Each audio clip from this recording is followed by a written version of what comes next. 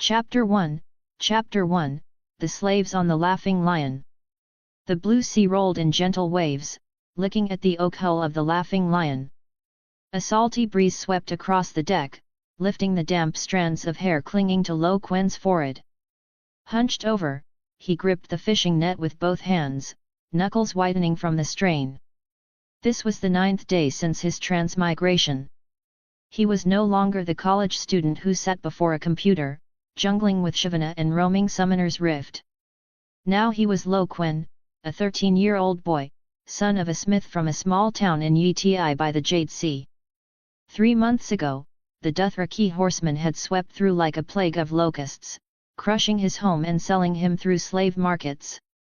In the end, he was bought by a Westerosi adventurer named Gerion Lannister, becoming the lowest of the low aboard the Laughing Lion, a ship bound for an uncertain fate. Gerion Lannister. That name alone was enough to sink Lo Quen's heart to the bottom of the sea. Having read A Song of Ice and Fire, he knew well that this man was Tywin Lannister's younger brother. Yiti, the Dothraki, Volantis, Westeros. Other transmigrators became lords, princes, or knights squires. He, however, was a slave, a smith's son from Yiti who didn't even know where he would be tomorrow. From the bow came a sharp voice, thick with the accent of Volantis, breaking through his heavy thoughts. Gerion, how much longer until we reach Valyria? We've been drifting on this damned sea for half a month. Is something wrong with your charts? Bring them out and let everyone see, or who knows what tricks you're hiding. The speaker was a gaunt middle-aged man. Beneath his short, curly brown hair, a jagged rose-red scar cut diagonally from his forehead to the corner of his left eye, like an ugly centipede. His piercing gaze was fixed squarely on Gerion, who stood at the foredeck. Gerion Lannister didn't answer right away. His tall frame stood firm at the bow as he peered through a red copper Myrish lens tube, staring hard at the horizon as if he could pierce through the endless blue. After a moment, he lowered the tube, his blue eyes calm as still water as they turned toward the scarred man. Leaned, the charts are sound. I spent over a decade obtaining them and won't hand them over so easily. If you want treasure, stop probing and follow my command. Otherwise. He paused, his gaze sweeping over Lean's dark expression. This ship can sail without you. With that, Gerion turned and strode toward the captain's cabin, not sparing another glance. The sea wind tugged at the hem of Lean's open leather coat, but it couldn't scatter the aura of malice and resentment surrounding him. He stared at Gerion's retreating back, the scar on his face twisting grotesquely in the sunlight. Lo Quen kept his eyes down, mechanically hauling at the fishing net as if deaf to everything. This was the 17th such clash. Leaned, Gerion's partner, never stopped trying to pry the secret out of him, the sea route leading to the ruins of Valyria. And Gerion, the youngest brother of Tywin Lannister, had set sail to recover his family's lost Valyrian steel sword, Bright Roar, and the treasures of the ruins. Each time, he remained ever watchful. Lo Quen searched his memories. If he recalled correctly, Gerion's fate was to vanish into the cursed smoking sea of Valyria. His chest tightened sharply. He hadn't even cleared the newbie village, and now he was about to be dragged into a hell-level dungeon like Valyria. Instinctively, he looked around for a way to escape, but the endless blue sky and sea trapped him in every direction. Then, without warning, a cold, piercing light burst deep within his mind. System. The shock froze Lo Quen's body, his breath caught in his throat. Around him, the sailors continued their clamor, unaware of the slave boy's strange state in the corner. Lo Quen sank his consciousness inward, and the panel, glowing with a soft but undeniable white light, appeared clearly before him. Host, Lo Quen. Age, 13, lifespan limit, 81 years. Dragon's soul, 0, a certain chance to acquire dragon's soul upon the death of magical entities. Magic, 0/500, passively absorbs magic from the air or actively from magical items. Passive skills. Dragon bloodline, bloodline purity, 0.05%. The death of magical entities grants a chance to acquire Dragon's Soul. 100 Dragon's Soul equals 0.01% bloodline purity. Purity increases magic capacity, lifespan, physique, dragon flame strength, number of flame knights, and number of dragon soul guards. True dragon physique, purity enhances physical strength in true dragon form. Fire affinity, purity enhances affinity with and resistance to fire elements. Active skills. Dragon flame breath, human form, 1m fireball / 5m range / 1 magic per second, dragon form, 5m fireball / 25m range / 5 magic per second. Blazing inferno, human form, 1m dragon flame armor / 2 magic per second, dragon form, 5m blazing domain / 10 magic per second. Dragon blood pact, forge a dragon blood pact with a human, making them an absolutely loyal flame knight. Grants dragon blood, reshapes their body. Number of pacts increases with purity. Flame knights can revive the dead as dragon soul guards, the number of which also increases with purity. Current flame knights, 1 cost, 1000 magic each use. Ultimate skill. True Dragon's Descent, transform into a 1 meter long true dragon. Size increases with purity. Cost, 1000 magic to activate, 1 magic per second to maintain. Dragon. Power. The words roared through his soul like ancient war horns, sweeping away the shadows of his enslaved humiliation.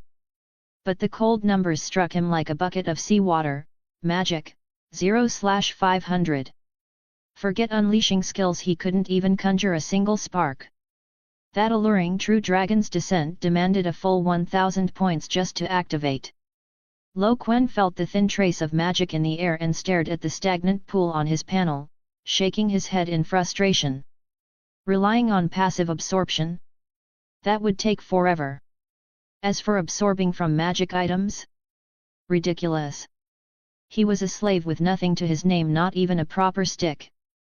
And Dragon's Soul, the key to raising his bloodline purity, could only be gained from slain magical entities. Ha! If he had the strength to kill magical entities, would he still be here as a slave? Bitterness surged again.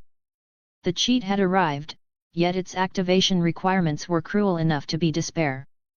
Just then, the heavy net in his hands suddenly jerked with a violent, almost frenzied force.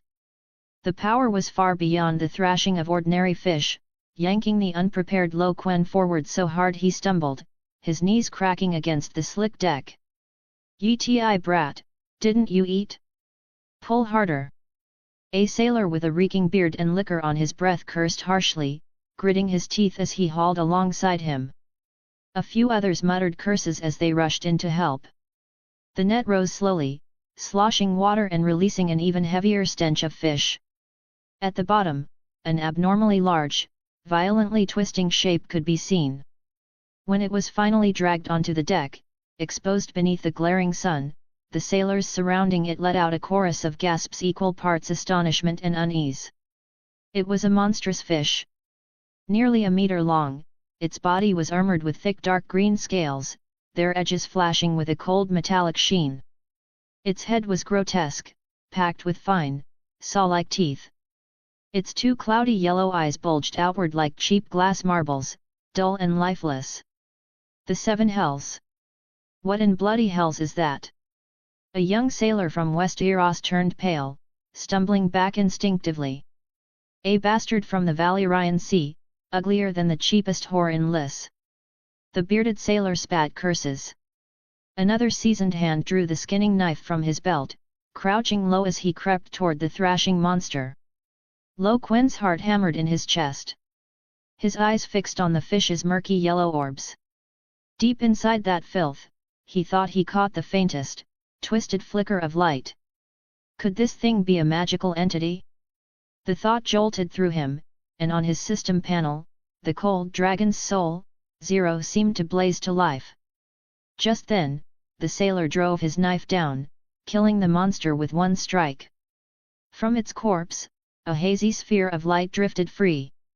Quen glanced around. None of the sailors reacted, they looked straight through it, as though it wasn't there at all. The orb floated briefly in the air, glowing faintly, before shooting straight into his body. Dragon's Soul +1. It was only a single point, nowhere near enough to raise his bloodline purity by even 0.01%, yet the impact sent waves crashing through Quen's mind. This thing actually gave Dragon's Soul? So that's it. The system had said, the death of magical entities may yield Dragon's Soul, but it never said he had to strike the killing blow himself. It was like a door opening in the dark only for reality's iron wall to slam it shut again. Only creatures infused with magic could provide Dragon's Soul.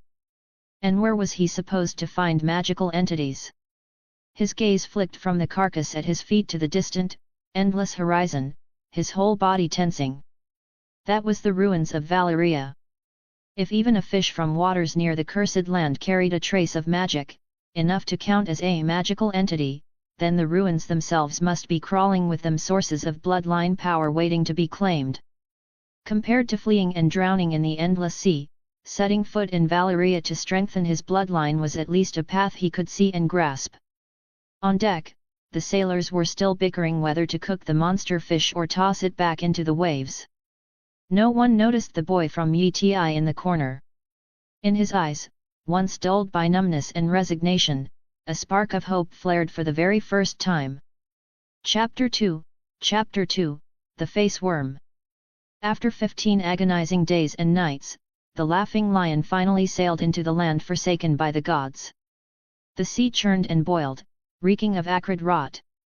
A dense, chalk-white fog rose from the water, curling around the hull and blotting out the sky.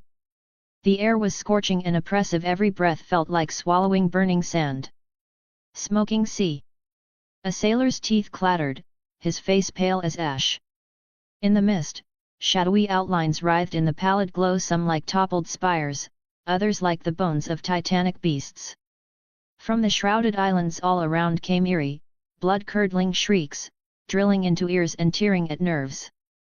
Guards' hands trembled around their spears, bowmen's knuckles whitened on their strings. Even Scarface leaned, whose gaze was always sharp and merciless, showed a flicker of fear for the first time. Days later, the plague came. At first, a few sailors grew pale as corpses dragged from the sea. Then their skin flushed raw red, lips swelling purple, eyes sinking deep, with dark veins bulging and twisting beneath their flesh. They burned with fever, vomited, and suffered ceaseless diarrhea. Their bodies stank of sweet, charred meat as their cries of despair echoed through the lower decks. "Throw them overboard!" Gerion didn't spare them a glance as he gave the order. The sick were hurled into the boiling, grey-yellow waters, swallowed at once by the frothing waves. The crew's numbers dwindled sharply. Those who remained carried only numbness or madness in their eyes. Only Quen silently counted the numbers flashing on his panel. Magic, +10. +15. +25. Just as he expected. The ruins of Valyria were thick with magic, the air's concentration far surpassing the outside world. A natural cradle for magical creatures. The deeper they pressed into the smoking sea, the faster the numbers climbed. On the 10th day, they froze it. Magic, 450/500. At dawn on the 11th day, the anchor sank into shallow waters lined with jagged black reefs. Gerion narrowed his eyes at the hazy shore, his command crushing the crew's last shred of hope. "Lower the boats. Land." When his boots hit the wet, searing grey-brown sand, lean finally cracked under the terror in his chest. From the first day in the smoking sea, he had felt as though a giant hand was squeezing his heart, leaving him gasping. His years as a sellsword had hardened his will, but they were no defense against the horrors of Valyria's ruins. He wanted to run. He grabbed Gerion by the collar of his leather armor, the rose-red scar on his face flushing with rage. "Madman! Back in Volantis you swore you'd find the sword, you swore you'd succeed. And now? Look around you. This is hell, not treasure. I see only plagues that devour men, monsters howling in the shadows. Do you want treasure, or do you want us all buried here with you? Gerion brushed his hand away and pulled a roll of chart-edged parchment from his cloak. Open your eyes, Eagle of House Magur. He nudged aside loose ash with his boot, revealing a massive black stone slab beneath. It seems so tight a blade could not slip through. This is the Dragon Road. Follow it, and you'll find the Valyrian steel you dream of. Leaned Magur's breath caught. The map depicted Valyria in its entirety. He'd wager it was worth a fortune in gold. Blood rushed to his head, greed flashing nakedly in his eyes. But the thought of Gerion flanked by dozens of guards cooled him, and he forced himself to study the parchment. It showed their party on the western shore of Valyria's island. Beneath their feet stretched the marble-paved Dragon Road. Follow it east, and they would reach the fabled city itself. Visions of vaults brimming with Valyrian steel weapons and armor surged through Lean's mind. The shame of his cadet branch birth and his hunger for treasure drowned out his fear. He spat to the side, silent consent. Gerion gave the order, and the company marched onto the Dragon Road. The colossal stone blocks, even after 4 centuries, still displayed craftsmanship so perfect it mocked the crude works of later ages. On either side, twisted dead trees clawed at the grey sky, while fragments of grey-veined marble lay half-buried in scorched earth. The air reeked only of sulphur and ash.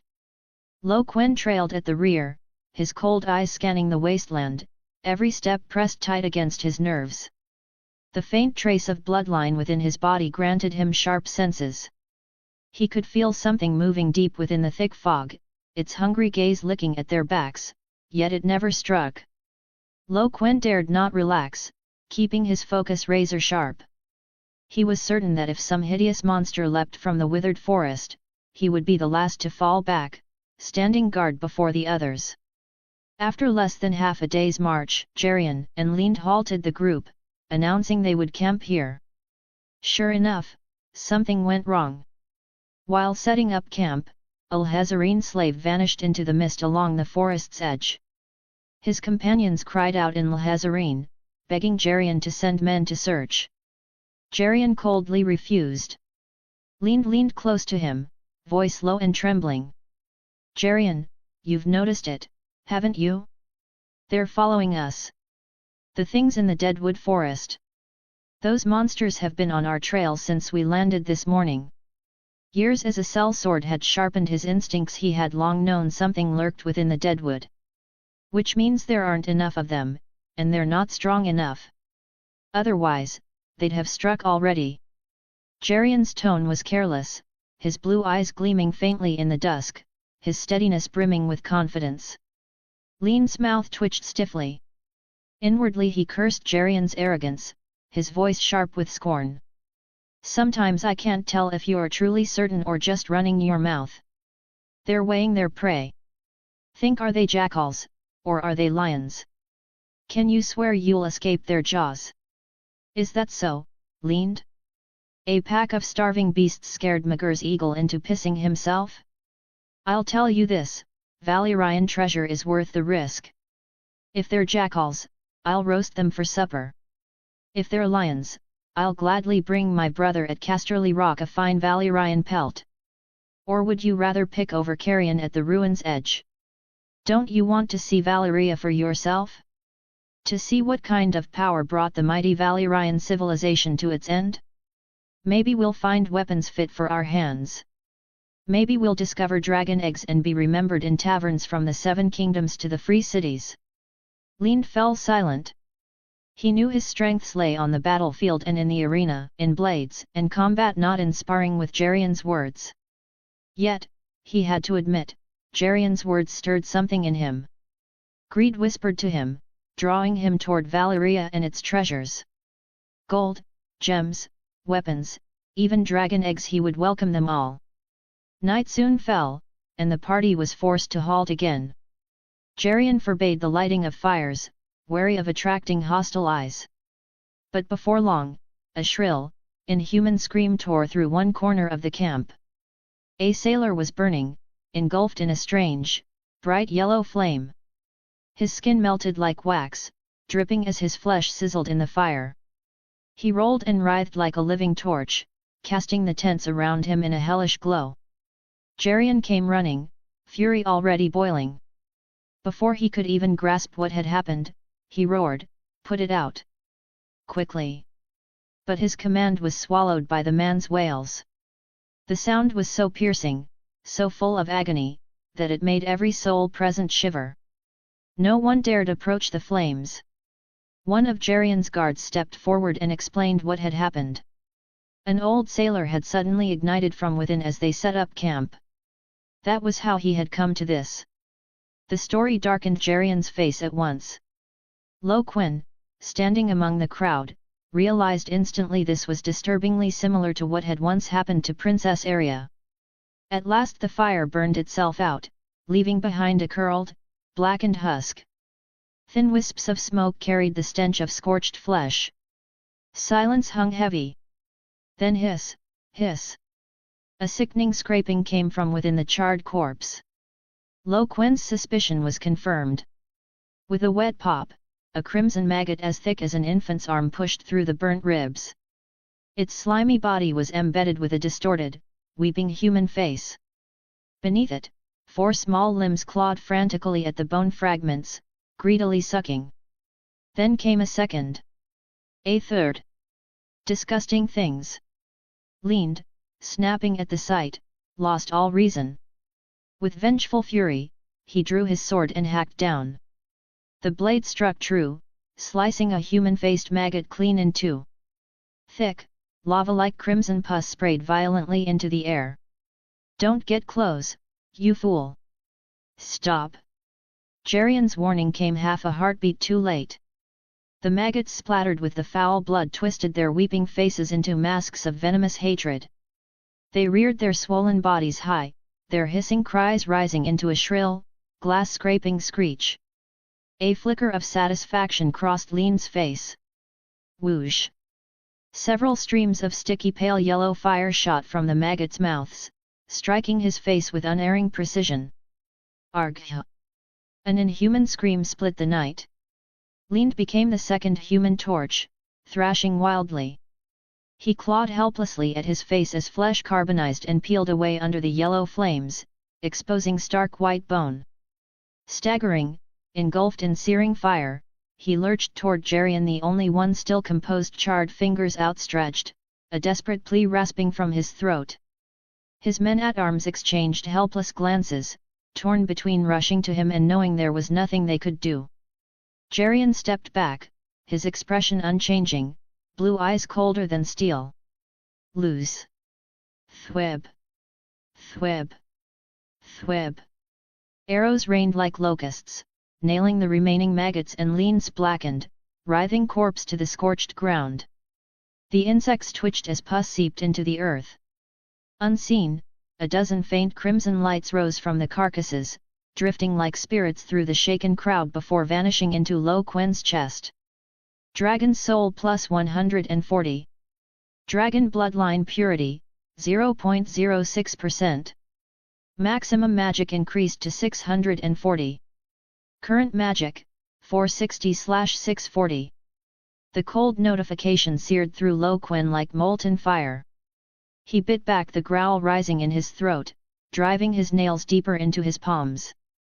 Then came another shift. At a single icy glance from Gerion, Lean's guards had their throats slit from behind by their former comrades. The corpses were dragged into the withered woods, burned and buried hastily, their blood greedily swallowed by the blackened soil. With their master dead, they'd try to escape. "Killing them keeps our ship safe." Gerion gave the surviving sailors a curt explanation. His merciless gaze swept over the cowering slaves and sailors, the threat plain without words. Hidden among them, Quen seethed. Even as joy at gaining the dragon's soul burned in him, he cursed this Lannister endlessly. This Lannister had no bottom line, no conscience, ruthless, merciless, the very image of Tywin's cold methods perfected. Chapter 3, The Monsters Attack. The next day, the death march resumed. They pressed deeper along the Dragon Road, where ruins of cities stretched before them.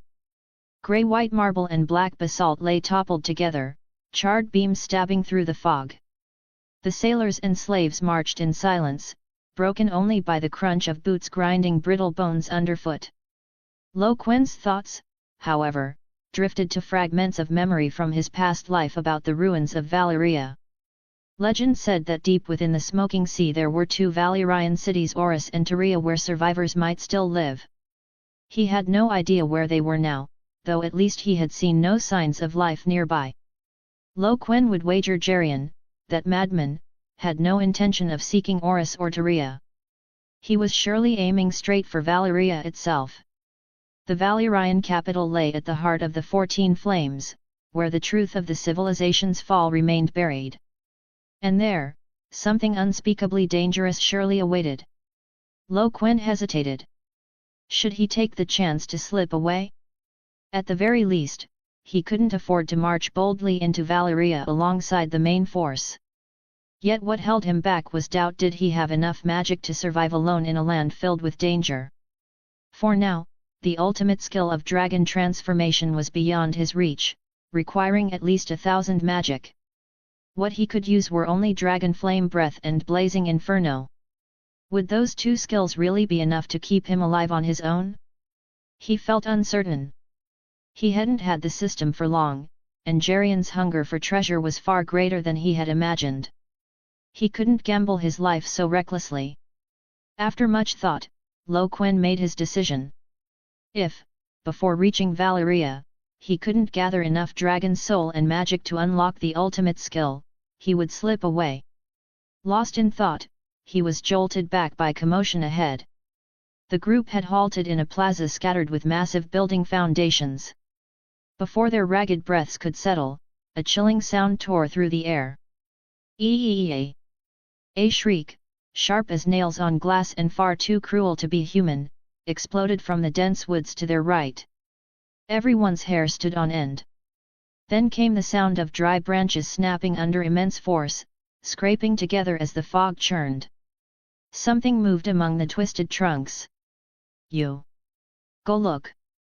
Gerion's brow furrowed as he pointed at the guard nearest the woods. The man's face drained of color, his lips trembling. Under Gerion's cold gaze, he had no choice but to grip his spear tight and edge step by step toward the wall of dead trees. He was just a few paces from the edge when... Crash!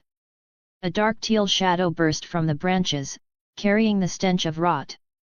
It slammed into the guard, hurling him to the ground. Cries of alarm rang out as the others finally saw the creature clearly.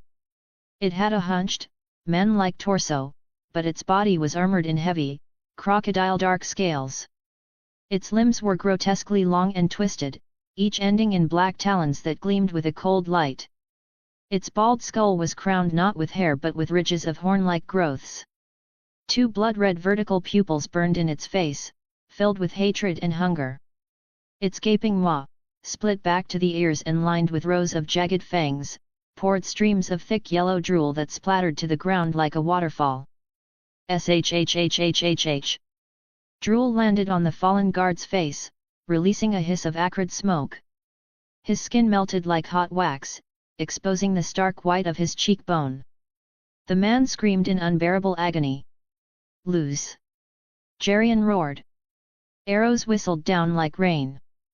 Clang! Clang! Clang! Sparks burst from the creature's scales. The arrowhead struck with the ring of steel, only to bounce off or snap uselessly. A cold dread gripped the group. The monster's scales were harder than iron. Charge! Cut it down! Gerion bellowed at his guards. But the soldiers, men who were usually sharp and disciplined, felt as though their legs had turned to lead. Not one dared move forward. In that frozen stalemate, another desperate scream rose from behind the slaves. The crowd turned in horror. A smaller monster had slipped down from the top of a massive dead tree, clinging like a lizard. No one had noticed it until now. With skeletal claws, it casually pried open a slave's skull. Lowering its mouth to the red and white mess inside, it drank greedily, emitting a nauseating slurping sound.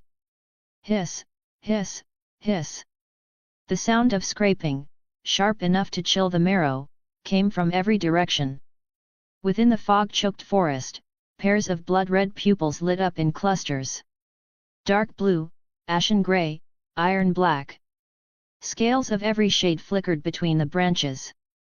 They stepped out together, hunched silhouettes forming a shifting wall of scales in the mist, encircling the tiny company upon the ashen dragon road. Those blood-red eyes locked onto every scrap of living flesh. Quen's heart sank.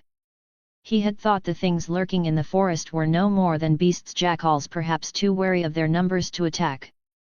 Now he realized his mistake. In Valyria, common sense was useless. Here, reality punished arrogance. Could they run? Quen was no foolhardy youth.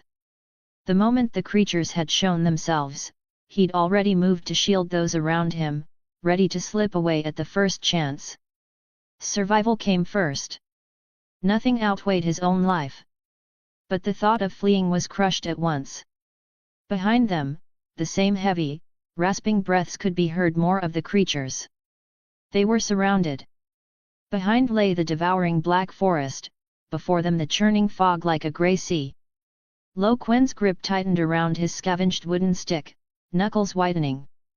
His focus sank into the hidden realm. Only he could see the strange panel. Magic power, 500. In human form, dragon flame breath drained 1 point per second, blazing inferno drained 2. Enough perhaps to kill a handful. But in the shifting mist ahead, countless figures emerged, far too many for him to face. At least his dragon bloodline's passive skill, true dragon physique, granted him raw strength like never before. He felt the power surging in his muscles. Even in human shape, he wielded brute force that rivaled many. He kept his eyes on Gerion and his men, already planning. First, seize a real weapon. Then, with sheer strength, hold the beasts back long enough to dive into the forest when the battle turned chaotic. If they chased him, he would use the trees for cover and unleash dragon flame breath to hold them at bay. That was the best plan. But in the face of death, even thought was a luxury. A shriek tore apart the silence. The monsters surged forward, not probing, but in a wave of hunger and frenzy that crashed over the outer ranks. Screams followed at once. Sailors and slaves, armed with nothing but bare hands or crude clubs, were paper-thin before the scaled creatures. A young sailor went down, hooked claws ripping his linen tunic and flesh apart. He kicked in vain before the monster's jaws snapped shut on his neck, spraying blood across the ashen ground. Another slave swung his wooden club. It struck the beast's back with a dull thud, leaving not even a mark. The strike only enraged it. With a sweep of its claws, half the man's face, eye and all, was torn away. In the chaos of slaughter, only Gerion Lannister and his guards held like stone. The clash of steel rang sharp and constant. The trained men closed ranks swiftly, backs pressed together, forming a tight circle. At its front stood Gerion himself, clad in polished half-plate over chain-mail, his gaze unwavering. "Hold steady! Aim for the joints!" Gerion shouted the command. His sword hacked down at the joint of a lunging monster's foreleg. With a sharp crack, the dark green shell split open, exposing grey, rotting sinew and black, sap-like blood that seeped out foul and thick. The creature shrieked in pain, its movements faltering for a heartbeat before it surged forward again, throwing itself back into the fight. Meanwhile, Quen was searching for his chance. His sharp gaze caught sight of a guard locked in combat with an unusually massive beast, too distracted to notice anything else. Quen ducked low and dashed in, fingers closing with precision around the hilt of the spare longsword at the guard's waist. He recognized the scabbard's worn marks. It had belonged to Leand, the unlucky man devoured by red maggots the night before. The cold hilt felt heavy, reeking of blood, but it gave him a grim sense of reassurance. Almost at once, a wave of stench hit him.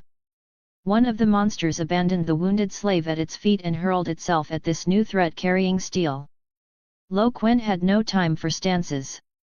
Relying only on instinct and the flood of strength in his body, he gripped the sword with both hands and swung upward with everything he had. Clang! The shriek of clashing steel rang out. The recoil numbed his palms, his arms shuddering under the shock. His blade struck the monster's hooked claw as it blocked, sparks bursting into the air. The creature staggered back under the blow, its ghostly green eyes flashing with what looked like surprise. Quen himself stumbled half a step, his chest roiling with surging blood. Such power! He could feel clearly how much his body had changed. This was nothing like the frail body he had once lived in, it was the gift of the true dragon physique. But in that same instant, he saw his weakness. He had strength, but no skill. His swings were crude, wide arcs, every strike consuming his full effort, draining him fast. He fought nothing like Gerion's veterans, who parried with precision, turned aside force, and probed for weak points with efficient economy. And yet, that very clumsy, jarring style made him stand out in the chaos of the battlefield. Gerion Lannister's emerald eyes swept the melee between sword strikes. He saw the black-haired, dark-eyed eastern slave driving a monster back with brute strength alone, and for the first time, his calm wavered. Where did this Yiti man gain such power? It made no sense. Eastern slaves weren't rare in the free cities, but never had Gerion heard of one with such skill or the will to fight like this. Chapter 4, A Pyrrhic Victory. Quen had no time to worry about noble eyes on him. All his focus was locked on the monster lunging at him again and again. After several fruitless strikes, he gave up on trying to land a killing blow in one swing. Instead, he began looking for flaws and weak points. Earlier, Gerion had used his combat experience to direct the men-at-arms to target the joints. The guards followed his lead, hacking desperately at those same spots. But even with wounded joints, the creatures fought on with unbroken savagery and speed. Quen shifted tactics. Instead of going for the joints, he aimed for their more vulnerable heads. Another monster hurled itself at him, its foul stench washing over his face. With a roar, Quen stopped slashing wildly and drove all his strength into his arms, thrusting the steel blade straight toward the center of its eerie green eyes. Squelch! The blade punched through its eye with a sickening pop and buried itself deep in the skull. Thick, black blood spurted from the socket, spraying across Quen's face in a nauseating splatter. The monster shrieked, thrashing in agony, its hooked claws tearing at the air. Quen clung to the hilt, staggering under its violent spasms. Biting down hard, he shoved downward with every ounce of strength he had, forcing the sword through and cutting sideways. The steel tore halfway through its neck, leaving the head hanging by a shred of flesh. At last gravity did the rest, and the gruesome head dropped off completely, rolling across the ash. The twitching body collapsed with a heavy thud. The bloody, brutal sight stalled the battlefield. Everyone had just watched a slave kill a monster. Strike the eyes. The eyes are their weakness. Gerion Lannister's shout snapped his struggling men-at-arms back into focus. He led by example, seizing an opening.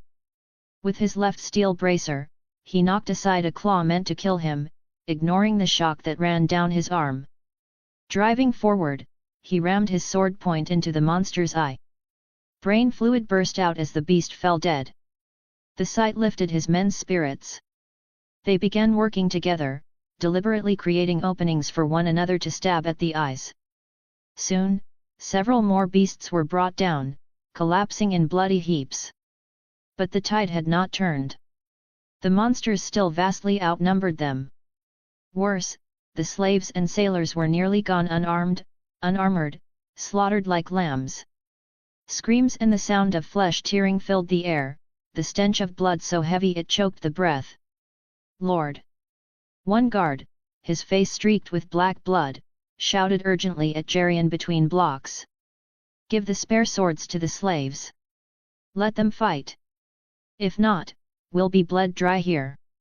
He meant the weapons left behind by fallen guards. Gerion didn't falter. He shoved back a monster with a sweep of his blade, but his blue-green eyes locked on Quen, the black-haired slave wrenching a sword free from another beast's corpse. The eerie calm in that gaze sent a chill down Gerion's spine. An Eastern slave, with such strength, holding steel, having seen him deal with the sick crew and Lean's men, what would he do next? A dark thought struck Gerion. No. His command cut like iron. Those maggots are dead weight.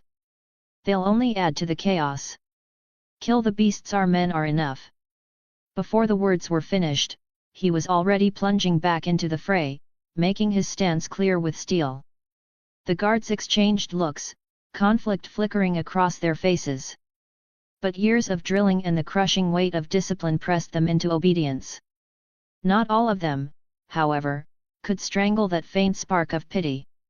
Amid the chaos, seizing the moment when Gerion was tangled with two beasts and his sight blocked, several guards slipped daggers from their belts or snatched up fallen blades, hurling them quickly to the feet of the nearest slaves and sailors. Pick them up. Fight these monsters with us. The instinct to survive crushed fear.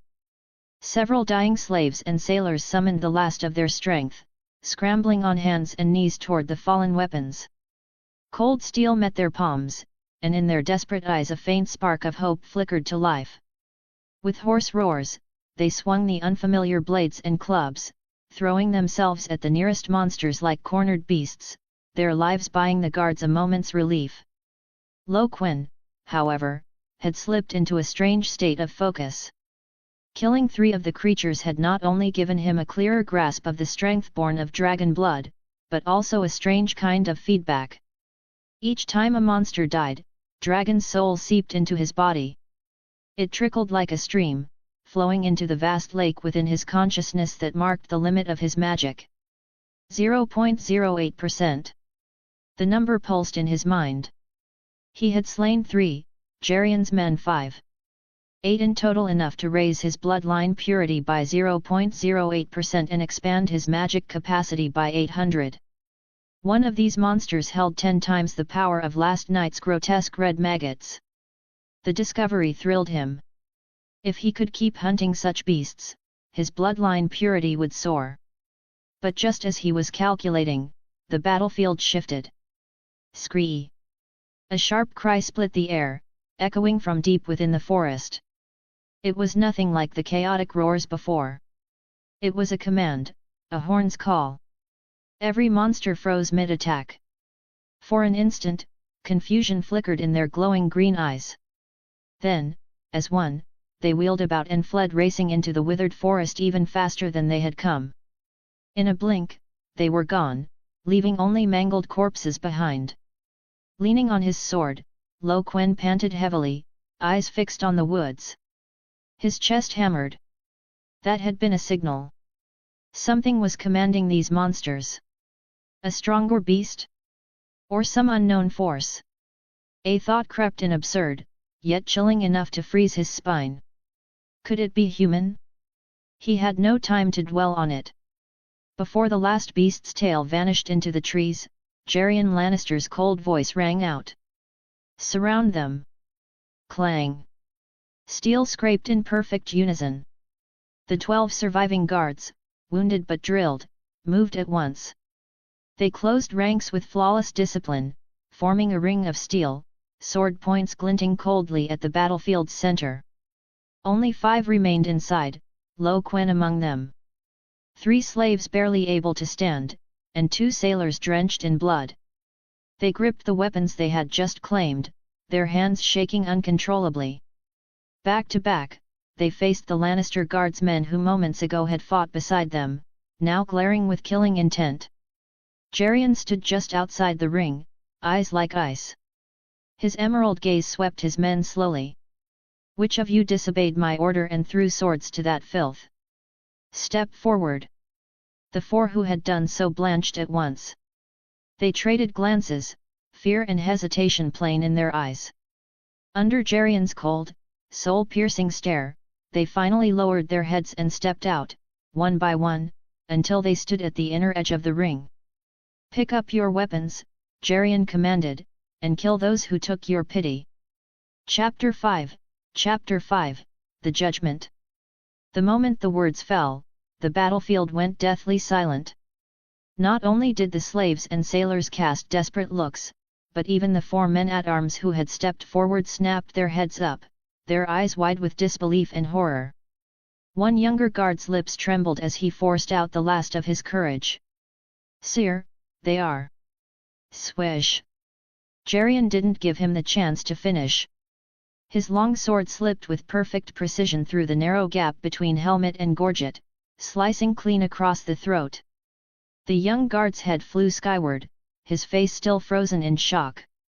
"Ah!" The remaining 3 guards recoiled in terror at the bloody scene, a strangled cry escaping their throats. Whatever pity had lingered in their eyes was swept away by the madness of survival. Shaking, nearly sobbing, they still raised their swords without hesitation and hacked down at the 4 wounded, despairing slaves and sailors before them. In an instant, the 4 fell lifeless into spreading pools of blood. Gerion didn't spare the corpses a glance. His cold eyes turned on the 3 men-at-arms who had just carried out his order, their chests heaving with ragged breaths. "Kill them as well." His finger pointed at the 3 who had obeyed him only moments ago. The 8 remaining guards froze. The command struck them like a hammer blow to the chest. Killing unarmed slaves, they could stomach that. But now, to kill their own brothers in arms? For the first time, hesitation gripped the hands that held their blades. Then Gerion's gaze swept across them cold as an abyssal sea. In that instant, the fear of death and the iron weight of Lannister obedience crushed any bond of comradeship. One of them growled low in his throat. Blades hissed through the air, plunging into the backs of the unsuspecting 3. The rest followed with clenched jaws. Screams ripped out at once. The 3 were run through from behind, eyes bulging in disbelief as they looked down at bloodied sword tips bursting from their chests, before collapsing into the muck. Only then did Gerion stride forward at a measured pace, his gaze sweeping the 8 who remained. Their faces were splattered with gore, their eyes filled with terror and numbness. His voice cut like steel. "On Valyria's ruins, beneath the banner of House Lannister, cast aside your worthless mercy. Your swords strike only where I command. Defy me, and remember their fate." At last his cold eyes fixed on the lone figure still standing at the center of the circle, Quen. Quen drew a deep breath. He still gripped the steel blade tightly, its tip angled to the ground. His clothes were in tatters, his body drenched in blood, yet deep in his black eyes burned a strange calm, edged with sharp vigilance. That unsettling composure made Gerion Lannister, long accustomed to fear and pleading, pause with a flicker of doubt. "Come with me. Kill this one." He stole a guard's sword. "He'll be trouble." Gerion lifted his blood-stained blade, the tip leveled squarely at Quen, his voice laced with caution. The 8 guards instantly shifted stance, blades snapping up, all points aimed at Quen as the circle tightened. Quen frowned inwardly. He had underestimated how far Gerion Lannister's ruthlessness would go. He had hoped to conserve his precious magic, not waste it on these men. But now it seemed he had no choice. Fresh from battle, his body craved time to recover, so for the moment, he would stall. Meeting Gerion's gaze head-on, Quen spoke in the common tongue of Westeros. "Lord, why must you drive us all to the end?" Gerion's advance froze. For the first time, surprise flickered across his cold, rigid face as his eyes swept over Quen. "You speak the common tongue? And fluently, no less? Who are you?" "A slave from Yiti, how could that be?" Quen cut him off. "Lord, I am indeed a slave from Yiti. As for the common tongue, I learned it during the long voyage by listening, by watching, little by little." "Hat!" Gerion gave a short, cold laugh. "Only bastards who skulk in the dark learn to survive like rats in the shadows. You saw how I deal with those who defy me, with useless trash. You stole that sword from my dead men to cling to life until now. From the moment you took it, every breath you've drawn has been a debt to House Lannister. Every second, the interest piles higher. And now, you must pay with your life." His words tightened around Quen like a noose. Quen's chest sank with heaviness. He truly could not understand why this Gerion Lannister was so unhinged. Coldly, he answered. "Debt? I don't recall owing you anything. From Volantis onward, you never treated us as men. And your own guards, you toyed with them like pets, tormenting them at your whim. You enjoy that feeling of control, don't you? But, Lord, one day, you may find yourself paying for that cruelty." Gerion's face twisted at the black-haired slave's taunt. Never had he seen such defiance from one of his kind. Fury surged through him, veins bulging as he spat, "Sharp-tongued brat! In the Seven Kingdoms, someone like you would have been left to rot in some reeking gutter, a meal for rats. Maybe other houses would spare you, but I am a Lannister. And Lannisters..." Quen's lips curved into a half-mocking smile. "And Lannisters always pay their debts, isn't that so?" By now, his resolve was set. He would leave none of them alive. Even if it meant burning through what little magic remained, he would not allow this cursed Lannister to walk away. The words struck Gerion Lannister like a thunderclap from a clear sky. He froze. A low-born slave from far-off Yiti, an ant who had just been struggling under monster claws, had spoken a saying more famous than his family's own words, "Hear me roar." Impossible. What could it mean? A storm of thoughts raged through his mind. Memories long buried clawed their way back, and his gaze on Quen changed utterly. Quen caught the violent flicker of doubt in his eyes and opened his mouth to press further. When suddenly, skreek!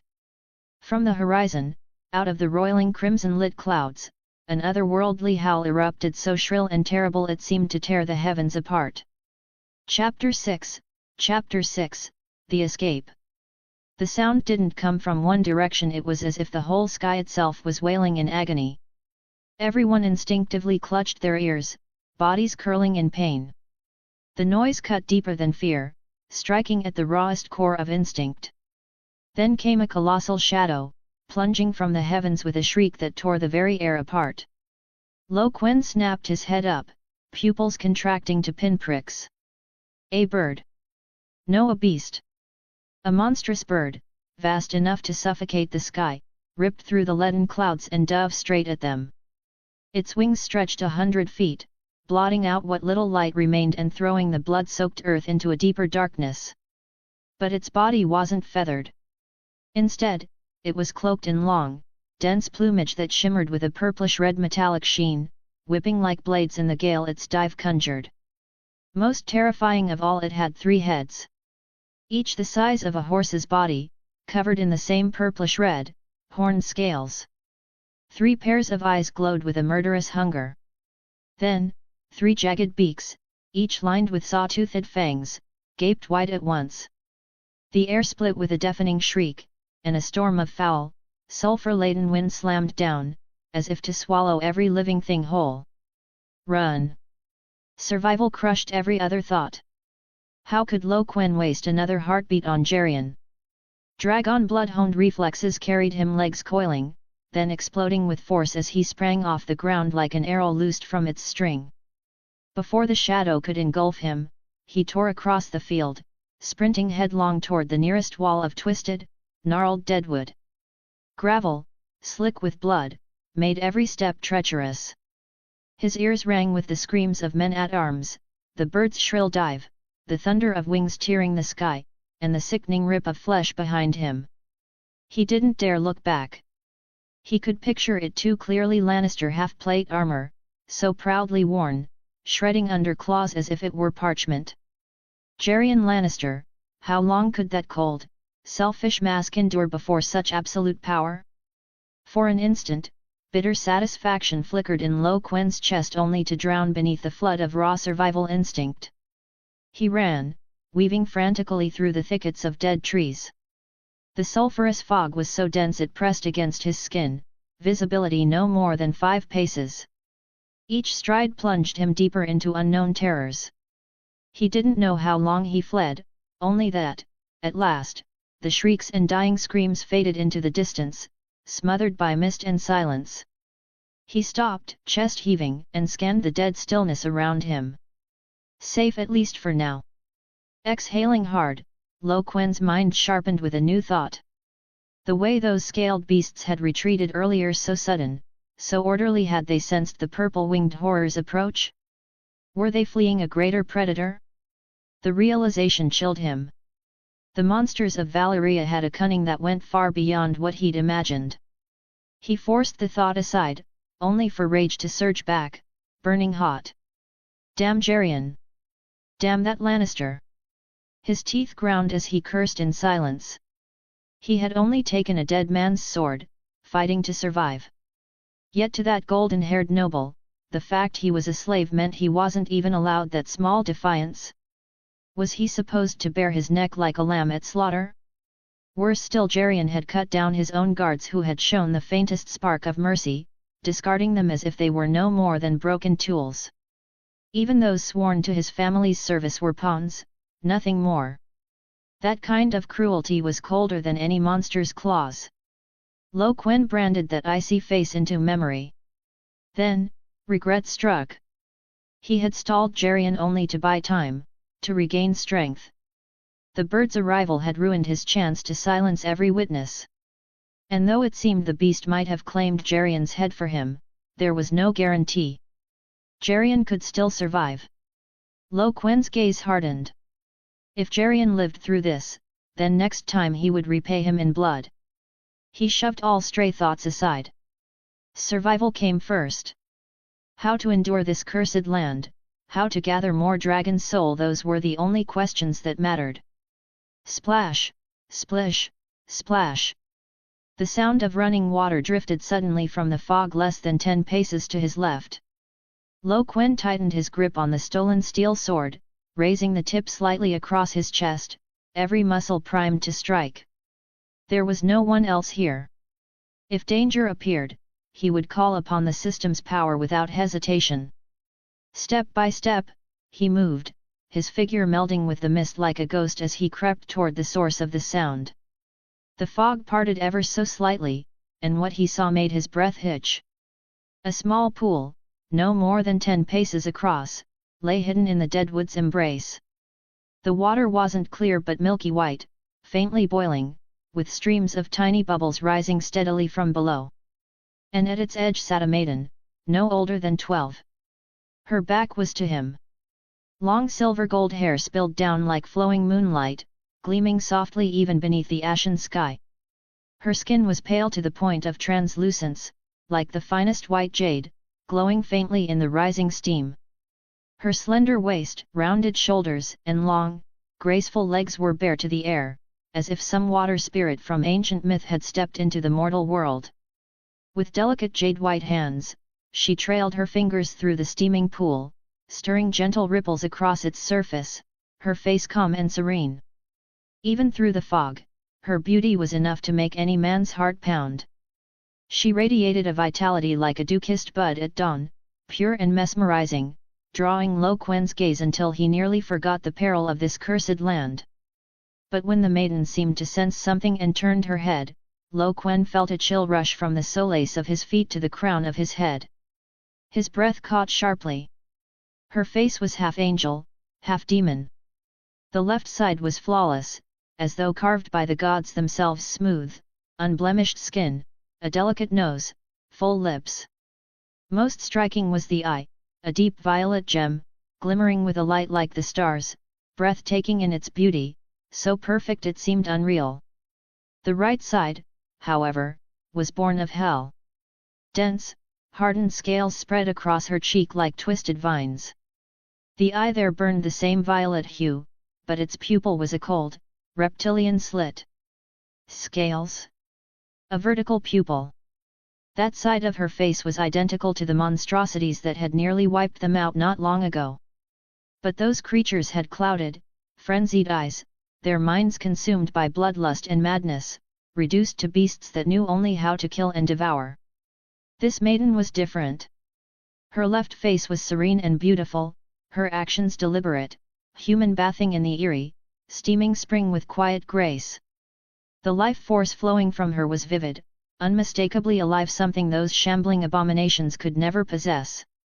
Could she be one of the survivors of Valyria's doom? Quen's mind leapt to memories of others who bore such half-twisted visages, Shireen Baratheon, cursed with grayscale, and the stone men of the Sorrows. Though he had never seen a victim with his own eyes, he recalled the accounts: skin hardening, keratin growths, the slow march into petrified death. The maiden's affliction resembled it, but was not the same. Grayscale ended in lifeless stone. But the monsters he had fought, those gaping maws filled with jagged fangs, those long, slithering tongues that feasted on brain matter, were not petrified at all. They had transformed into something far worse. He was still reeling from the comparison when a wave of putrid stench suddenly invaded his nose. Something was here. Close. Quen's hair bristled. Instinct took over. He snapped his head upward. A thick, foul drop of saliva splattered onto the ash at his feet. His stomach dropped. Following the line of its fall, his eyes shot upward. And there it was. A creature covered in earth-brown scales clung to a massive branch directly above him, its body sprawled like some monstrous lizard. Its grotesque head hung low, pitted scales stretching over its face. Crimson vertical pupils fixed unblinkingly on him below, while its thin, sinuous tongue flickered, dripping strands of reeking saliva. Its limbs were taut, claws buried deep in deadwood, body coiled like a bowstring drawn to its limit. It was ready to strike. And its target was the top of Quen's head. Chapter 7, The Maiden. Whoosh! The yellow-scaled beast launched itself with explosive force, plunging straight down from a branch several meters high. Life and death hung in the balance. A sharp gleam flashed in Quen's eyes. Perfect! Time to test this new power. Ha! With a low roar bursting from his chest, Quen did not retreat but instead advanced, meeting the monster's dive head-on. He drew a massive breath, his chest swelling visibly with astonishing speed. Dragon flame breath. Boom! A blazing crimson column of fire, as thick as a barrel, erupted from Quen's open mouth. The flame swelled the instant it left him, expanding into a searing fireball more than a meter across. The heat was so intense it stung the skin, and the surrounding mist vanished in an instant. The yellow-scaled monster never even managed a full roar before the fireball swallowed it whole. Scree! A shrill scream burst from the heart of the flames as the creature writhed, its body turning into a tumbling inferno. Quen kept channeling magic, sustaining the blaze. He felt the energy this force the system called magic draining steadily, second by second. The deep crimson fire raged outward, roaring as it licked at the air. Heat radiated from him in a violent wave, warping the air itself. The brittle, dead trees around him caught fire at once, flames spreading madly until the silent forest became a roaring sea of fire. 5-6 long seconds passed before the monster's agonized wails were consumed entirely by the blaze. Quen closed his mouth slowly, the final ember dying on his lips. Only a smoking carcass remained on the ground, its charred limbs frozen in the grotesque pose of its last struggle, reeking of burnt flesh. He focused, waiting, but no trace of the familiar, life-filled dragon soul emerged from the corpse. Disappointment pricked at him. The system had said a magical creature's death only gave a chance of yielding a dragon's soul. This time, he had not been so lucky. Ah! A terrified cry rang out from the direction of the boiling spring. Quen spun toward the sound. The silver-gold-haired maiden, clearly startled by the thunderous blast and towering flames, was scrambling to escape. She had hastily thrown on a grey-green robe, but her flight was already cut short. 3 scaled monsters, larger and more muscular than the yellow-scaled one, their bodies sheathed in dark green plates, had appeared to block her path. Their crimson eyes fixed hungrily on her, as if her blood were the sweetest prize. Cornered against a jagged boulder, she clutched a bone dagger in trembling hands. Her amethyst left eye brimmed with despair. Quen hesitated, weighing his options. In Valyria, Caution was survival. What if she was with them? But when he saw the monster's bloodthirst fixed squarely on her, he dismissed the thought. Another idea struck him. If she was indeed a survivor, she might know something of the ruins. And killing these beasts could yield the dragon's souls he craved. After a moment's pause, he decided to intervene. Stepping from the burning treeline, Quen advanced with steady strides, his blood-stained sword in hand. His gaze flicked warily between the three snarling beasts and the maiden herself, ready for treachery. In the Westeros common tongue, he called out. I am an explorer who strayed into this place. Are you a resident of Valyria? His sudden appearance only seemed to terrify her further. She shrank back against the stone, then quickly swept a lock of silver-gold hair across her right cheek, trying to hide the scaled half of her face. Quen noted her reaction closely. She didn't understand him, but she showed no sign of hostility. That was enough for now. He would deal with the monsters first, then press her for answers. The last beast had yielded nothing. He intended to make up for it with these three. The ink-green monsters were furious. Their prey had not fled, instead, he had stepped forward to face them. Their scaled faces twisted into grotesque snarls, fangs jutting out as guttural growls rumbled from deep in their throats. Without a hint of hesitation, the three beasts lunged at Quen from different directions at once. Quen's eyes sharpened. Instead of retreating, he stepped forward. Just as the creatures closed in, their stench thick in his lungs, a hotter, fiercer burst of crimson dragon flame erupted from his mouth. The blaze carried not only searing heat but crushing force, sweeping outward like an enraged fire dragon. The two monsters in the lead took the full impact, blasted backward by the torrent of fire and shockwave. They slammed into burning deadwood and were instantly consumed by the flames. Their shrieks were agonizing, tearing through the air. The third, a moment slower, was caught by the edge of the blaze. Half its body ignited, and it writhed on the ground in burning agony before falling silent, reduced to a smoldering corpse beside the others.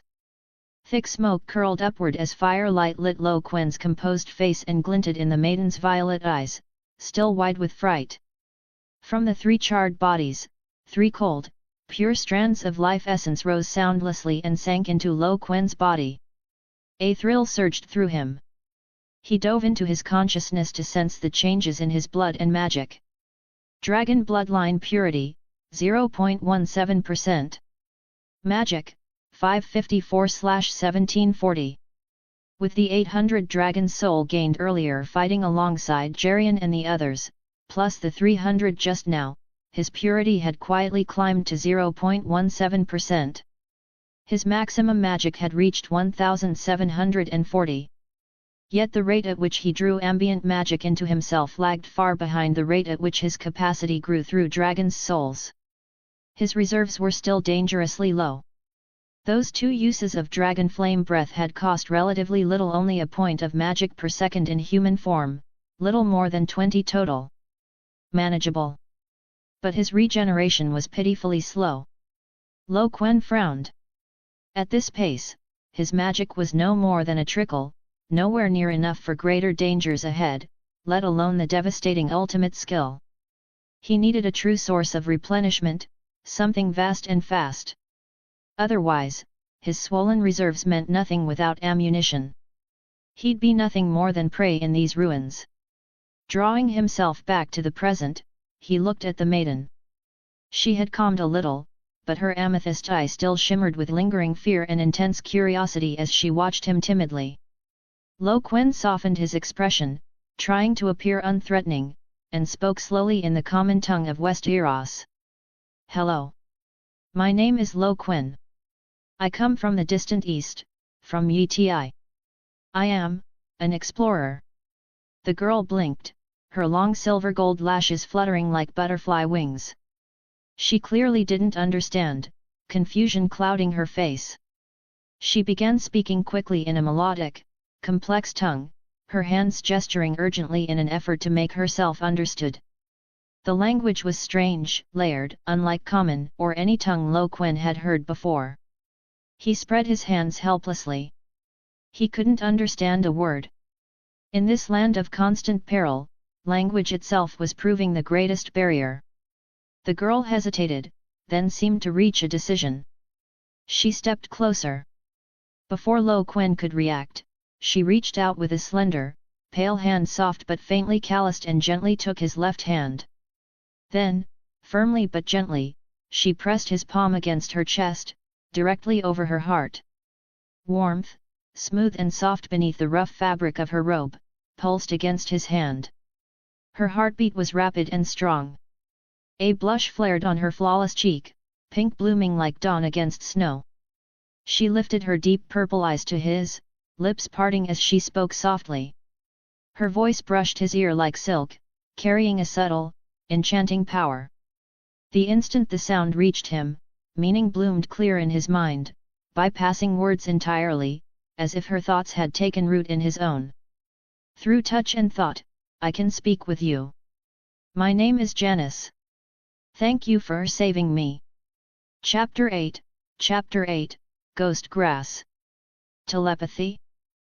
Quen's heart jolted. Not only could this maiden survive in a land cursed and crawling with monsters, she even possessed such a remarkable gift. He forced down his astonishment and shaped a clear reply in his mind. My name is Quen. I come from the further east, from Yiti. As you can see, I am an explorer who strayed into this place. At the same time, he felt his thoughts flowing across the contact of their joined hands. Janice's beautiful left eye curved into a crescent, as if she understood. She tried to pronounce his name, but it came out clumsy and broken. Quen. She had twisted it into 4 awkward syllables, strange and foreign on her tongue. Quen almost laughed, shaking his head before correcting her mentally. It's Quen. Lo is my family name in the ancient tongue of the East, it means golden blade. Quen is my given name, meaning hidden strength or concealed edge. He explained in the simplest way he could. A flicker of realization lit Janice's eyes, as if she had just unraveled a riddle. Her gaze quickly sharpened with curiosity as she asked in his mind, Wizard, the flame you summoned before, was that magic? Clearly, the dragon fire that had incinerated the beast had left a deep impression. She even addressed him with respect. Quen answered at once, gentle but firm in correction, Janice, don't call me Lord. My house is not noble in Yiti, and my name is little known. Just call me Quen. That was no lie. In his memories, the Golden Empire of Yiti had never been ruled by a dynasty of his name. As for the great Empire of the Dawn, it lingered only in legend, with no record of the God Emperor's bloodline.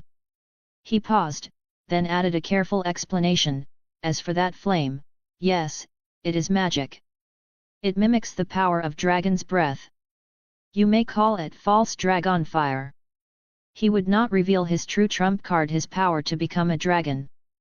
Better to let her think him merely a wielder of fire magic. In these ruins, the identity of a wizard, capable of defending himself, might inspire more respect or fear than that of a wandering adventurer. Tell me, he asked after a moment, why are you here? Are you a native of these ruins of Valyria? I am from Tyria, a few days' journey from here. I came with my sister to search for ghost grass. But near here, we ran into many scale claws. My sister drew them off so I could escape. We were separated, so I waited here for her to return. Janice spoke slowly, but her words carried weight. Quen's mind reeled. So the stories were true. There were still natives of Valyria and Janice had a sister. The scale claws you mentioned, those were the creatures I burned. Janice nodded. That is what we call them. They were once men of this land. But during the doom centuries ago, the blood magic in the air twisted them, turning them into what you saw. And your right cheek. Janice caught his gaze fixed on her scarred side. Her slender body flinched as if pricked. Her left hand clutched tighter over the scaled flesh, knuckles whitening. Her beautiful left eye dropped beneath long lashes, heavy with shame. My face too is cursed. Every child born beneath the ash is tainted by blood magic. We are born with scales. As we grow, they spread, until they devour us. Her voice was soft, tinged with sorrow. Quen's chest tightened. So every survivor of Valyria was doomed to become one of those ravenous monsters.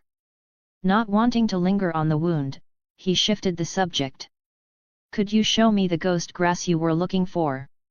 Her mention of ghost grass had startled him. He needed to see if it was what he thought. Ghost grass, an eerie plant of the Shadowlands far to the east of Essos. It was said to grow taller than mounted riders, its stalks pale as milky glass. The Dothraki held it in awe and dread alike. They whispered that cursed souls gave the grass its faint glow, and foretold that one day this pallid death grass would cover the whole world. If Janis spoke of the same thing, then how could it grow here, in the ruins of Valyria? Janis caught the curiosity in Quen's eyes, hesitated, then gave a small nod. She pointed through the mist and spoke into his mind, that way, not far. That's where my sister and I were separated.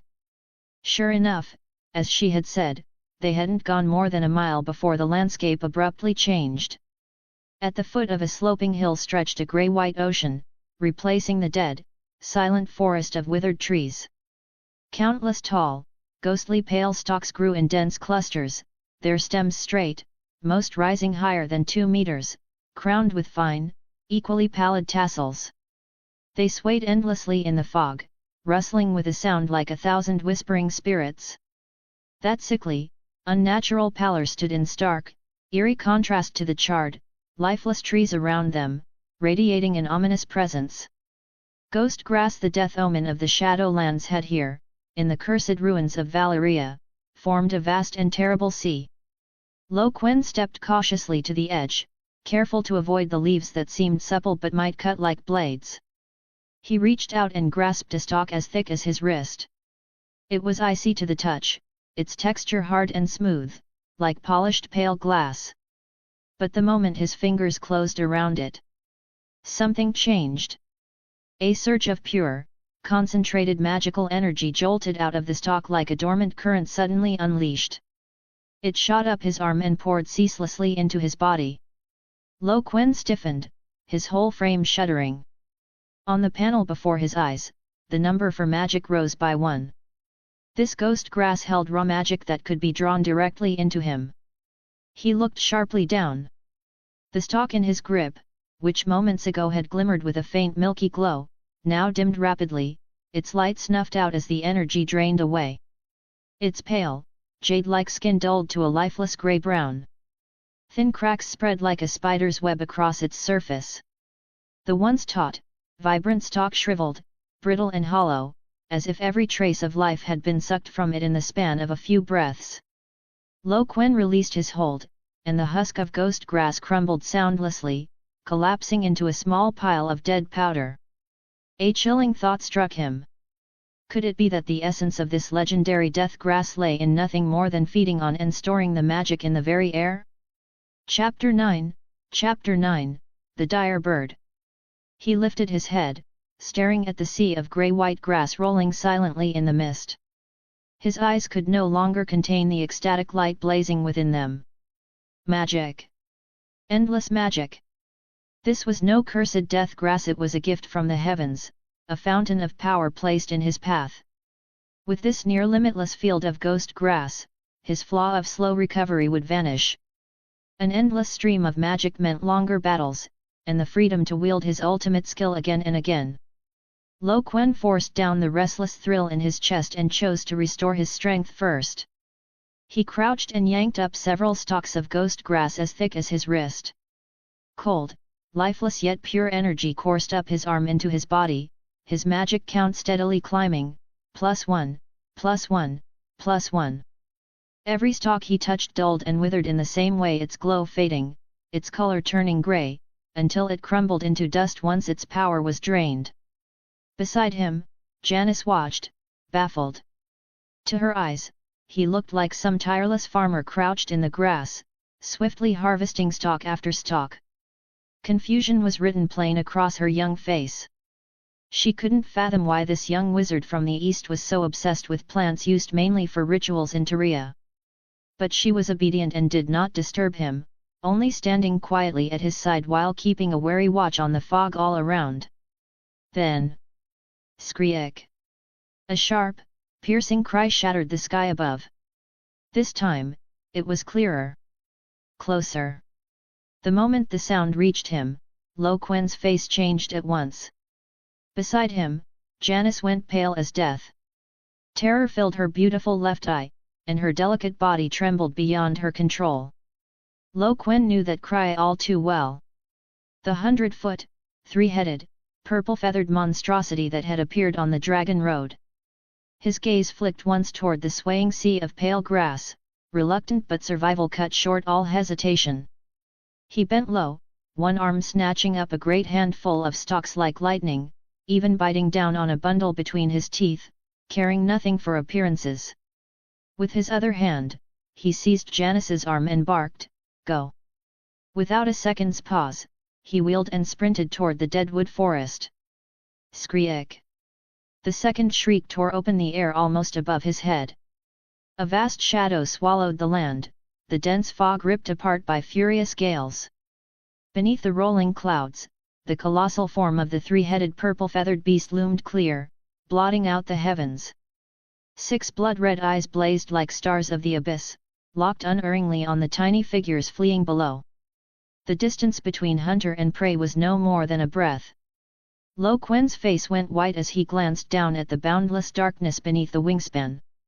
His arms clamped around Janice's slender waist like iron, lifting her clean off the ground.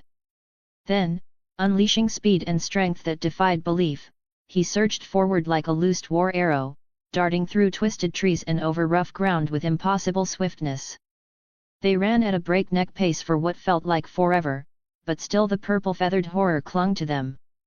It shadowed Quen alone, trailing above him like a kite on a string waiting for him to falter, to dive and smash his skull with one strike of its beak.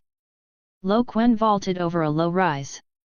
The ground beneath his feet smoothed, flattening into the basin of a valley. But the sight that greeted him made his scalp prickle even in the frenzy of flight.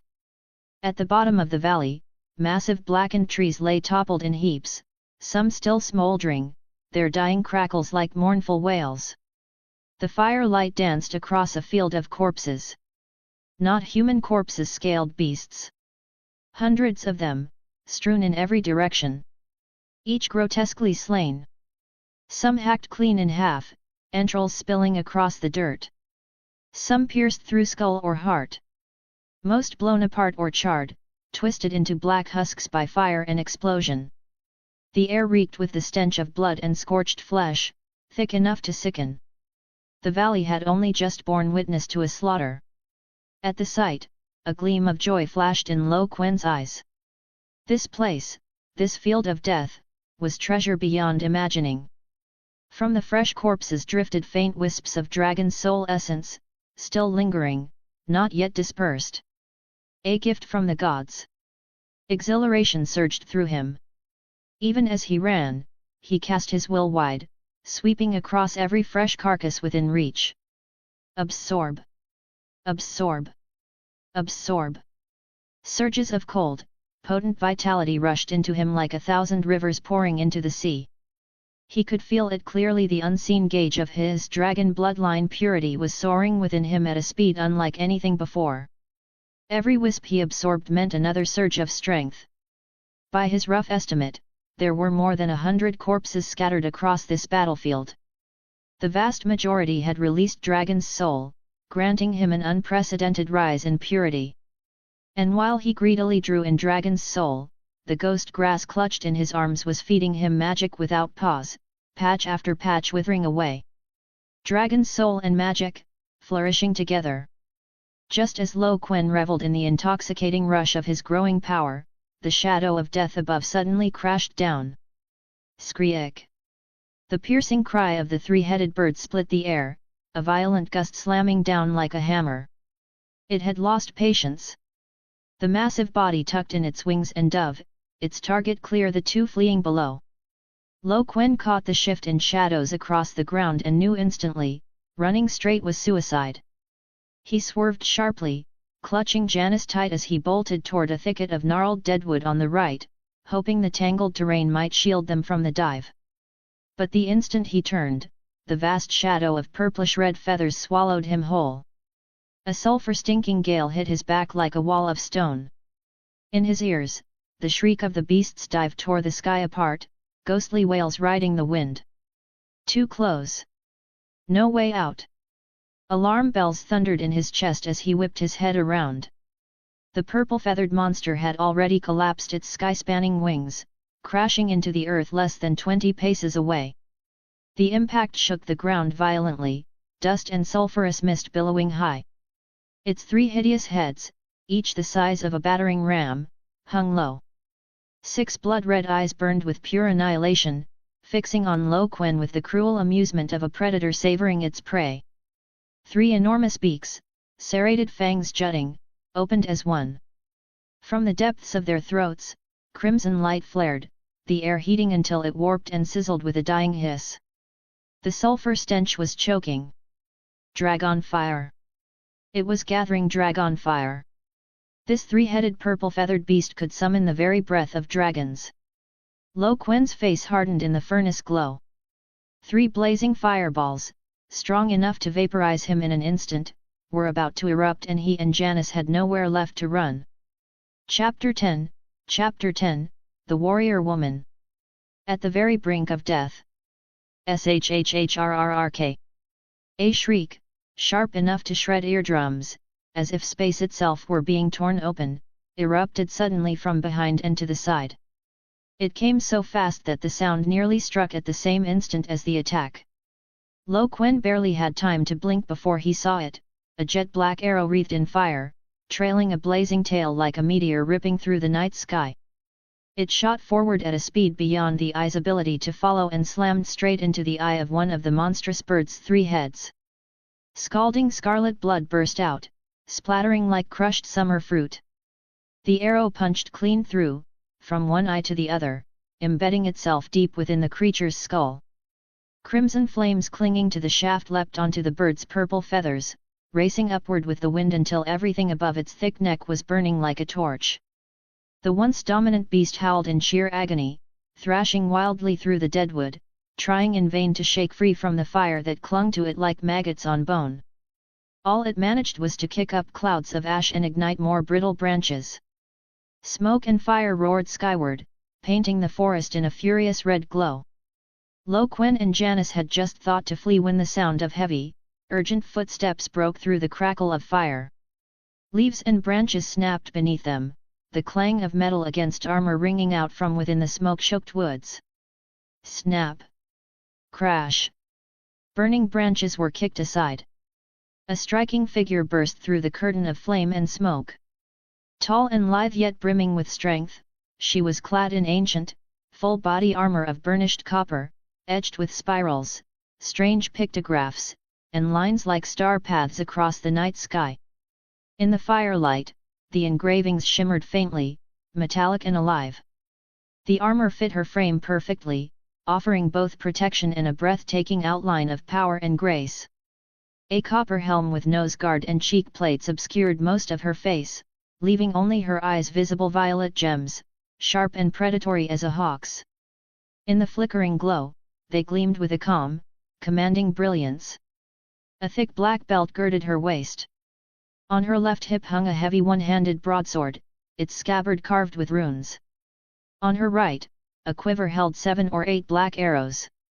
A dagger, gleaming with cold light, was strapped to her left calf. But the weapon in her hands demanded all attention, a massive bow, over 5 feet long.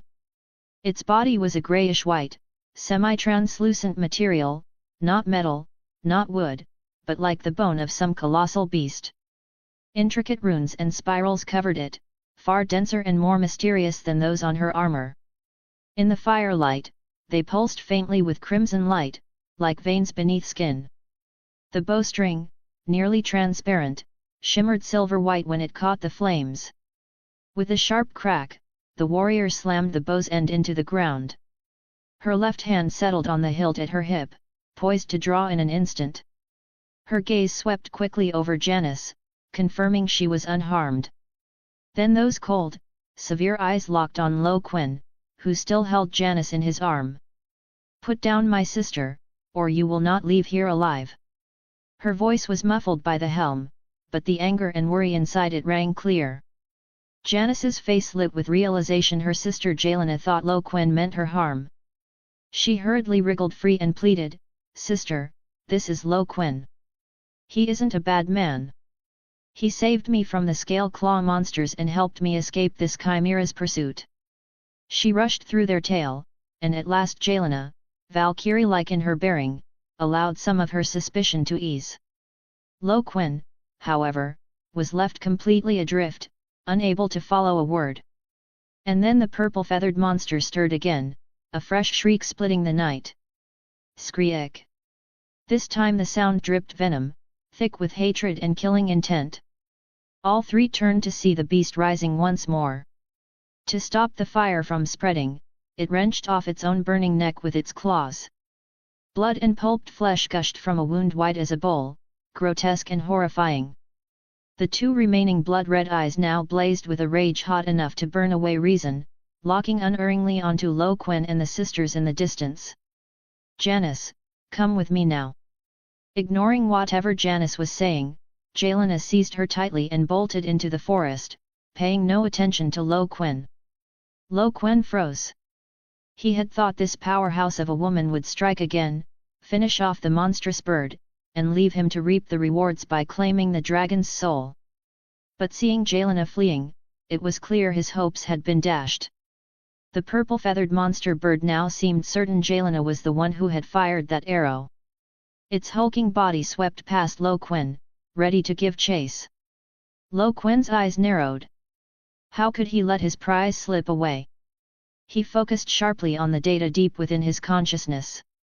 Purity of Dragon Bloodline, 1.03%.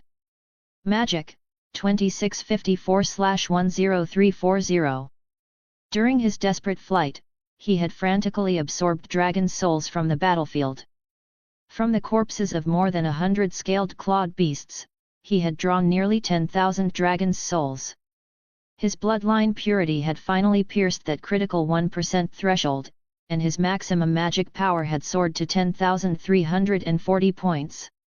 Even more importantly, in his mad dash he had devoured the magic of countless ghost grasses, bringing his current magic to 2,654 points. The ultimate skill True Dragon's Descent required 1,000 magic points to transform, with 1 point consumed every second to maintain the form. With 2,654 points, he could sustain his dragon form for nearly half an hour of battle. And with bloodline purity at 1%, his true dragon form would reach 3 meters in length. Dragon Flame Breath. A thunderous roar burst out like a sudden clap of thunder, erupting from behind the monster bird.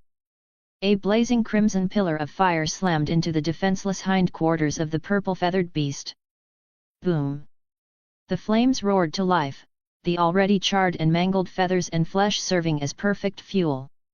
The raging inferno consumed the bird's massive hindquarters, filling the air with the stench of burning flesh and singed feathers. When the flames subsided, Quen hurled his sword with deadly precision at the bird's rear. The tremendous force sent the steel blade flying like a red-hot iron spike, driving deep into its fire-scorched tail and splattering blood high into the air. Scree! A soul-piercing shriek erupted from the monster bird's beak. The two remaining heads whipped around violently, twisting in agony and rage. 4 blood-red eyes, blazing with fury, locked on the tiny human who had dared to wound it. Overwhelming wrath drowned its last shred of reason. It abandoned the vanished sisters. Both massive beaks opened wide, their throats glowing with twin orbs of searing crimson flame, and unleashed them in a torrent toward Quen. The crimson flood of fire swallowed his figure whole. The dead branches littering the ground melted instantly under the unbearable heat. Quen's silhouette vanished completely within the raging sea of flames. Chapter 11, Dragon vs. Bird. The savage fireball licked at the earth, reducing everything to ash. The purple-feathered beast looked down at the figures vanishing in the flames with the contempt of a king. In its venomous eyes, a flicker of human-like satisfaction gleamed.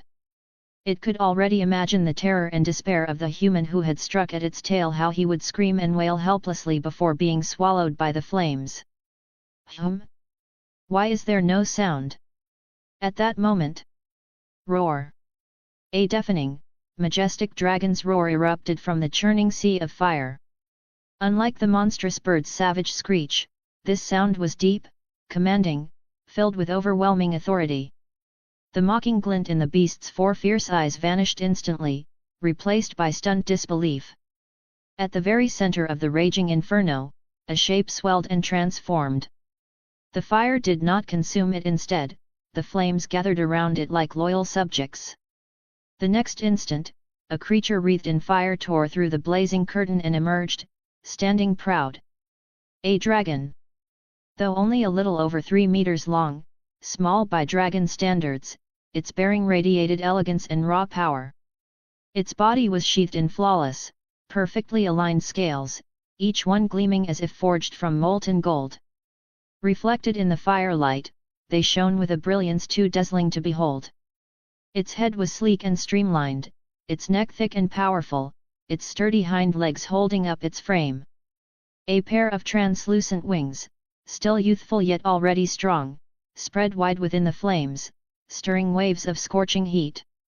Most breathtaking were its eyes, like molten amber, blazing with vertical golden pupils. Those golden eyes locked coldly on the purple-feathered beast, which was frozen in shock. Within them burned not only fire, but the calm disdain of a higher intelligence. This golden young dragon was none other than Quen, revealed in his dragon form. Far off in the withered forest, Shyvana fled swiftly, dragging Janice along. Suddenly, she snapped her head around. Her violet eyes fixed on the distant sea of fire, her pupils contracting sharply. She could have sworn she'd just heard a roar that shook her very soul. That deep, resonant cry didn't belong to the monstrous bird, it was a dragon's roar. But dragons had vanished centuries ago. An illusion? Shyvana shook her head, forcing the thought away, and pressed on with Janice. This is the body of a true dragon. Quen's consciousness boiled within his dragon form. He could feel the explosive strength pulsing beneath every scale, the resonance of his wings slicing through the air, the fire surging in his throat far stronger than in his human form, and above all, the bloodline's majesty that reigned over all mortal life. But there was no time to revel in it. The enemy was right before him. Roar! The golden dragon bellowed, filled with battle fury. Its forelimbs, cloaked in fine golden scales and tipped with hooked claws, slammed into the ground, while its powerful hind legs drove against the charred earth, gouging 2 shallow pits. Like a bolt of golden lightning, the dragon shot from the flames and hurled itself at the purple-feathered beast's exposed neck. The creature was massive and terrifyingly strong, but its enormous bulk left it sluggish. It was already grievously wounded, its head half severed, its hind quarters torn, and the agony slowed its reflexes.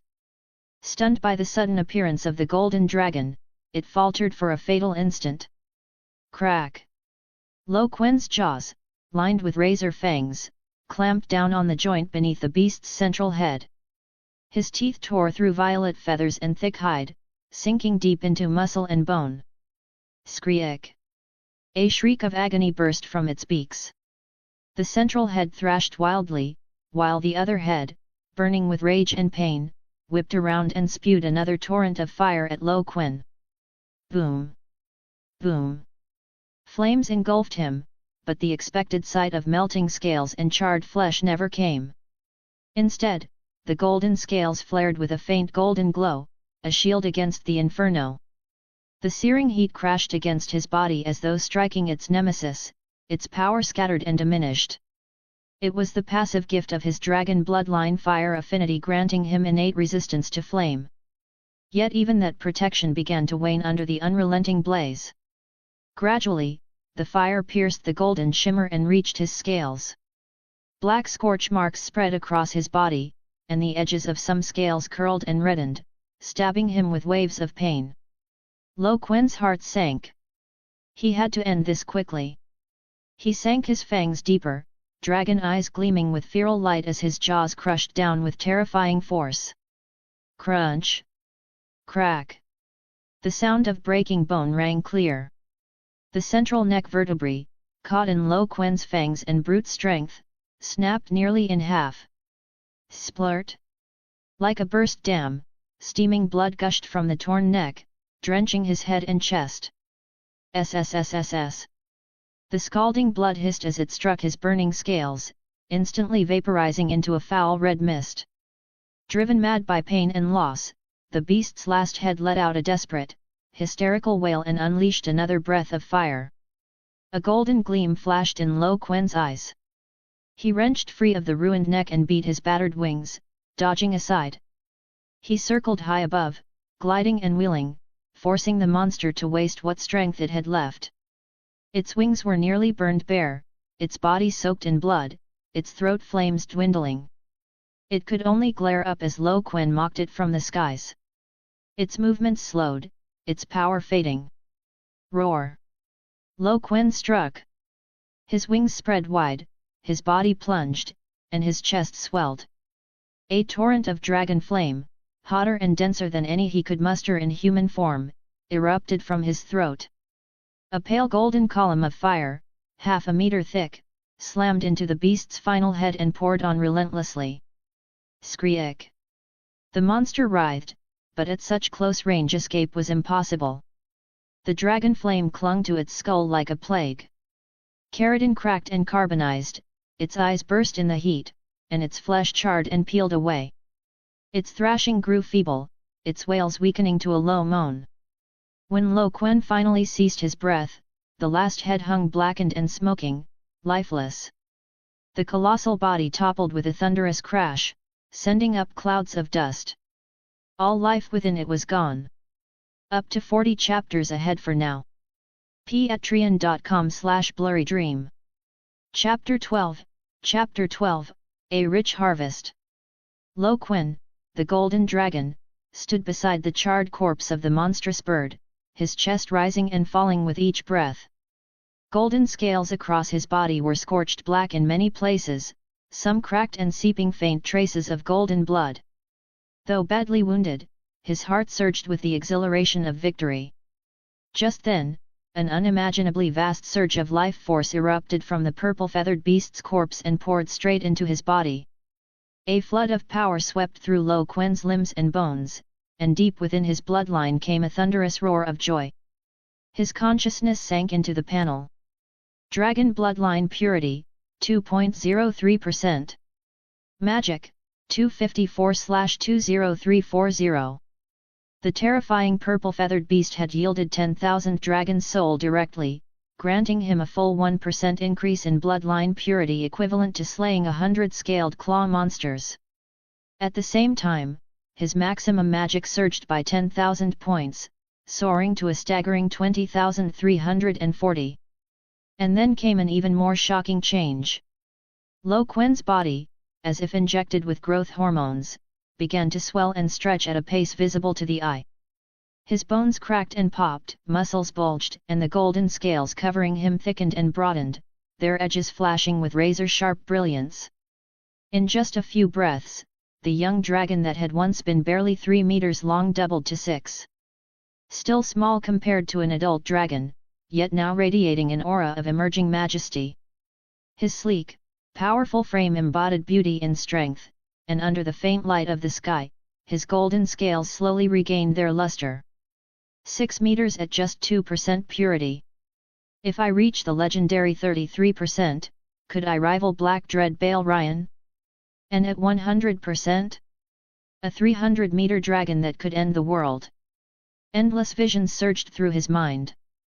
But they were cut short by a sudden wave of weakness. Maintaining dragon form drained magic without pause. The fight, though short and fierce, had already cost him 1,000 points to transform. Staying in form consumed 1 point per second, not to mention the cost of dragon flame and passive skills.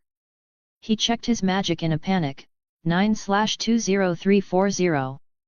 And the number was still dropping, point by point. In seconds, he would no longer be able to sustain his form. Quen didn't dare hesitate. With a thought, he dissolved True Dragon's descent. The radiant golden light collapsed inward, his massive frame shrinking and twisting like a fading illusion. In the blink of an eye, a human figure stood where the dragon had been. Quen, back in his own body. But a breeze, still carrying the tang of sulfur, swept over him, and he shivered. Glancing down, his eyes widened in shock. Transforming Burn's clothes. He stood completely bare, exposed to the cool air of the ruins. His face flushed red. Hastily, he tore strips of tendon and wing from the purple-feathered beast and fashioned a crude feather skirt, just enough to cover himself. If he ever transformed in front of thousands on the battlefield, only to revert afterward, wouldn't that make him a walking sideshow? He had to find a solution. Suppressing his frustration, he did not follow Jelena and Janice's path of escape but instead turned back toward the ghost grass sea. His magic was spent, his reserves dry as a riverbed. He needed to replenish before chasing the sisters. The journey back was uneventful. He stepped into the rolling green tide of the ghost grass sea, his palms greedily plucking at the swaying stalks. The blades leaned toward him like iron drawn to a magnet, pouring their energy into his hands. Only when his magic surged back to its full 20,000 points did he turn and resume the pursuit. At the battlefield where he had slain the purple-feathered beast, the ground was littered with scaled claw monster corpses, proof of a fierce struggle. Jelena was the most likely one behind it. But even with her great bow that could fire arrows of flame, there was no way she had killed hundreds of them alone. She had to have allies nearby. With that thought, Quen pressed on, not daring to pause, scanning the withered forest for any sign of the sisters. Soon, the clash of steel rang through the fog ahead. Peering through the mist, he saw Jelena leading a group of copper armor soldiers. They had formed a circular shield wall around dozens of wooden carts laden with ghost grass, fighting desperately against a tide of scaled claw monsters swarming down the mountainside. The screech of steel, the roars of beasts, and the shouts of men all blended into a storm of chaos. Blood and grass fragments flew through the air. Corpses of men and monsters alike lay scattered across the ground. Quen no longer hid. He strode openly from the fog. The dragon's soul within the slain scaled claw monsters surged of their own accord into his body. Not all, of course, some yielded nothing. But his sudden appearance drew every eye, both man and beast. Quen stood there, clad only in an ugly purple feather skirt, his muscles bared. Among the armored soldiers and scaled monsters, he looked utterly out of place. A monster caught sight of Quen's exposed chest, drool dripping from its gaping jaws as it leapt at him with a violent kick. Quen raised his steel sword, knocking it back. Then he opened his mouth wide, and a blast of searing flame erupted from his throat, engulfing the creature. The monster shrieked in agony, its screams cut short within seconds as its body blackened and crumbled into charred remains. The others froze for a heartbeat, then their venomous eyes locked on him. Several abandoned their current foes, breaking from the melee to rush him instead. In an instant, more than a dozen monsters closed in. They exchanged glances, then lunged together, jaws gaping. Quen did not panic. He triggered the skill Blazing Inferno. The air around him thickened, heavy as if pressed under crushing weight. The temperature spiked, and molten golden flames burst from the void, condensing into a meter-thick layer of armor that clung to his body.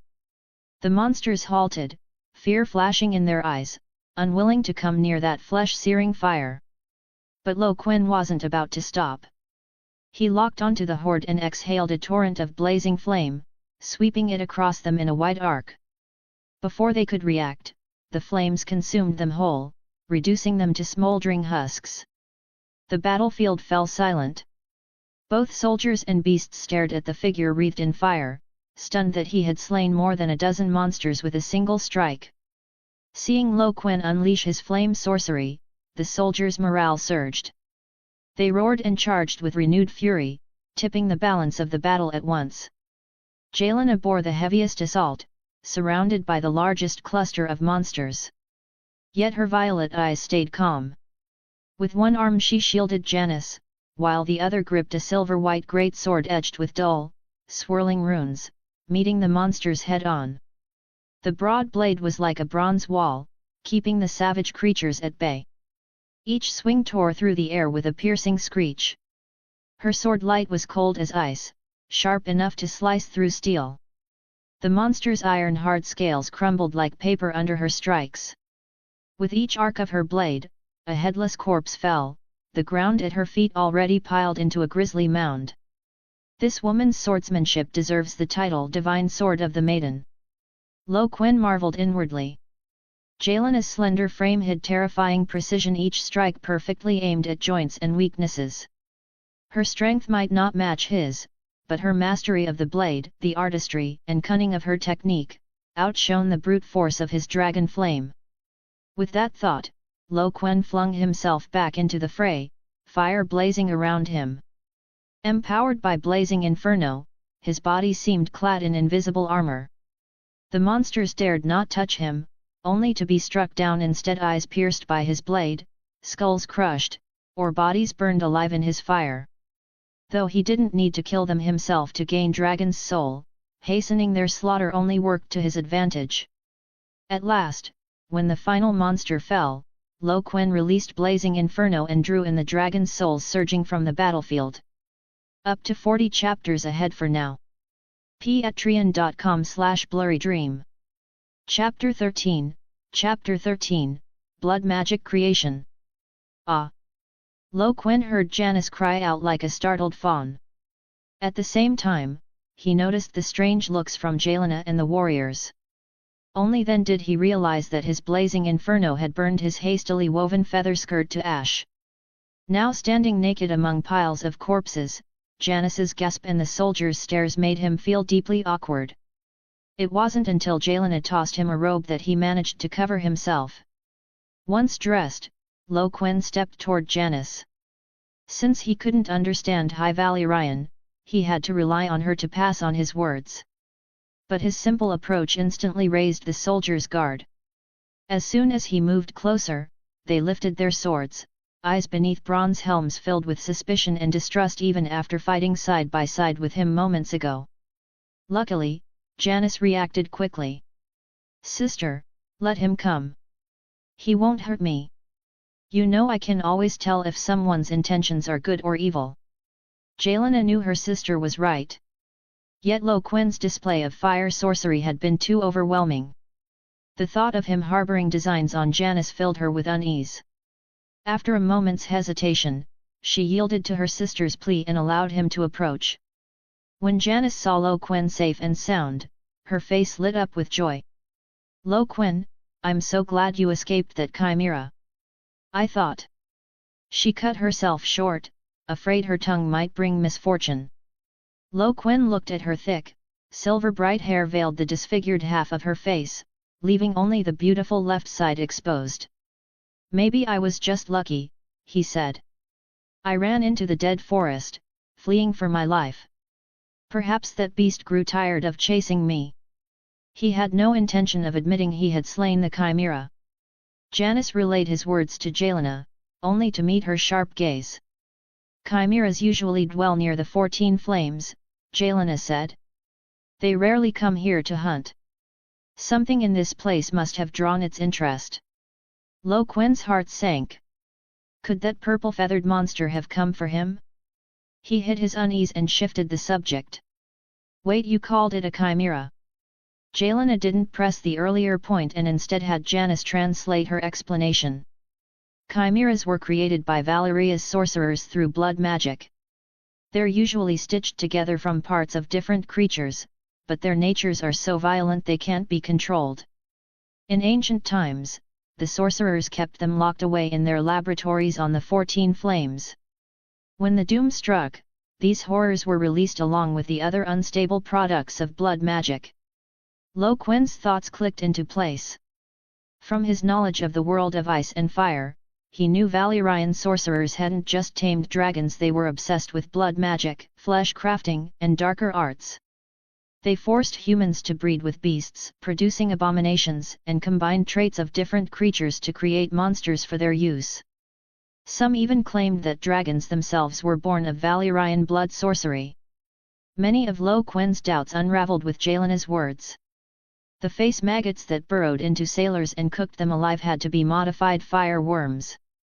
And the scales Janice had mentioned, the ones growing on the people of Tyria from birth until their bodies were covered, must have come from some blood magic specimen the sorcerers had once kept. Quen thanked his fortune he hadn't gone to Valyria city with Gerion, and even more that he'd escaped along the way. His suspicions were right. Valyria city was riddled with danger, the 14 flames looming nearby, devastated in the doom. He could picture it clearly, the peaks and the city crawling with horrors, while that madman Gerion still dreamed of plundering Valyria's treasures. Utter folly! Who are these people? Quen's gaze lingered on the disciplined soldiers around him. Yelena answered without hesitation. They are my warriors, the champions of Tyria. We came here to harvest ghost grass and bring it back to Tyria. Is ghost grass that important to you? Quen pressed.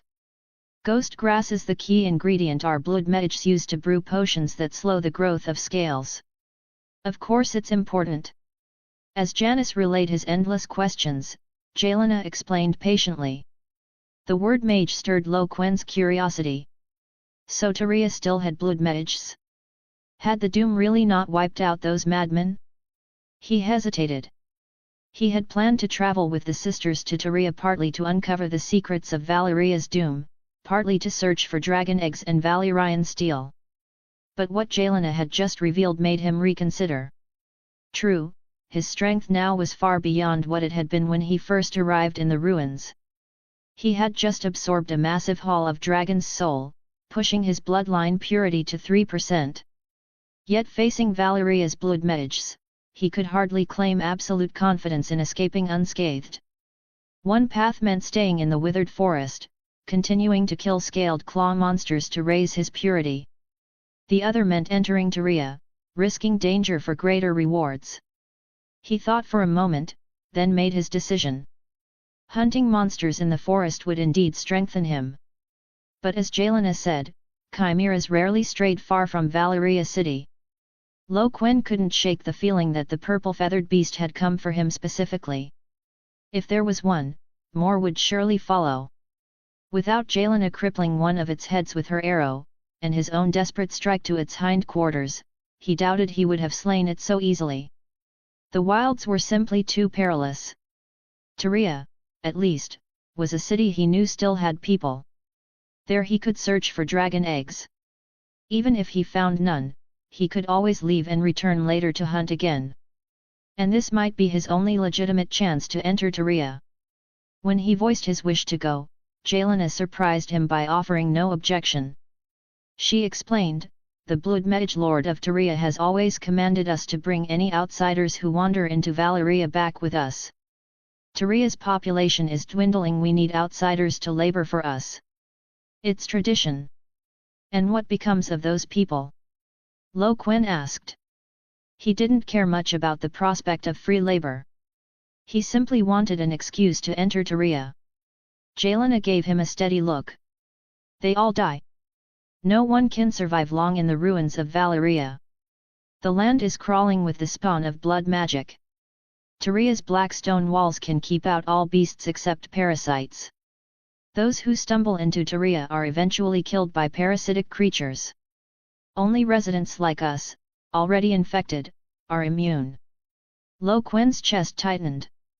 The memory of the face maggots still haunted him. He had no wish to die in such misery. Then a thought struck him. He had survived this long without infection. Could his dragon bloodline be shielding him? He let the thought drop and asked cautiously, "Aren't you afraid I might cause trouble for you in Tyria? I am a mage, after all." Having witnessed his power, Yelena frowned. "I advise you not to overstep in Tyria. The blood mage lord rules there. No one stirs trouble under his gaze, not even an eastern sorcerer like you." Quen smiled faintly at the warning. Was Tyria's blood mage truly as formidable as she claimed? He doubted it. If so, why hadn't he already restored Valyria's lost glory instead of hiding behind walls, clinging to survival? Still, caution wouldn't hurt.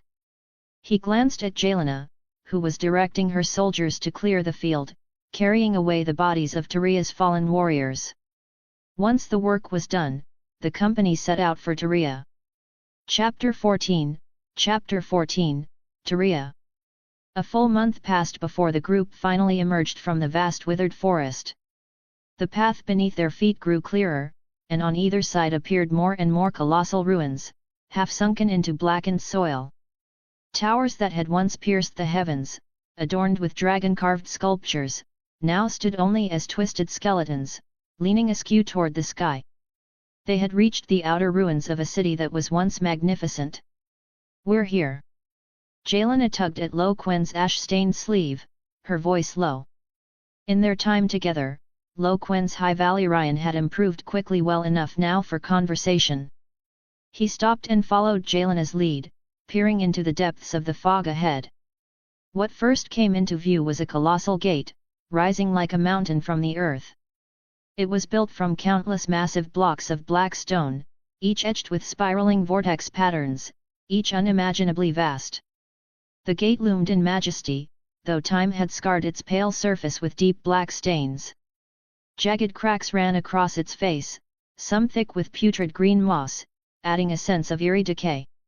On either side, ancient walls of the same black stone stretched endlessly into the mist. The walls bore the marks of devastation pitted with impact craters, charred by fire, and ripped apart by magical blasts. Many stretches had collapsed entirely, forming slopes of broken stone. Yet what remained still rose tall, thick, and unyielding. Was this the entrance to Tyria? Quen's heart trembled. This city gate alone stood as vast and imposing as the wall. And this was only one city, in the northern reaches of the Valyrian freehold. The power and grandeur of Valyria at its height were beyond imagining. Through the slit of her helm, Jelena's violet eyes flicked toward Quen, catching the awe written on his face. She said nothing. She only raised her hand and pointed toward the base of the massive gate, an arched passage, narrow enough for only a handful to walk side by side. Set into the gate's foundation, it was like a tiny wound in the body of a giant beast. "Welcome to Tyria." Her voice came through the visor, cold and even. It was impossible to tell if it was welcome or decree. They stepped out of the oppressive tunnel and into the open city. Before them stretched a colossal street, straight as an arrow, paved with slabs of white marble cut with uncanny precision. Even shrouded in a thin coat of ash, the stone still reflected a dim, leaden glow. On either side rose towering structures of white stone, built in rows as far as the eye could see. Most were square and heavy, soaring dozens of feet into the air. Traces of repair were plain cracks filled with lime, walls patched with newer blocks. The doom had shattered this place, yet the people of Tyria had rebuilt it. As they pressed toward the city's heart, the scene changed. The grand square towers gave way to ruin and collapse. Mountains of marble blocks lay strewn and stacked in chaos, forming grim hills of rubble. Walking among them, Quen felt as though he were treading through a giant's graveyard, a silent testament to the catastrophe that had buried a once glorious civilization. "Why haven't these buildings been rebuilt?" Quen asked. Janice explained, "These were temples. In the past, Tyria's priests came here to pray and praise the gods." "Temples? Were they dedicated to Valyria's gods?" "All kinds. Valyria was a city-state of religious freedom. Every god in the world had a place here. Beyond the Valyrian deities, there were temples to the Lord of Light, the Seven, the Pattern Makers, the Three-Headed God, the Night Lion, and even the old gods of the forest, among others." Quen was struck by Valyria's inclusiveness. Perhaps this was the confidence of the Dragonlords. After some time, the group reached the end of the Pale Giant Street. There rose Tyria's Mage Tower, massive and dark, its base spanning 200 to 300 feet across. Its spire pierced the leaden sky, vanishing into the mist, so tall it was impossible to see where it ended. A man's voice, laced with mockery, drifted toward them. Jelena, I didn't expect you to return in one piece. Not hurt, are you? Quen turned toward the sound. From among a squad of red copper armored guards emerged a towering man, his frame immense. Like all Valyrians, he bore molten silver hair, tied neatly back to reveal his sharply cut features. At his waist hung a broad-bladed longsword with an ornate guard, its scabbard faintly glowing with runes. Most striking was the copper-colored full plate he wore, identical to Jelena's, its surface edged with intricate spirals and ancient glyphs. Spare me the pretense, Terries. Jelena's voice was cold as ice. I encountered an outsider beyond the walls. I need to report him to the Blood Mage Lord. Terries followed her gaze toward Quen. His black hair and dark eyes, so distinctly Eastern, stood out sharply amid the sea of silver and gold heads that marked the people of Tyria. He looked Quen up and down with a sneer. Another outsider. Looks like you're built for hard labor. Oh, and my men spotted a chimera to the south, along with some stirrings among the scaled claws. Best be careful if you step outside the walls, wouldn't want you dying out there. Jelena's reply was icy. Terry's face flickered with surprise, then he shook his head, voice sharp with mockery. Sorry to disappoint you, but I won't be leaving the city anytime soon. And even if I did, I wouldn't be so easily hurt. After all, I wouldn't be dragging my sister along. Jelena glared at him with venom, the air between them heavy with hostility. Just then, a pale young man in a long robe called down from the steps of the Mage Tower. The great Blood Mage of Tyria, Lord Ozarian, commands the outsider to enter. Quen understood enough of the words and began climbing the steps. Jelena made to follow, but Terry's blocked her. The Blood Mage ordered only him inside. Jelena frowned, then stepped back. Janice tugged at her arm. Sister, he'll be all right, won't he? Jelena stroked her head gently. Don't worry. He'll come out. But in truth, unease gnawed at her. Terry's, ever ill-timed, added, and when he does, he'd better get to work. The city walls still need plenty of fortifications cleared. We can't do it all ourselves. Following the young man, Quen entered the Mage Tower. Through a series of heavy metal doors, he came at last into a vast circular hall that made his heart pound. The stone walls were set with glowing gemstones, flooding the chamber with clear, cold light. Lord Ozarian asks you to wait here. He will come shortly. With that, the young man departed, leaving Quen alone. The hall was empty, bare of furniture or ornament. Only 4 enormous murals adorned the black stone walls. Quen studied them closely. The background of each was crimson. The first mural showed countless people prostrate on the ground, bowing to 7 central figures. Each wore robes of a different hue: pearl white, ember, sky blue, emerald, and deep violet. At the center towered a far larger, more imposing figure, its form split cleanly into 2 colors, black and white. What were they doing? He turned to the second mural. On the red backdrop, people stretched their strides wide, as though running or fleeing. Terror twisted their faces. Behind them loomed a massive black square structure, smeared with jagged streaks of red, as if dripping with blood. Quen's brow furrowed. He moved on to the third. This one stood apart from the second, a gap of bare black stone left between them. The scene showed silver-haired, violet-eyed figures tangled together with others wearing horned helmets, locked in obscene, grotesque poses. He studied them more carefully. The silver-haired figures were all men. The horned ones all women. Was this the origin of Valyria? His gaze shifted to the final mural. It followed on from the horned figures, now depicting the silver-haired, violet-eyed ancestors of Valyria beneath a dozen fiery volcanoes. Some wielded fire magic to carve stone, others used intricate tools to move heavy slabs of white marble, raising magnificent structures. Towering, roofless spires sprouted across the city like shoots of bamboo. White temples, vast as crouching beasts, sprawled at its core. The Dragonlord Council was filled to bursting. Dragons wheeled across the skies, while slaves dug ore from the molten rivers below. It was a vision of glory at its height. Quen stepped back, unsettled. The last two murals were clear enough, but the first two defied his understanding.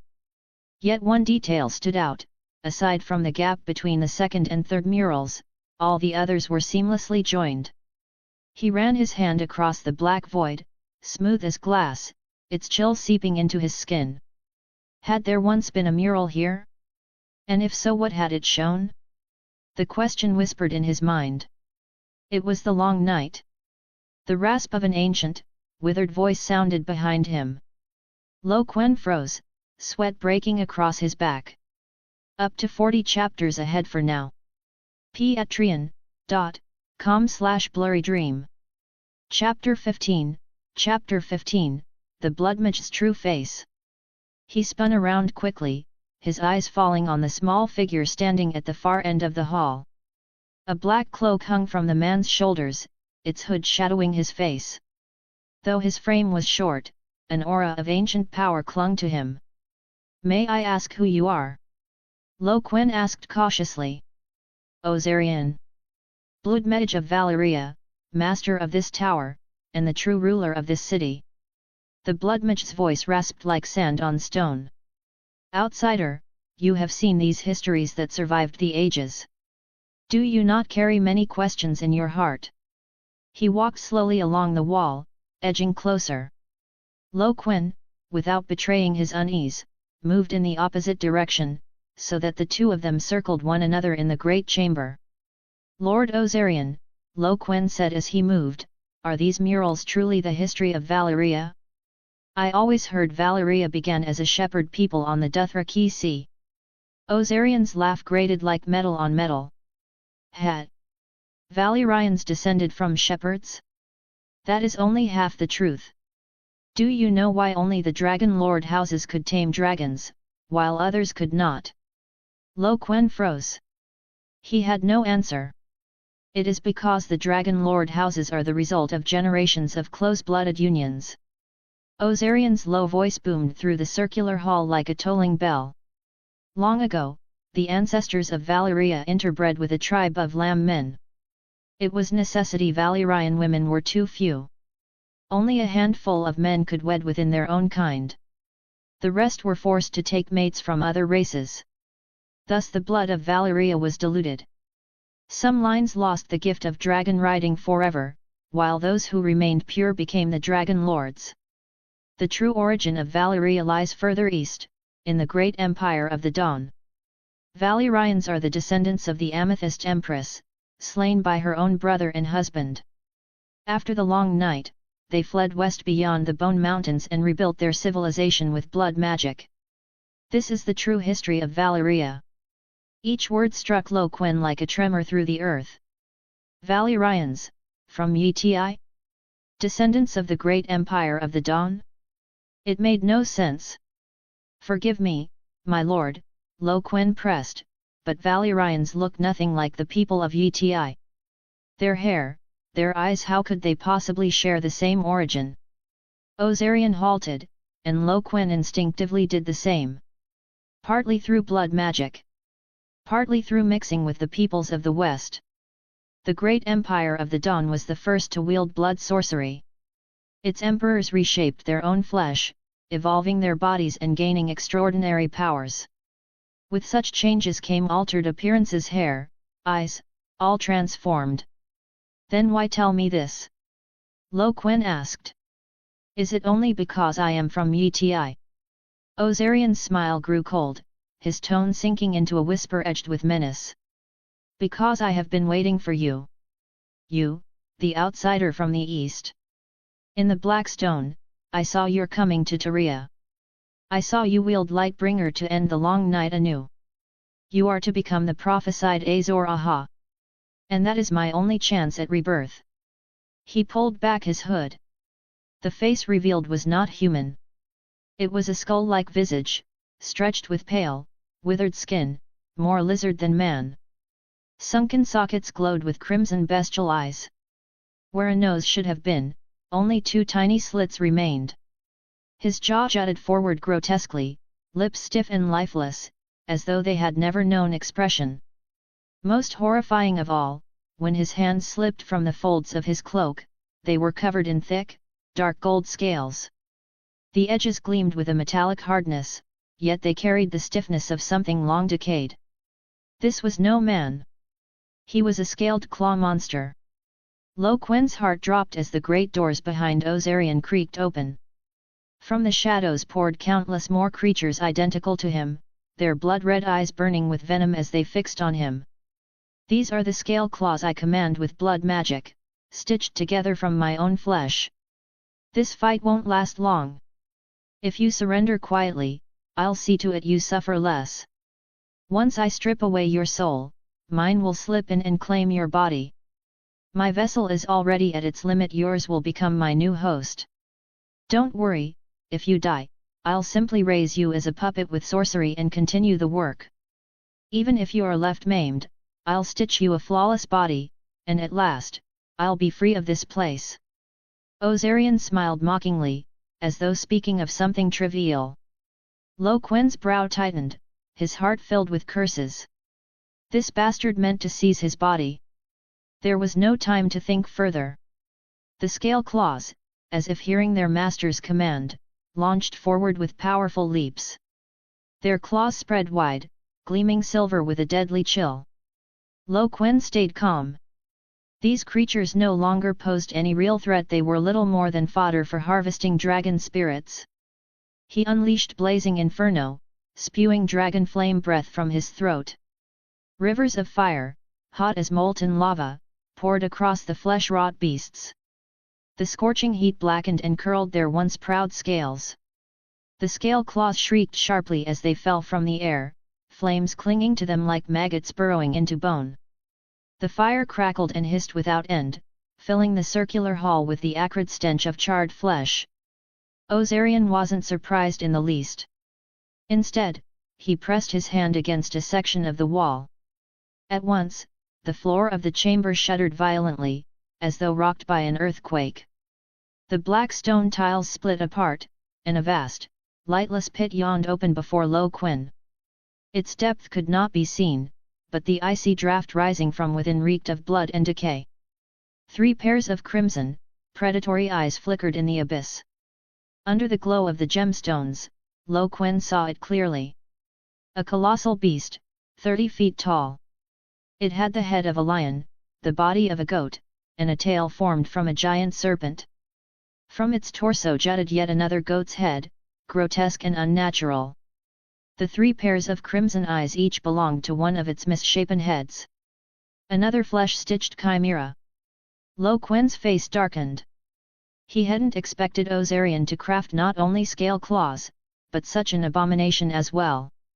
Though smaller than the purple-feathered bird, he hadn't slain that one by his strength alone. And birds, with their feathers, had weak points to exploit. This chimera's body was sparsely furred, its corded muscles laid bare. Ozarian gazed at it in mad reverence. A chimera, behold the terror of flesh stitching. Do you see it? This is the power of a blood mage. Ah, if only I'd had more time. I could have resurrected even the dragons long thought extinct. His voice tore raw from his throat, strange and manic. The chimera's 3 heads glared at Quen, jaws opening wide as crimson firelight built in their throats. Outside the tower, Jelena and Terys still stood off. Jelena was resolute she would wait for Quen. It wasn't that she feared Terys would actually drag him off to clear the walls. What worried her was what might happen to him inside. After all, she'd promised her sister he would return unharmed. Just then, deep horn blasts rolled from the direction of Tyria's black stone walls. Jelena and Terry's faces changed at once. They exchanged a glance, wasted no words, and quickly marshaled their men toward the walls. Atop the black stone ramparts, the guard who had blown the horn still stared in disbelief. Terror twisted his face as he peered into the fog. A vast, Endless black sea was advancing, each shadowy figure moving in grim unison. It was the Scale Claw Legion, marching in perfect order toward Tyria. Chapter 16, Battle at the Tower. Flames licked the air, slamming waves of searing heat against Quen's face. He rolled hard to the side, the hem of his robe catching the edge of the dragon fire and disintegrating into blackened scraps, leaving the pale flesh beneath exposed. Fighting a chimera always meant ruined clothes, he thought grimly. His eyes flicked to the vaulted dome overhead as he weighed his options. The hall might seem vast to men, but to one who could take the form of a dragon, it was stifling. A dragon's strength came from the sky, from the freedom of its wings stirring storms.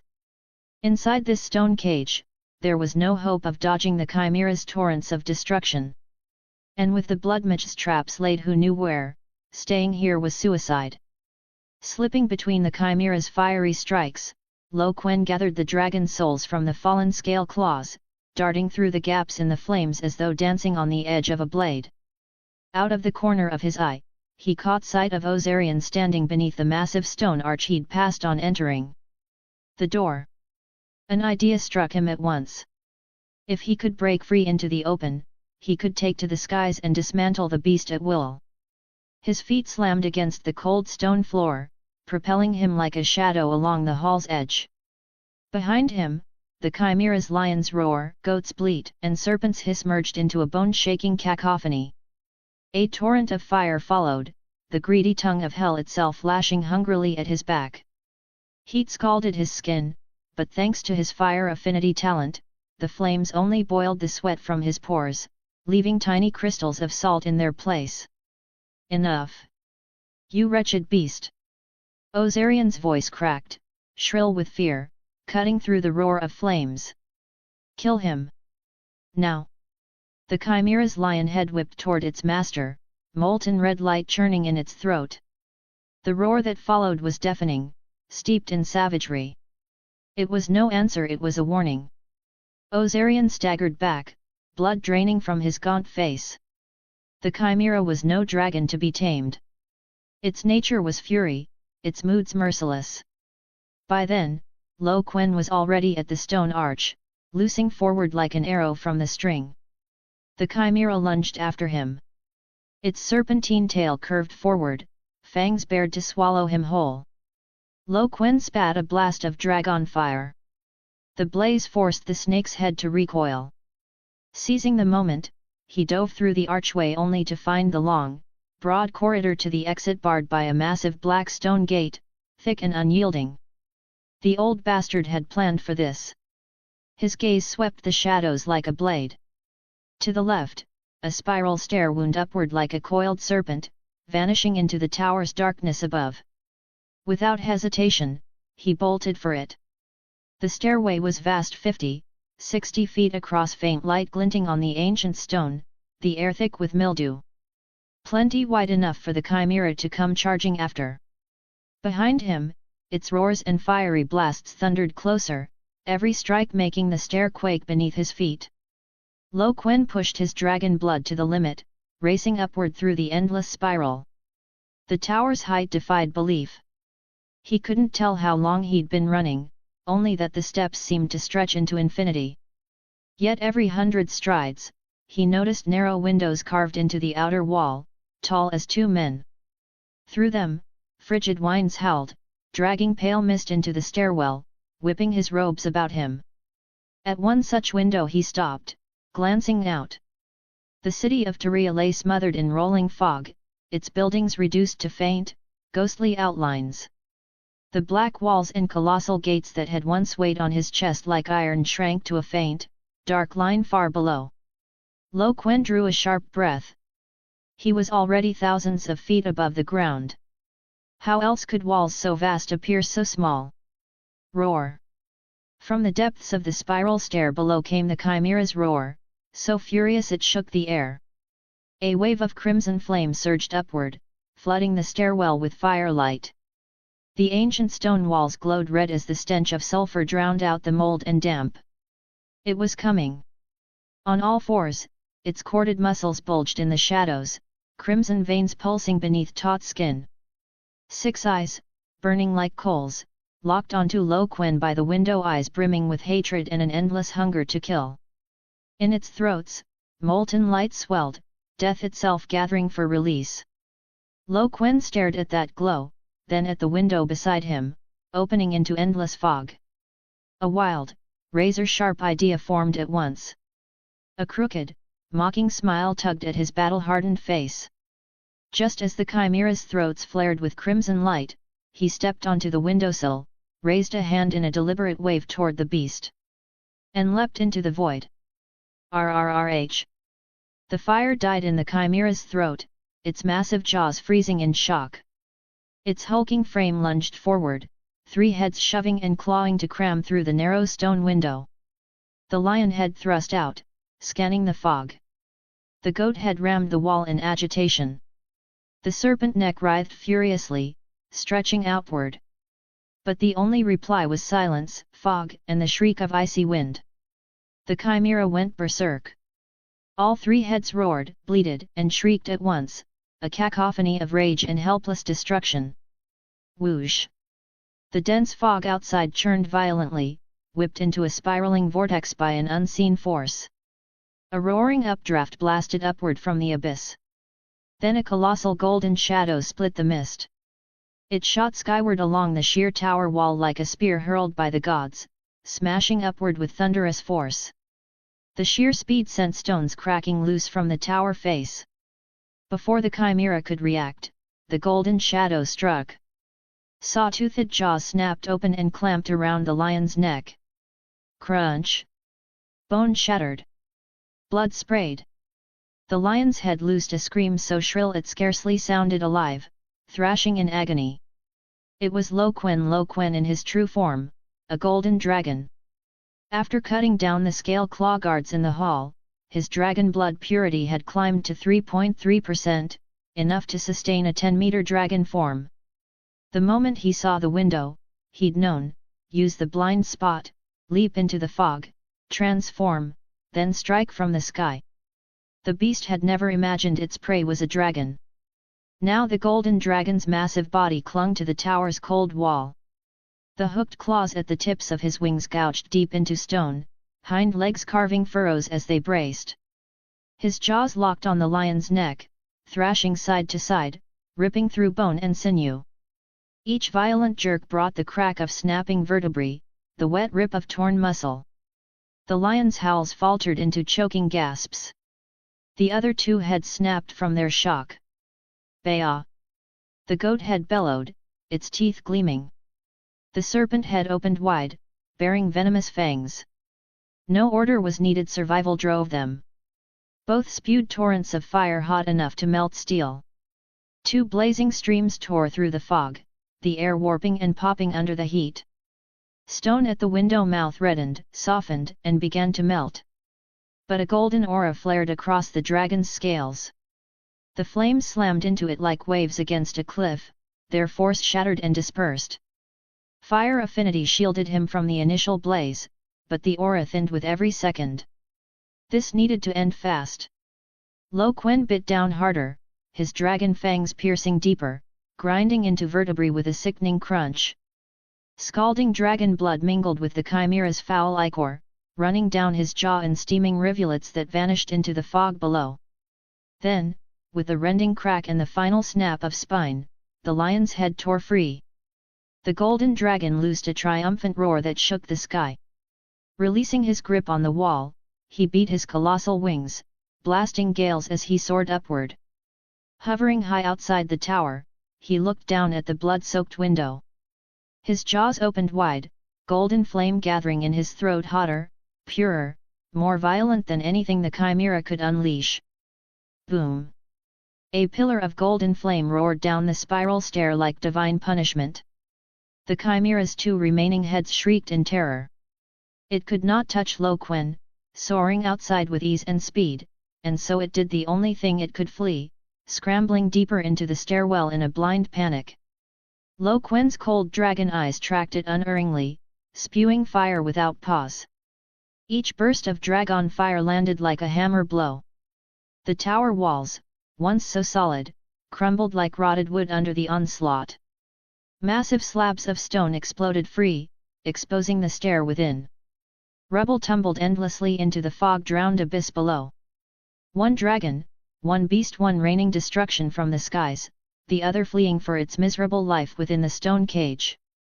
The dragon fire followed the chimera's flight with lethal precision, burning and breaking all in its path.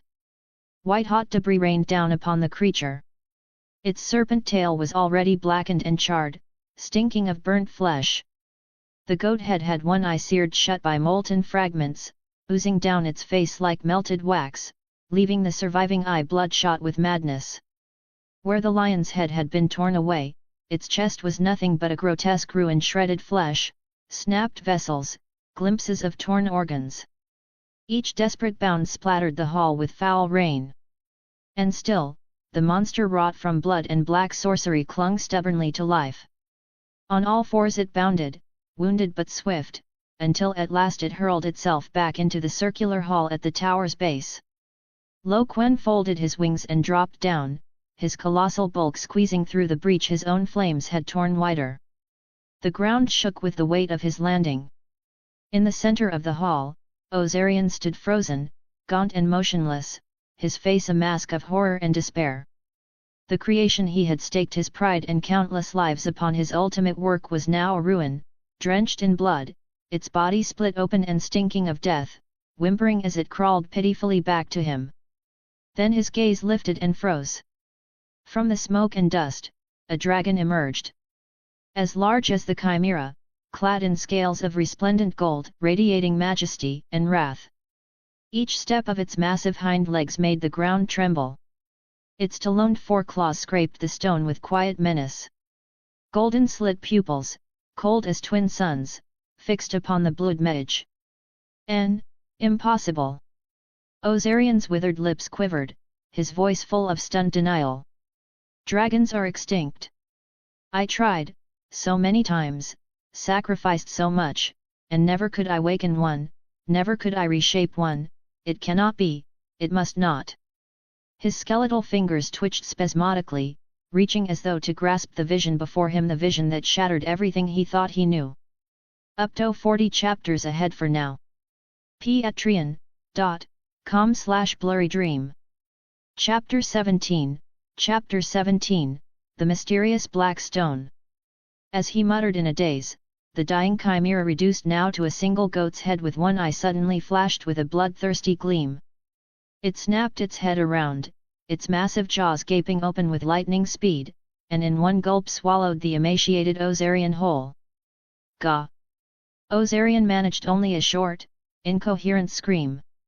The goat's teeth clamped shut like a colossal millstone, the sickening crunch of shattering bones and pulped flesh echoing clearly. Thick, dark red blood mixed with fragments of entrails spilled from the corners of its mouth, running down its jaw and pooling on the ground into a crimson puddle. After devouring the blood medge, the chimera's single eye fixed unrelentingly on Quen, its venomous glare carrying the weight of a curse. But instead of striking, it suddenly spun around and, with its last reserves of strength, hurled itself into the ominous pit yawning at the center of the hall. Quen's cold, slit pupils narrowed. This creature's behavior defied all reason. Savage and cruel enough to consume even its own creator, yet at the same time it clearly possessed a terrifying intelligence. Had he not seized the advantage, using the element of surprise during its transformation to tear off the lion's head, the outcome of this battle might have been very different. He stepped to the pit's edge. Below lay only endless darkness, filled with the roar of rushing wind stirred by the chimera's fall and its tortured wails echoing from the abyss. Without hesitation, Quen folded his wings and plunged his massive dragon body into the unknown depths. The fall lasted far longer than expected. When his heavy form finally struck the ground, the crash sent echoes rolling endlessly through the vast underground chamber. Even a dragon's eyes could pierce absolute darkness, yet what Quen beheld filled his mind with a cold dread. The cavern stretched vast as the earth's hollow core, the stench of blood so thick it seemed to cling to every breath. All around, grotesquely twisted masses of flesh hung suspended from thick iron hooks. Exposed fascia, writhing veins, and pale bones were laid bare to the frigid air, while drops of blood fell steadily, crusting the ground in layers of dark red scabs that reeked with suffocating stench. Quen fought down the nausea rising in his chest as he moved through this forest of flesh. Soon, he found his quarry. The chimera lay sprawled atop a massive black boulder deep within the cavern. Its blood glowed with an eerie crimson light, like molten lava flowing across its body. That blood seeped onto the stone's surface. Instead of spreading, it gathered as if alive, swiftly sketching a pattern that radiated pure malice. An eye, drawn entirely in blood. At the center of the giant eye, a dark awareness stirred, its cold gaze locking onto the intruder Quen. What chilled him even more was that, as the blood eye solidified, the chimera's dreadful wounds writhed and began knitting closed before his eyes. Charred skin split away, revealing new scales beneath thick, jet black, and glinting with metallic coldness. The most horrifying change came at its torn neck and shoulder blades. The gashes where the lions and serpents' heads had been ripped free suddenly burst into two dense clouds of blood mist.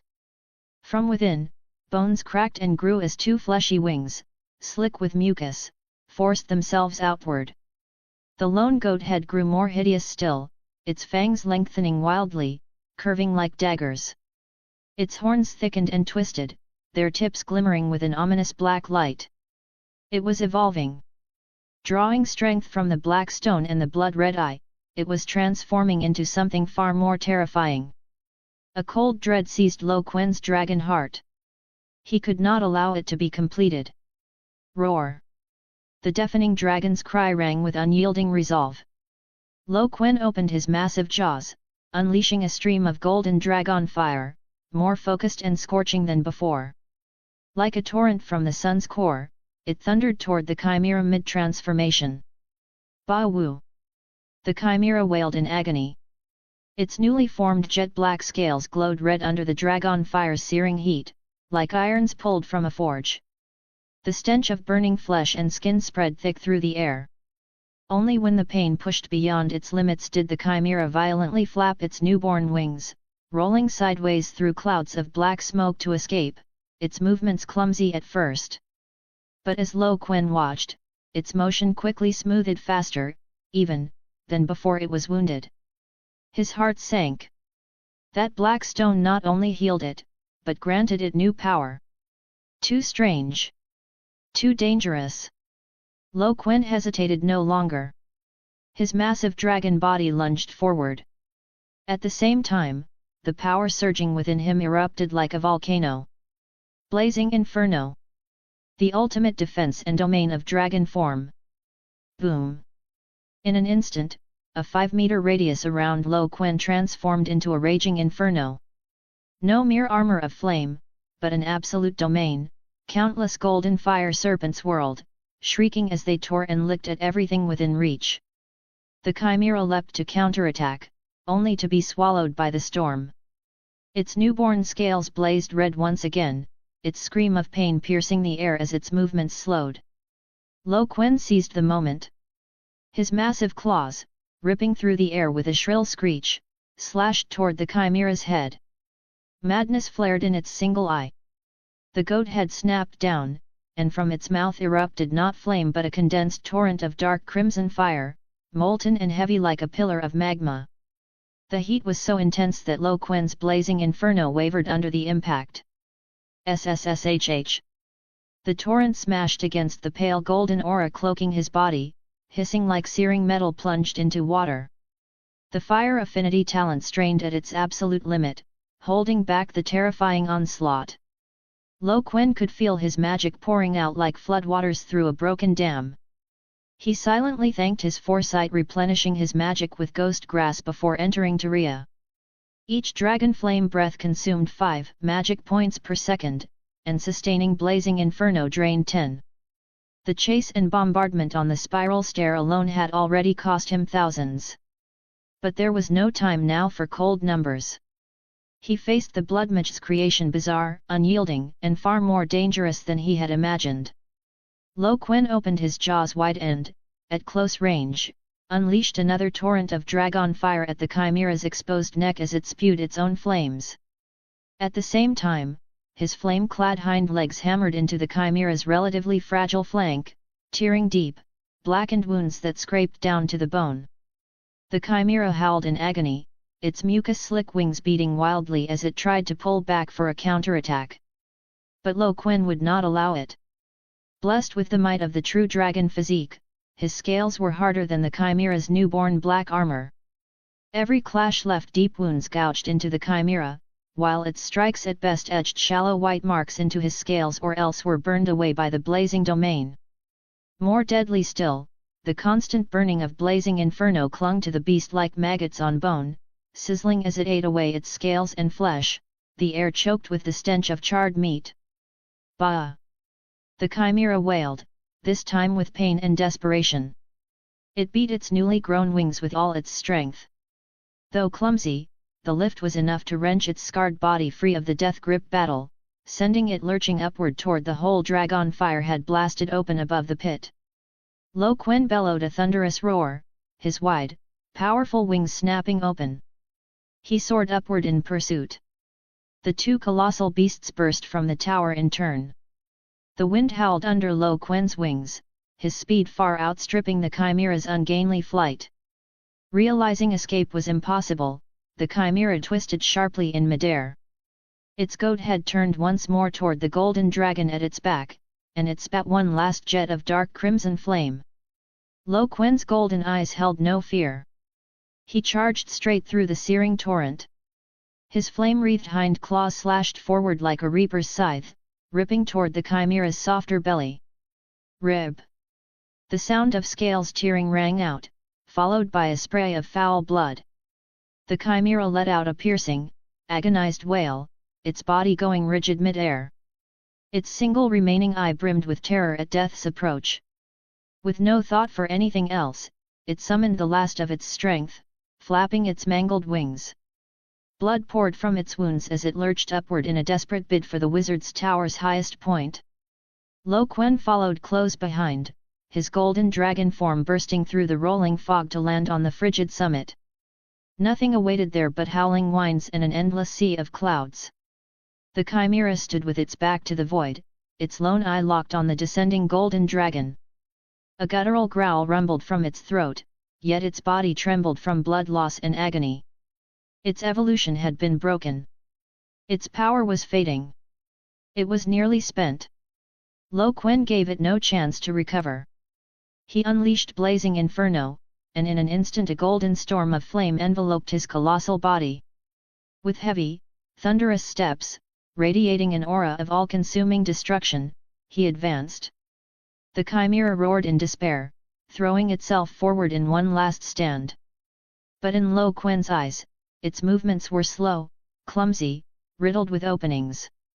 His massive claws swatted aside its bite and clamped down on its fragile neck, slamming the monster onto the cold stone of the tower's summit. Its remaining wings beat the ground in vain. Quen lowered his head, his icy dragon eyes meeting the goat head's single eye, filled with hatred and fear.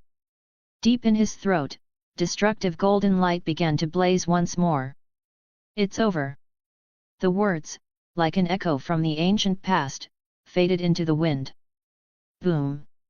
Dragon fire erupted point blank, like the detonation of a sun at arm's reach. A golden torrent of destruction engulfed the chimera's head.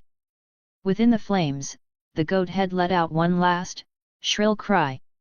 When the fire died down, only a charred, twisted husk remained, smoke curling from its blackened form. The once ferocious beast was reduced to a twitching carcass, stinking of burnt flesh. Chapter 18, The Rescue. A massive halo of light rose from the chimera's charred remains and surged into Quen's body. He glanced into the depths of his consciousness, his eyelids twitching. Dragon's Soul, 4.8%. Magic, 10112/48550. 15,000 points of Dragon's Soul. That was 5,000 more than the 10,000 he had gained from killing the purple bird beast. Yet the chimera was clearly smaller and weaker than that purple monster, so why had it yielded more dragon's soul? The question turned in his mind. Quen suspected it was tied to that strange black stone. The chimera had undergone some kind of evolution there. Though interrupted, it had reached a higher stage than the purple beast in a certain sense. A flicker of relief crossed him. Fortunately, he had cut the process short. If the chimera had finished its evolution, its strength would have been unimaginable. He wasted no time. His massive body turned toward the tower's edge. With a violent beat of his wings, he stirred a storm of wind and plunged down toward the city thousands of feet below. Breaking through the final veil of grey mist, a hellish sight unfolded before him. Unlike when he had first arrived, Gerion now drowned in blood and fire. White marble avenues were littered with severed limbs like broken dolls. Smashed skulls rolled into corners, their empty sockets staring blankly at the crimson sky. Quen's heart clenched at the sight. His eyes swept the carnage, those scaled claw beasts. They crouched over still warm corpses, barbed tongues burrowing into split skulls. Sickening slurps echoed as they sucked out the viscous fluids within. The air was thick with the stench of blood and entrails. The city was burning, groaning, sinking into despair and death. Quen's dragon gaze swept down the broad steps leading from the tower's base. That too had become a slaughterhouse. Several young wizards in grey robes lay gutted, their entrails dragged out, their skulls cracked open to reveal red and white pulp. Viscous fluid seeped through the cracks of the steps, pooling into a nauseating mess. His golden vertical pupils showed no pity, only cold indifference. These lackeys of Osirian had met the end they deserved. His eyes shifted upward and caught a figure in crimson higher up the steps. Shyvana. She stood like a blood-drenched bronze statue, fixed at the last steps before the tower gate, shielding Janis behind her. Her flaming sword carved searing arcs of death with every swing, cleaving and driving back the scaled claw monsters that surged at her. Her crimson armor, etched with ancient runes, shone with a harsh red light that held back their claws and fangs, though it bore charred gouges where their strikes had landed. But there were too many. Like sharks drawn by blood, they knew no fear, no fatigue, swarming in endless waves from the corpses below. They shrieked with piercing cries as they hurled themselves at that lone point of crimson. Shyvana's movements grew visibly heavy, her swings slowing. Each strike came with ragged, painful gasps. Sweat and blood dripped from the rim of her helm. Her armor was not seamless, the joints and the gaps at her neck became easy targets for clawed strikes. Fresh wounds opened. Blood seeped through, staining her underclothes red. She could feel her strength ebbing rapidly, her vision blurring with blood loss and exhaustion. Cough. A violent spasm tore through her. Blood sprayed inside her visor, painting the metal mesh red before dripping down the edges. Sister! Janis's desperate cry rang out from behind her, raw with despair and helplessness. She clung to her sister's waist, her small body trembling from terror and the horrors before her. Her face was streaked with blood, whether from the monsters or Shyvana herself, it was impossible to tell. Go! Shyvana's hoarse voice rasped from behind the blood-soaked mask, each word tinged with the metallic tang of blood. Now, hurry! Get to the port, find a ship to Oris. With the last of her strength, she swung her sword, cutting a gap through the monsters to buy her sister a sliver of space. But Janis shook her head violently, tears and blood carving lines down her cheeks. No! I won't leave. Even if I die, I'll stay with you. Shyvana met her sister's eyes, deep purple, mirrors of her own burning with reckless determination. In that instant, the ice in her gaze melted. Hot tears welled and slipped down, mingling with blood. She said nothing more. With the last of her strength, she pushed her sister deeper behind her. Gripping the searing hilt of her sword, her violet eyes locked onto the tide of scaled claws rushing up once again, filled only with the fire of a death wish. Then it came, a dragon's roar, vast enough to rend souls and shake the earth, thundering down from the blood-red sky like an ancient horn. And with it, the flood of destruction. Golden dragon fire poured from the heavens like molten suns, engulfing the crowded steps before Shyvana with perfect precision. The roaring flames devoured dozens of scaled beasts in an instant. The unbearable heat made the air itself scream, and the stone steps glowed red before shattering under the fire. The monster writhed and twisted in the golden inferno, shrieking so piercingly it seemed to split the air. In an instant, it was reduced to blackened bones and scattering ash. A scorching wave of heat crashed over the steps like a tsunami, carrying with it the breath of total annihilation. Shyvana spun around at once, pulling Janis tightly against her chest, shielding her sister beneath her breastplate and arms, using her body and armor as a bulwark. The burning gale whipped through her exposed silver-gold hair, singeing the ends into brittle curls. Her skin seared under the heat, but she did not move, pressing Janis's head firmly against her chest. The storm howled, lifting ash and broken stone from the ground. Then a vast shadow blotted out the sky, casting the blood-soaked steps into darkness. With a thunderous crash like a falling meteor, stone shattered, dust billowed, and a colossal dragon more than 10 meters long, clad in resplendent golden scales landed heavily before them. The cold stone floor groaned and split beneath its claws. Shyvana struggled to lift her head. Through the bloodied mesh of her visor, her icy violet eyes reflected the towering golden figure. Beside her, Janis also raised her head, her wide violet eyes brimming with shock and with a flicker of familiarity that left her trembling. "Get on!" The dragon's voice was deep and commanding, cutting through the crackle of fire and the dying shrieks of monsters, landing clear in the sisters' ears. Shyvana froze, her mind reeling. A talking dragon? Was this a hallucination in the throes of death? "It's you, Quen!" Janis cried, her voice breaking with sudden, desperate hope.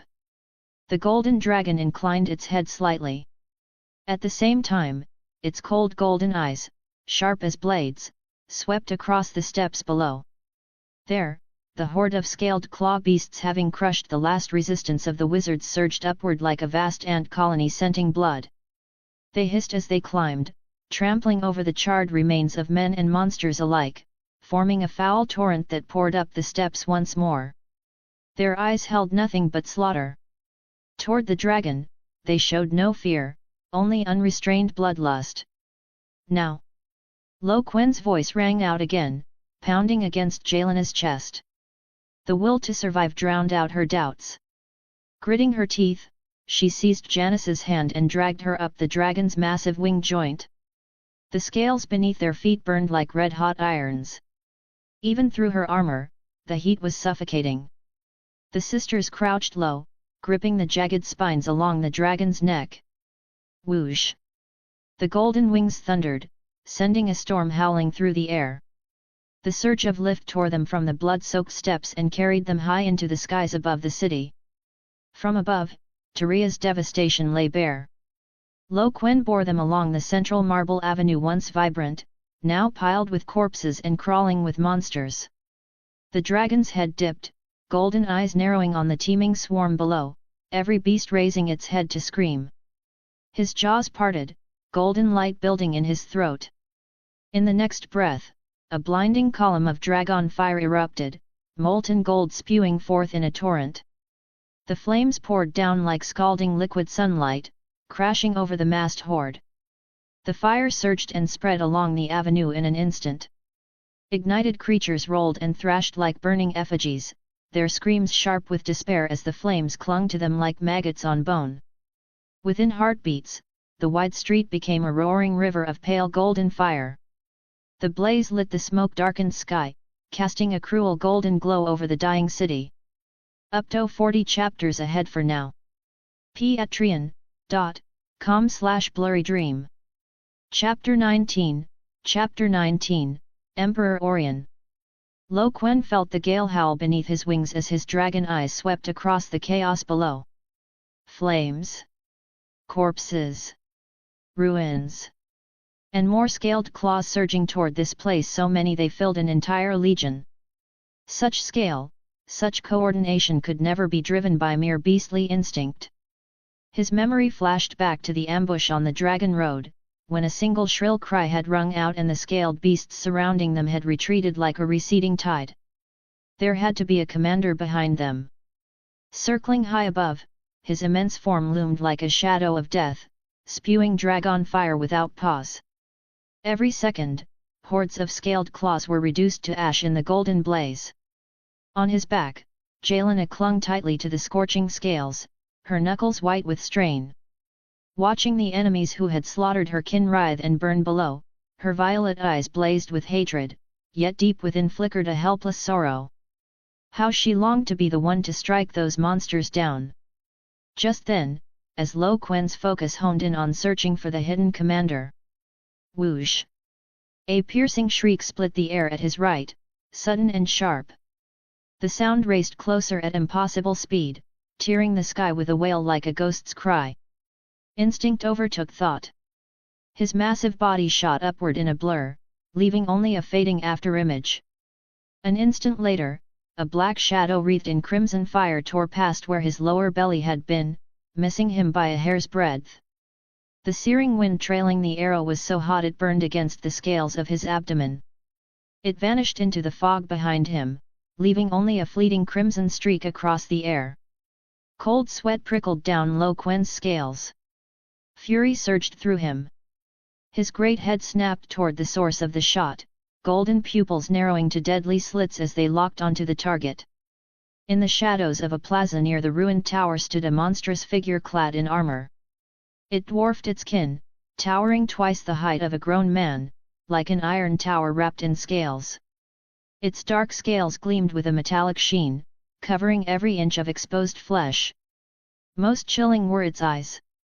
Scarlet orbs, empty of life, empty of emotion, only hollow, frigid indifference. In its hands, it held a massive bone bow. The weapon was edged with countless crimson runes, writhing and pulsing as if alive. The bowstring, thin as a strand of hair, glimmered with lethal light. Dragon bone bow. Jelena's weak voice gasped in his ear. Be careful. Its arrows are steeped in blood magic. If they strike, flames will consume you from within. She panted, her voice tinged with disbelief. But such a weapon demands immense magic and time to charge. I could only loose one arrow every half-month. It shouldn't be able to. Her words stopped cold. For below, the towering commander drew a second arrow from its back, black as night.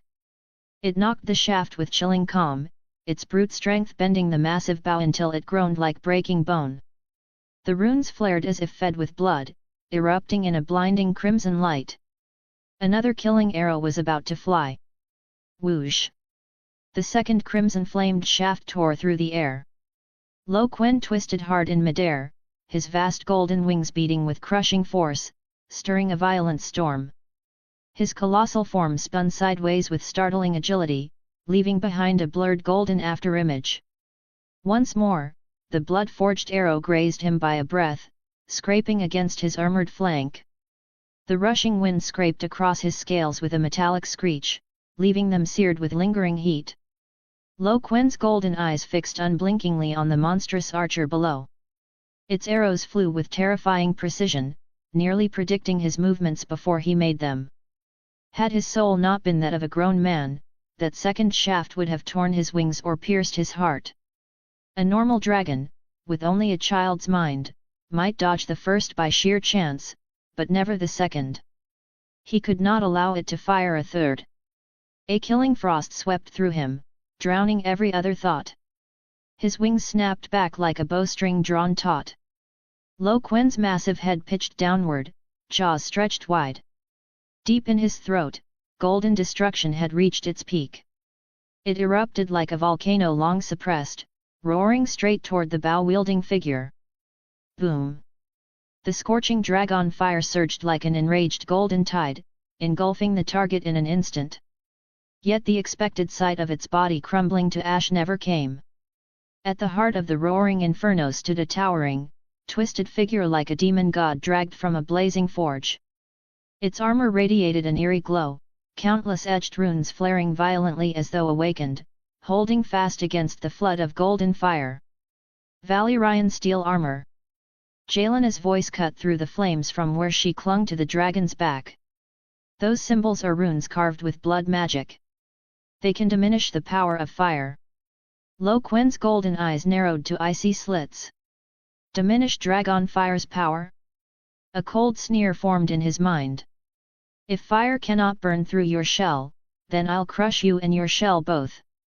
Without hesitation, the golden dragon hurled himself forward, straight into the sea of fire and onto the unyielding figure.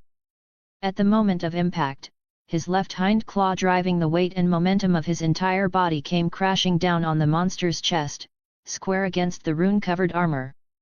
Boom crack!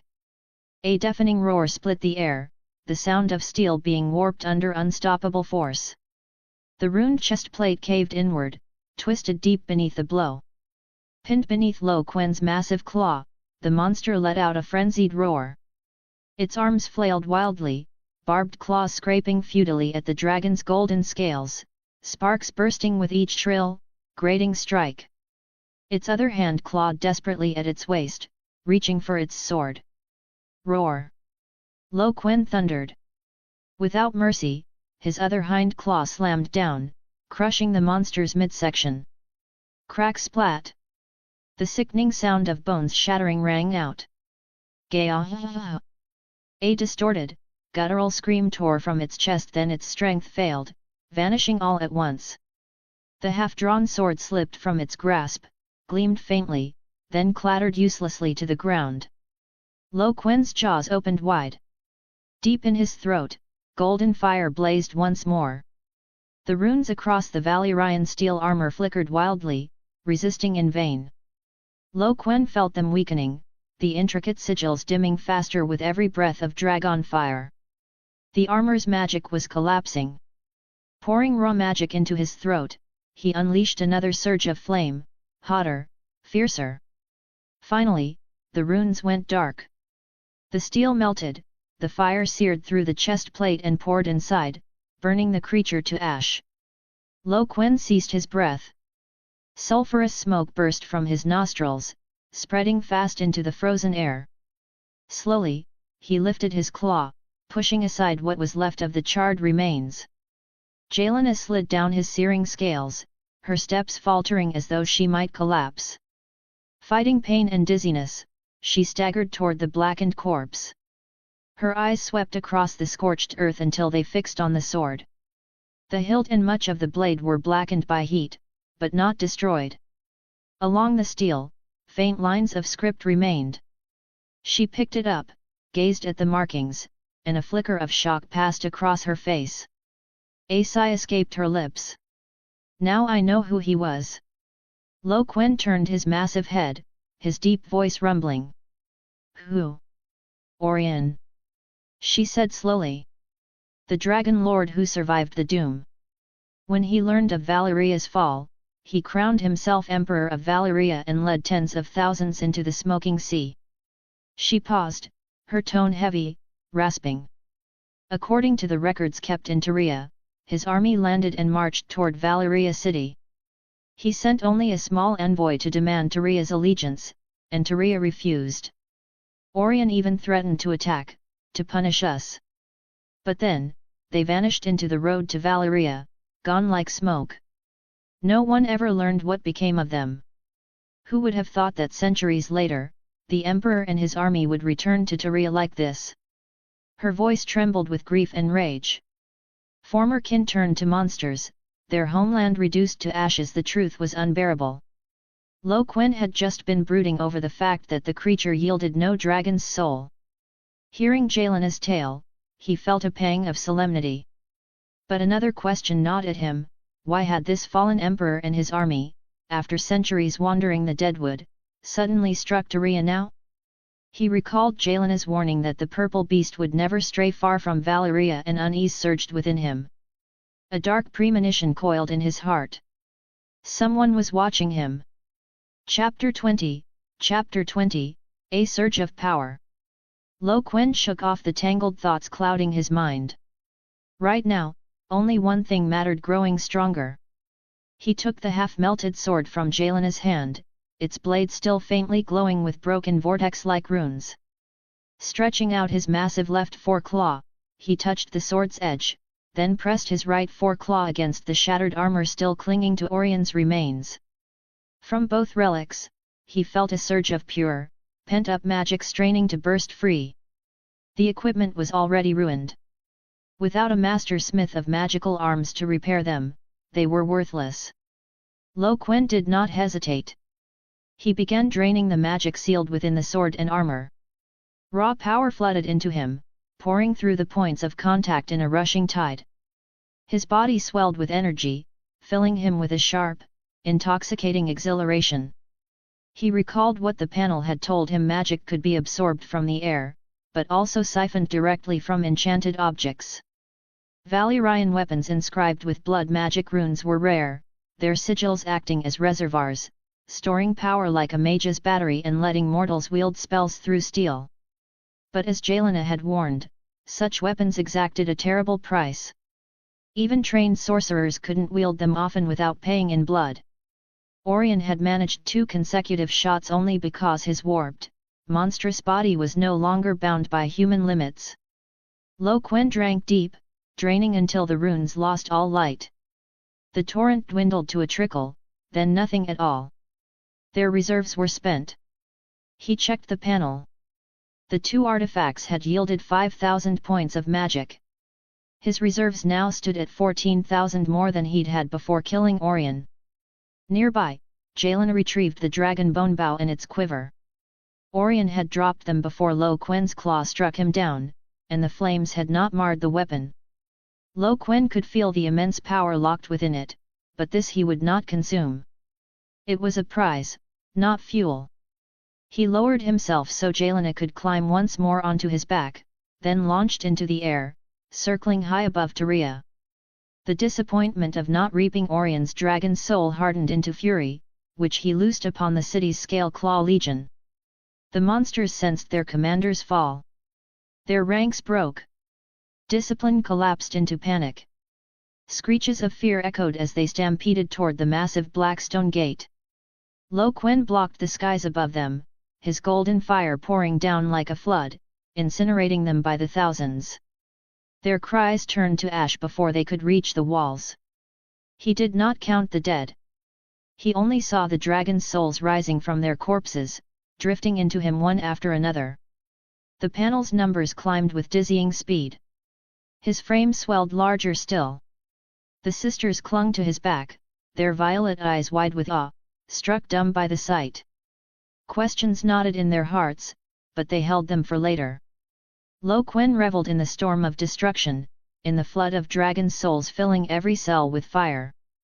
Below, the streets of Tyria ran with blood, the last humans butchered by monsters. He spared none. Dragon fire sealed the gates, cutting off escape.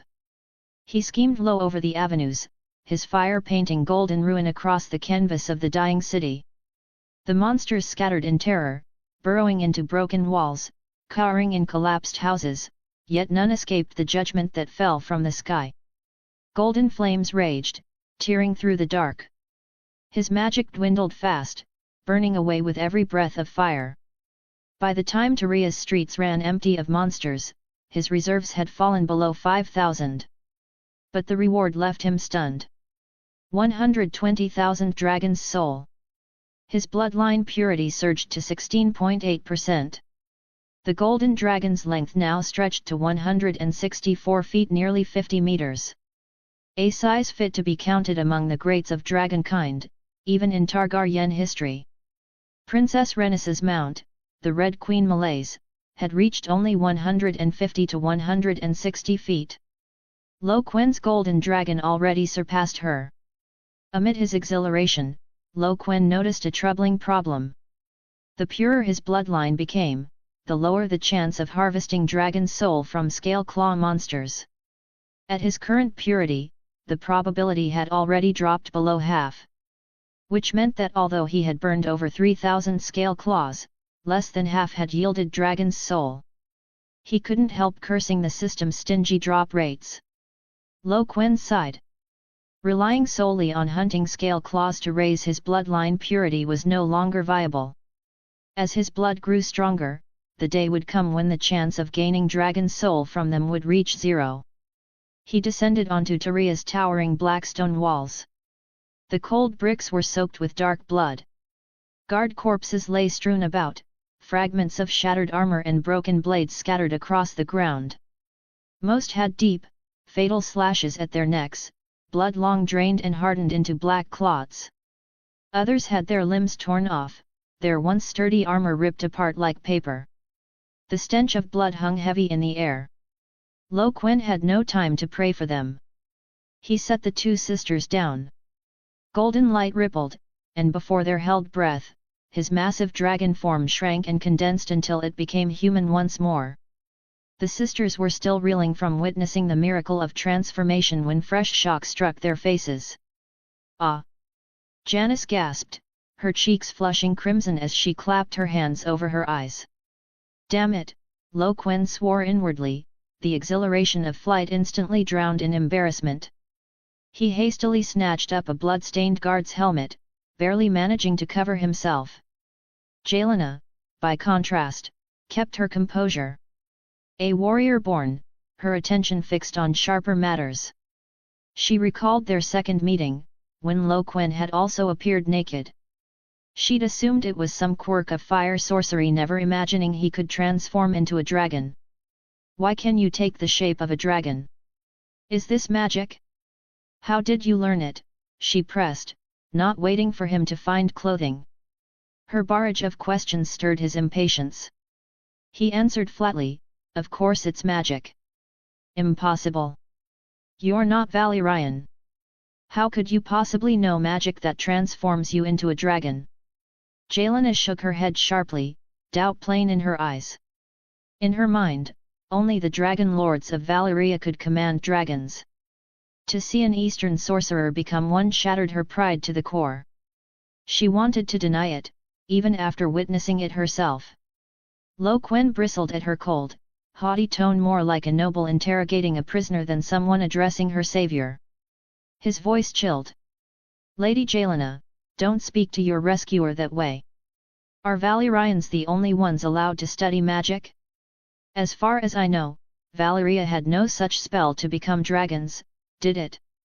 Her eyes widened, realizing how cutting her words had been. Shame flickered across her face, and a faint blush rose to her cheeks. "Forgive me. I was out of line." Her voice sank, heavy with fatigue and bitterness. "Quen, thank you. You saved my sister's life." "You're right, perhaps we Valyrians were too proud. We thought we could master magic, but in the end, it devoured us." She let go of her pride and obsession, unfastened her helm, and let the night wind tangle her hair, bright as molten silver. Staring down at the scorched ruins of her city, despair hollowed her eyes. Janice stepped softly closer to Quen, her voice barely above a whisper. "Please, don't blame my sister. She's given her whole life to Tyria and to Valyria. Since the doom, the survivors have clung to the belief that one day Valyria's glory would rise again. To us, dragons are bound to Valyria itself. Every survivor has prayed for their return, hoping they would lead our people to rebuild our free cities. To outsiders, this hope may seem madness, even obsession. But to Valyrians, it's the only reason we keep going." Her voice carried sorrow for her sister, and for all the hopes that had died. Quen nodded in silence. Janice's words cut through the haze, letting him see more clearly the crushing weight Jelena bore, and giving him deeper understanding of Ozarian's madness, his willingness to sacrifice everything. For that hollow dream of dragon lords, they had hurled themselves into the abyss. And now, the dream was broken, and the city lay in ruins. "One more thing," Quen's voice cut through the heavy silence. "Ozarian is dead." He recounted what had transpired in the magic tower, Ozarian's schemes, the birth of the Chimera, and how the blood mage was ultimately devoured by the monster he himself had created, his words cold and succinct. The sisters went pale, horror widening their eyes. They had known Ozarian to be strange, but never imagined his methods could be so cruel. Ugh! Suddenly, Jelena staggered. Her face drained of all color, white as paper. She clutched her mouth as violent coughs tore from her throat, dark, viscous blood spilling between her fingers. Her legs buckled, and she collapsed to her knees like a puppet with its strings cut. "Sister!" Janice cried in terror, throwing herself toward her. "What's wrong?" Jelena forced her head up, her face bloodless, crimson streaks at the corner of her lips. Her voice rasped like sand grinding against stone. "I pushed the magical weapons too far fighting those monsters.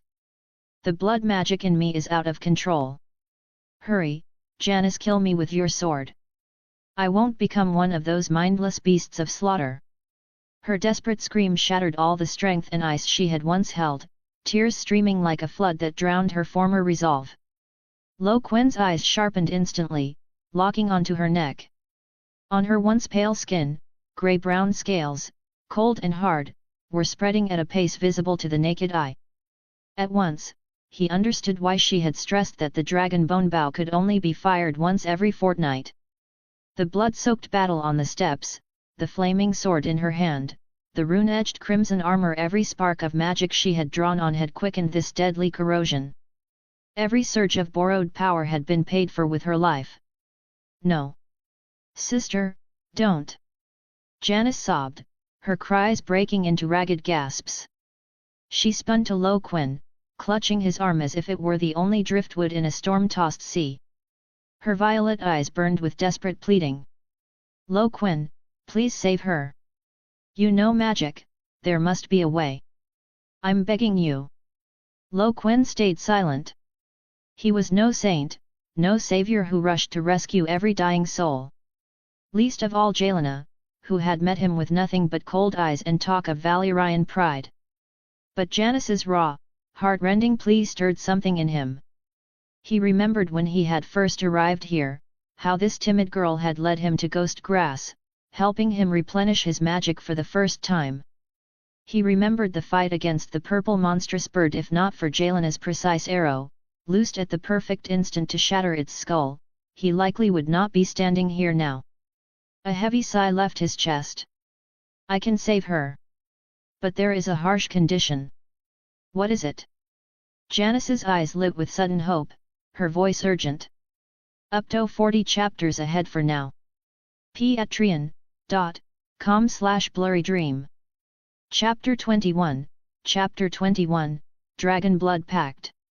Even Jelena, her consciousness already slipping, forced herself to raise her head. She stared at Quen in disbelief, a faint glimmer flickering in her fading grey eyes. Quen's tone was solemn.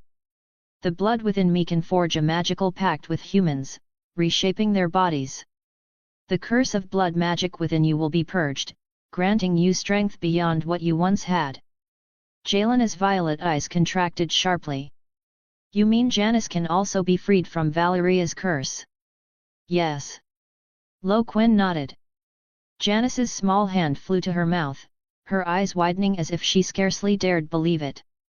To cast off the curse that had branded her since childhood, could such a thing truly be possible? For the first time, a genuine smile broke across Jelena's icy, beautiful face, fragile as the thaw of first snow. But it faded almost at once, replaced by heavy gravity. She remembered Quen's words, a harsh condition. Magic never came without cost. "What is the price of the pact?" Jelena asked calmly.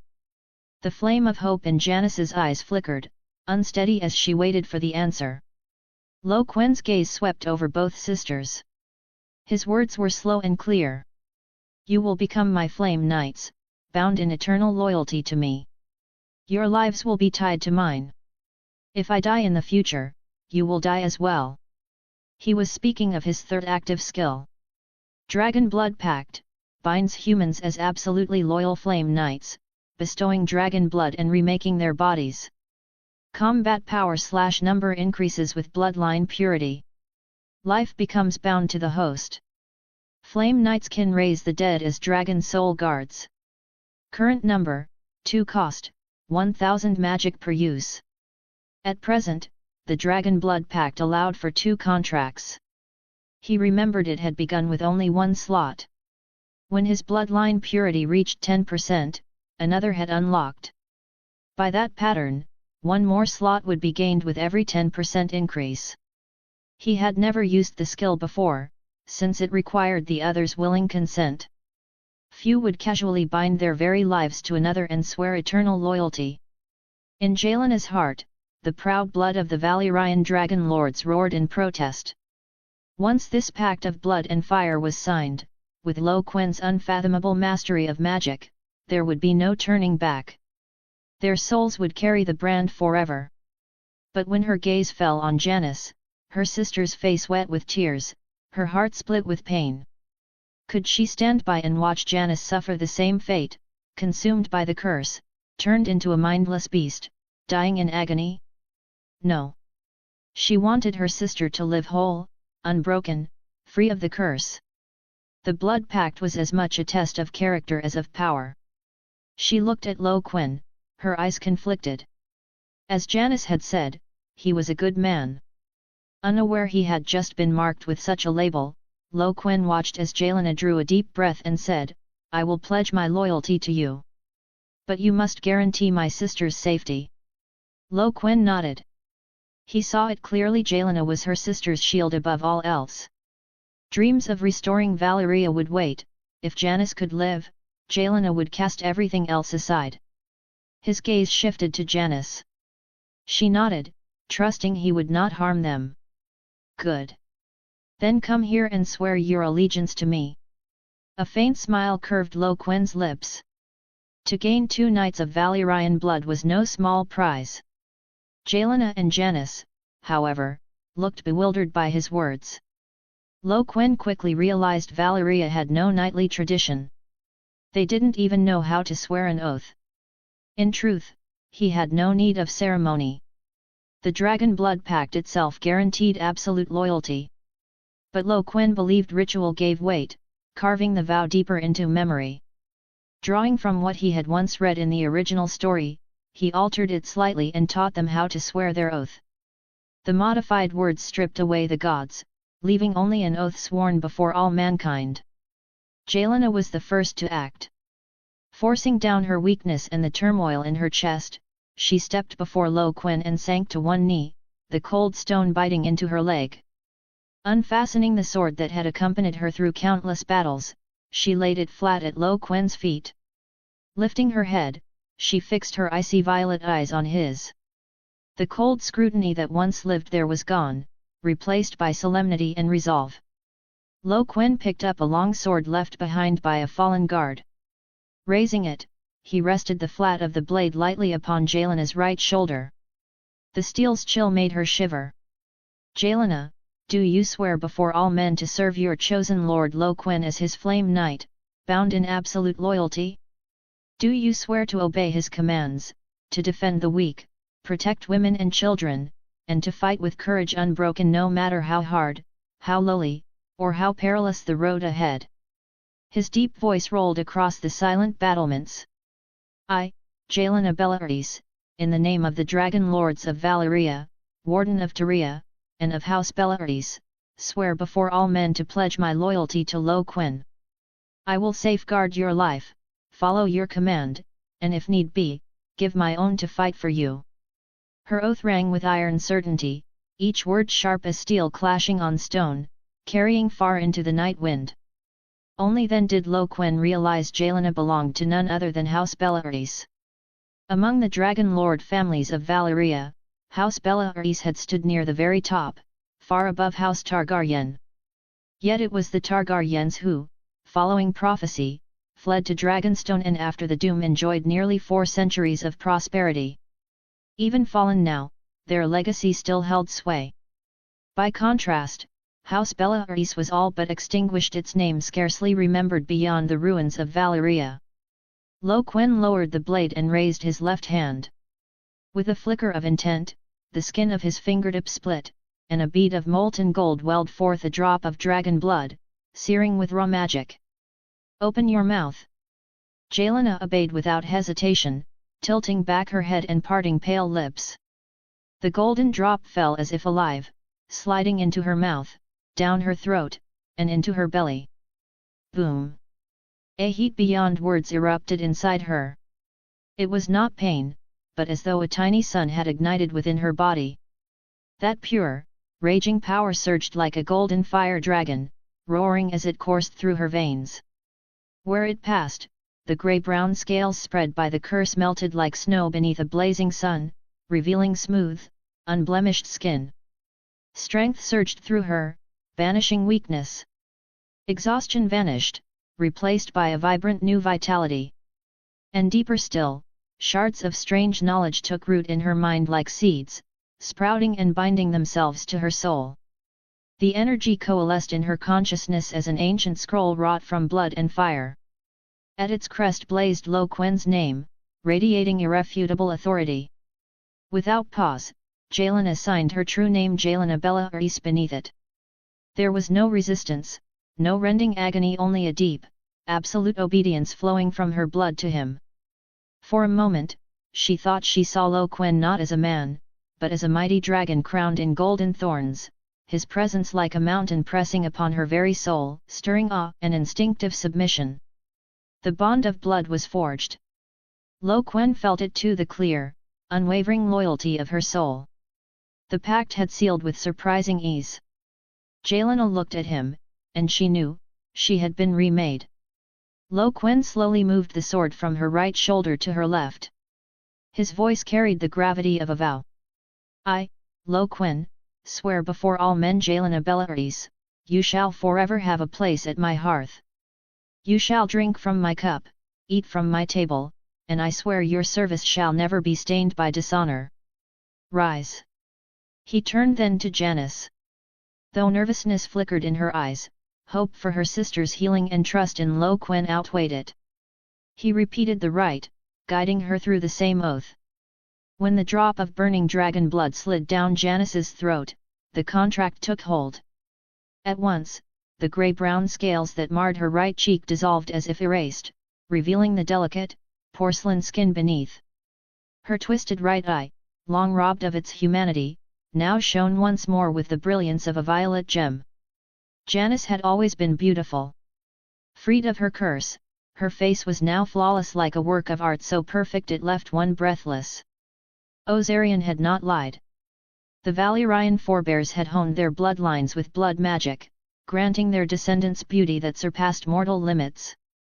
Quen watched the girl's restored features and smiled faintly with relief. From the first day he had met her, she had been like a startled fawn.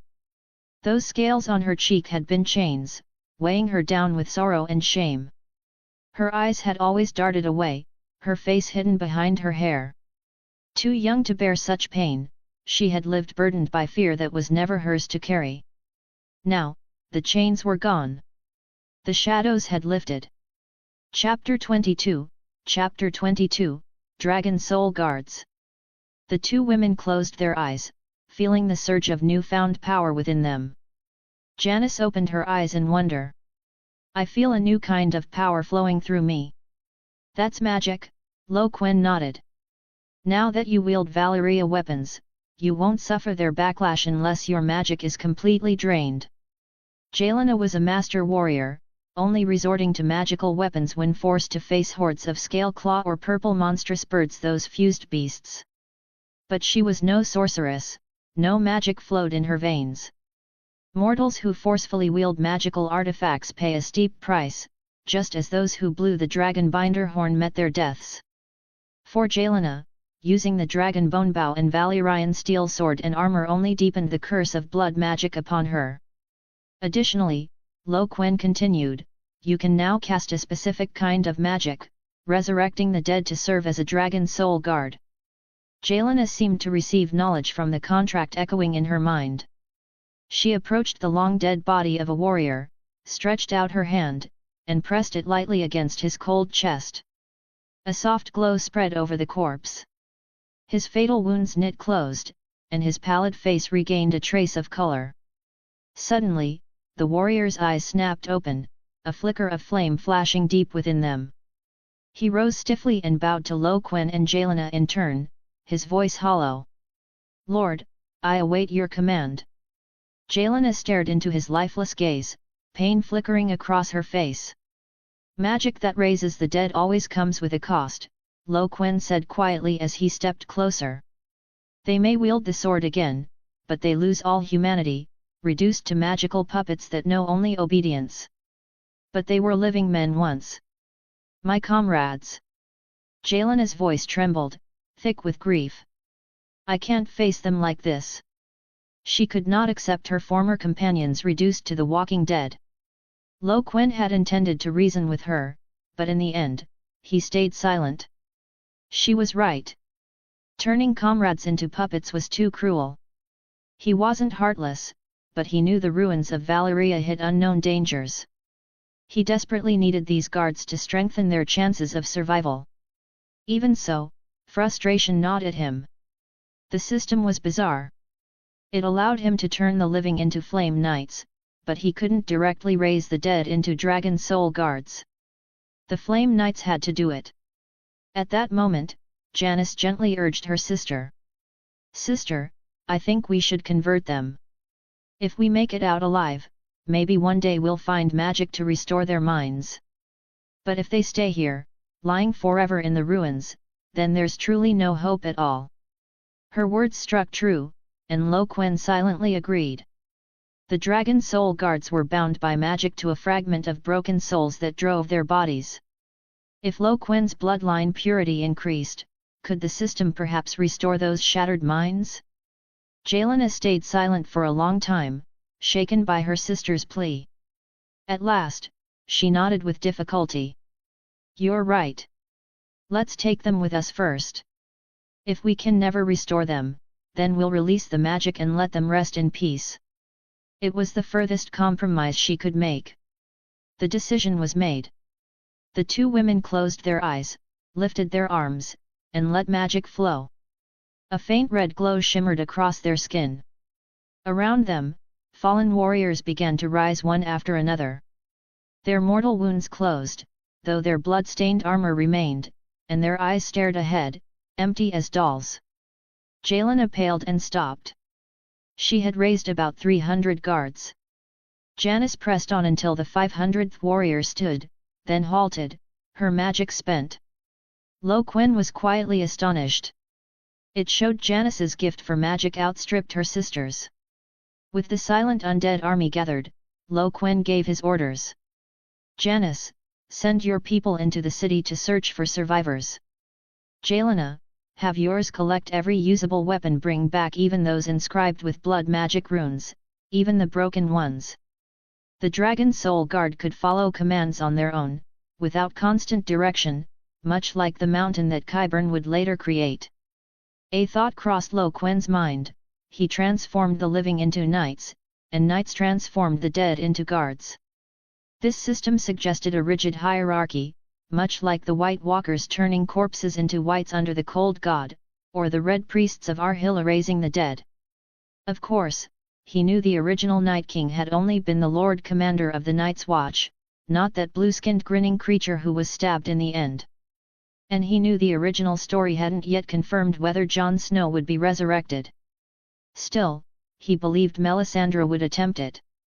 But the price would be steep, and Jon wouldn't come back to life with just a new hairstyle. During my fight to the death with that chimera, I discovered a strange black stone underground.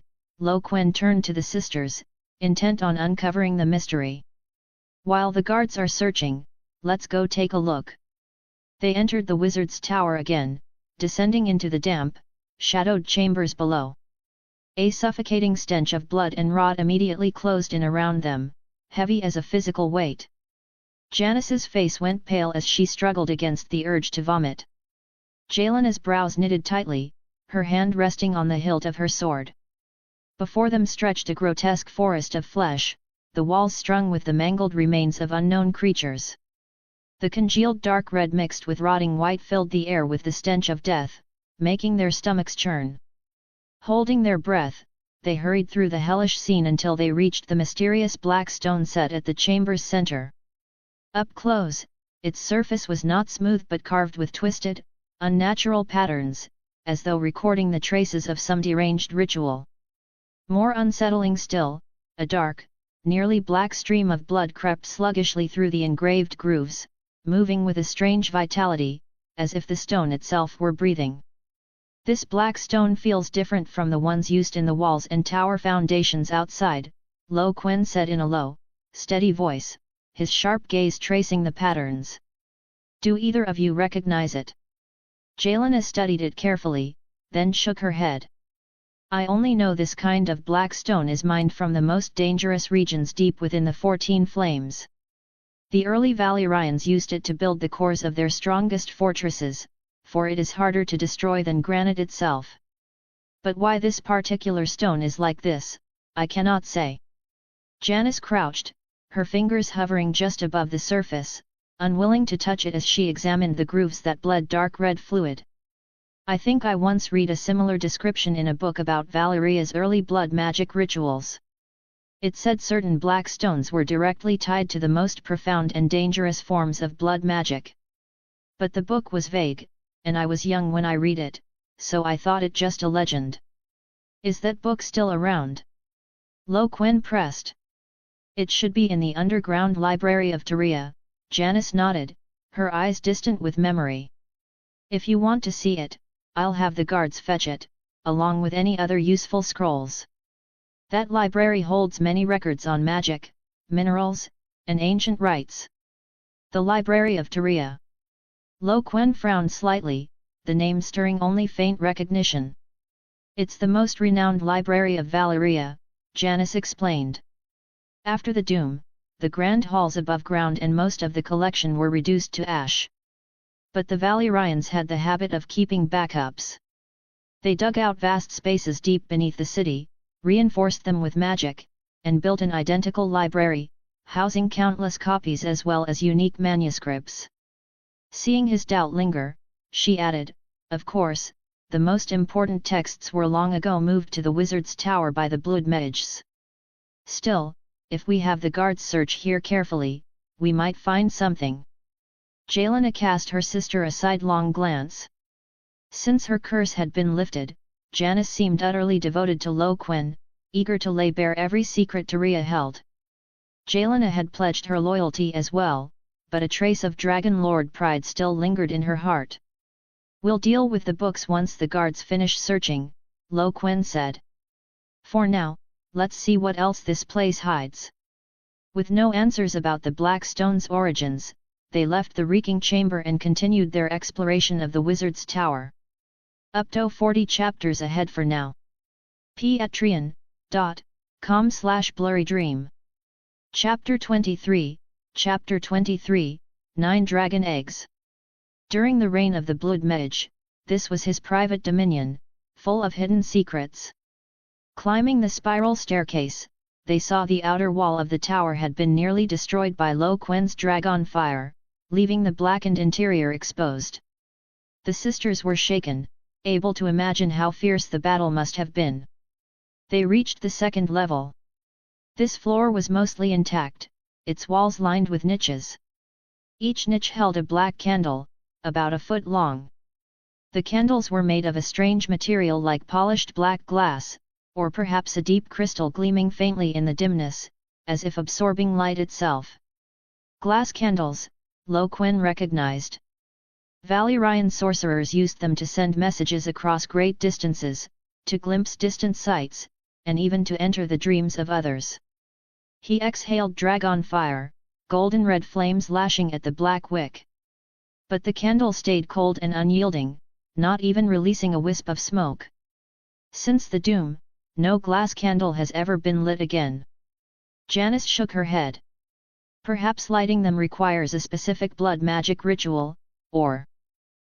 Quen mused, the uncontrolled eruption of Valyrian blood magic corrupted the very source of these creations. They continued upward. The third level was a vast storeroom, the air heavy with the dusty scent of dried plants. Bundles of ghost grass were stacked into small mountains, bound tightly with tough vines. It was clear the Blood Mage had ordered Tyria soldiers to gather them endlessly from the deadly ruins. The fourth level was a sealed dark chamber, lit only by thin shafts of daylight filtering through vents high in the walls, making torches necessary.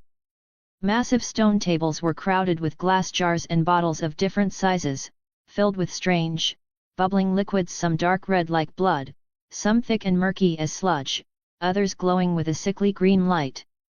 A faint but lingering scent of iron, like old blood, hung in the air. This was clearly another place where blood magic and terrible experiments had been carried out. In the corners lay fragments of bones, their origin unrecognizable. The next few levels were the apprentices' quarters. They gave them only a glance before moving on. At the 10th level, they stopped. A much heavier door, forged from black iron, sealed one of the rooms. Its lock was a complex mechanism, with faint traces of magic still clinging to it. The three exchanged a glance. Whatever lay within was something the blood mage had guarded closely. Quen had no patience for lock-picking. He gestured for the sisters to step back, then opened his mouth and unleashed dragon fire. The blazing golden flame seared the lock directly. Under the terrible heat, the black iron glowed red, softened, and melted. With a heavy clang, the bolt fell to the floor. Quen kicked the door open. It crashed inward with a thunderous boom, sending dust swirling. Inside was a narrow study. Books, ink, and papers lay scattered across the desk. Against the wall stood a glass-fronted bookcase displaying 9 silver trays. Each was engraved with a flying dragon motif, but every tray was empty. Quen lifted one of them, his brow furrowing. If his guess was right, these trays should have held. Look, it's the wizard's journal. Janice lifted a heavy tome and began to read. Experiment 313, sacrificed 1 Tyria resident and 1 wizard apprentice in an attempt to awaken a black dragon egg fossil. The egg cracked open, revealing a dead, scaled maggot. Failure. Suspected cause, the resident's bloodline was cursed and tainted. Experiment 314, sacrificed an outsider and 1 wizard apprentice in an attempt to awaken a green dragon egg fossil. The egg shattered in flames. Failure. Suspected cause, the outsider's bloodline was impure. As they listened to the cold, brutal entries, shock was all that remained on their faces. The blood mage had used living people as sacrifices to hatch dragon eggs. Not just outsiders, but the very residents of Tyria. His claim that captives were made to clear ruins was nothing but a lie. It was all to gather offerings for sacrifice. No wonder he told us to bring outsiders from the ruins back to Tyria. Yelena's voice shook with fury. After working only a few days, they'd disappear. We thought they'd been infected and burned away by fire worms, but they were taken for sacrifice. And worse, he didn't even spare Tyria's own people. All she felt was a deep, bitter sense of betrayal. Quen stared at the blood-stained notebook, his heart aching. This madman had desecrated dragon eggs. Hundreds of experiments had nearly exhausted the reserves. Then Janice pointed to the following page. Look here. Quen and Yelena leaned in. The blood mage scrawl read. 9 high-quality dragon egg fossils, reserved as backups, not yet used for experiments. Quen's heart leapt. 9 more. He immediately looked toward the 9 empty silver trays in the bookcase. Were they meant to hold them? But where were the eggs? As if hope itself had been rekindled, the 3 began searching the cramped study from top to bottom. They overturned books, checked beneath the desk, tapped along the walls for hidden compartments. Time slipped by, but all they found was dust and scattered papers. It won't be that simple, Quen said. His eyes stayed on the notes until a sudden thought struck him. This was written after the 314th experiment. The next number is 315. The tower is 3,000 feet tall. What if the answer lies on the 315th floor? Yelena and Janice exchanged a glance. The 315th floor? That should be the very top, shouldn't it? Quen smiled. Don't forget I'm a dragon. Without hesitation, he left the room. Leaping from the broken outer wall, he transformed midair into a dragon and shot skyward. He had replenished much of his magic in the ghost grass storeroom, enough to sustain another transformation. 100 floors, 200, 300. He soared to the summit, the 315th floor. The wizard's tower stood at precisely 315 levels, no more, no less. Hope burned in his chest.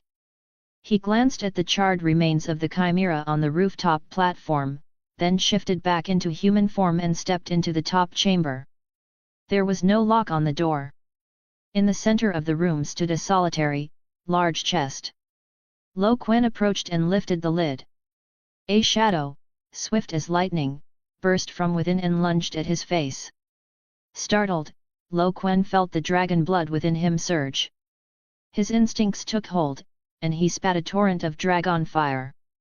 A concentrated jet of golden flame shot forth like a high-pressure stream, instantly engulfing the attacking shadow. From within the blaze came a piercing, inhuman shriek, mingled with the sizzling of burning flesh. The creature, wrapped in fire, slammed into the stone wall and dropped to the ground with a heavy thud, curling into a smoldering, blackened husk. Breathing hard, Quen steadied himself and fixed his eyes on the charred remains of his attacker. It was about a foot long, its body shaped like a scorpion. But instead of a stinger at the tip of its tail, there was a human face burned beyond recognition, yet still twisted with hatred and agony. Its grotesque form was enough to make the skin crawl. A manticore chimera. Quen cursed his carelessness. Even in death, this blood mage sought to ensnare the living. He looked back into the chest. No further traps remained. At the bottom, resting on a thick layer of black velvet, lay 9 oval objects. 9 dragon eggs. Or rather, 9 dragon egg fossils. Their shells were covered in fine, hard, scale-like ridges, but they had lost all vitality, dulled into the texture of stone. Even in the dim light, 9 distinct colors were clearly visible: silver, blood red, purple, bronze, dark red, sea blue, light green, grey-brown, and yellow-brown. Chapter 24, Chapter 24, Evacuation Preparations. When Quen brought the 9 dragon egg fossils before the sisters, the 2 women immediately gathered close. Holding their breath, they carefully lifted the exquisite eggs into their hands, studying them with wonder, unable to let go. In Tyria, they had never seen a dragon egg. Every one of them had been hoarded by the greedy blood mage. Quen watched in silence, his thoughts turning. Though he now possessed the eggs, this was only the first step. Hatching them was the true challenge. In the original tale, Daenerys Targaryen had hatched her dragons upon Khal Drogo's pyre.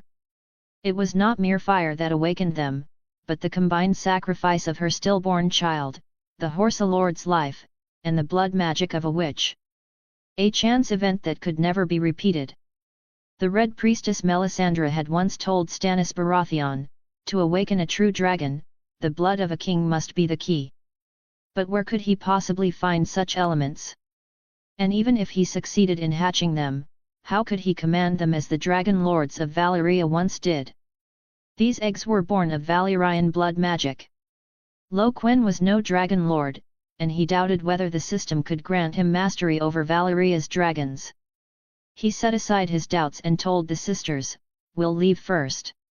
Once the Dragon Soul Guard have finished their sweep of Tyria, we'll send them to search the Sorcerer's Tower in detail." They descended to the tower's base. There, a squad of Dragon Soul Guards stood in grim silence, herding hundreds of bloodstained, terrified survivors of Tyria onto the steps below the ruined tower. Some among them were clearing heaps of monster corpses and rubble from the stairway. One Dragon Soul Guard, broader and taller than the rest, his armor scarred with countless old blade marks, stepped forward. His salute was stiff, his voice flat and mechanical. "Lord, the search is complete. Survivors, 317. Quen's gaze swept over the survivors, shaken and trembling like startled birds. He turned to the sisters. "Tyria has become a ruin. It can no longer protect anyone. We must take them away." But Jelena slowly shook her head, worry clouding the depths of her icy violet eyes. Lord, Tyria's people once tried to leave this cursed land. Yet soon after leaving ground tainted by blood magic, their bodies began to rot. Flesh melted from them like wax, life drained away, and they perished in agony beyond imagining. The air seemed to harden around them, the silence heavy with the stench of blood. The venom of the curse, its persistence and cruelty, far exceeded even Quen's expectations. Jelena lifted her hand and pointed firmly north. Her gaze pierced the swirling grey mists as if she could see beyond them to a far shore. Across the smoking sea lies another land. There, the remnants of Valyria built a stronghold called Orus. Separated from the ruined capital by the vast sea, it is far safer than Tyria. Perhaps we could find refuge there. Quen asked, are there ships? Jelena nodded. After the doom, countless adventurers, driven by greed, ventured into this cursed land. In the end, they perished with their dreams, and their ships remained stranded in the shallows of a northern harbor. A spark of relief stirred in Quen. He could carry the sisters as a dragon, but with so many dragon soul guards, ships were essential. There's no time to waste, Quen said firmly, his tone sharp with command. Tell the survivors to prepare at once. Only the bare necessities: food, water, clothing. Gather here within 1 hour. Jelena nodded and quickly strode toward the frightened survivors, her voice strong and clear as she began issuing orders. At that moment, another squad of Dragon Soul Guards returned, dragging heavy wooden carts piled with Valyrian weapons salvaged from the battlefield and ruins: serpentine curved blades, spears with blunted heads, armor plates corroded with rust or shattered outright. Quen stepped forward to inspect them. Disappointment flickered across his eyes. Not a single weapon bore the intricate runes of blood magic. It seemed that even at the height of Valyria's glory, such rare artifacts capable of storing and channeling magic were treasures as scarce as dragon eggs, far beyond the reach of common soldiers. Jelena stepped forward, her eyes sweeping over the heap of battered steel. Her brows knit tightly. Something's wrong. Terry's Valyrian steel sword isn't here. She remembered with sharp clarity the chaos when the city walls finally gave way. We fought side by side at the collapsing gate, trying to hold back the flood of monsters. He was buried beneath a tide of claws and scales within moments, outnumbered many times over. Survival was impossible. Yet among neither the weapons the Dragon Soul Guards had pulled from the sea of corpses nor the remains scattered across Tyria's streets was there any trace of Terry's or his distinctive blade. The eerie absence was like a hidden undertow beneath calm waters. He's still alive. Quen thought of the man he had first met upon arriving in Tyria, his defiant, reckless demeanor leaving a vivid impression. I can't be sure. Jelena's voice was cold, edged with suppressed fury and deep disdain. Terry's was always sly and craven, endlessly fawning over the blood mage. Perhaps the moment he saw the walls failing, he slipped away. By now, he's likely cowering in some filthy corner, watching our every move. She turned to Quen, her expression seeking permission.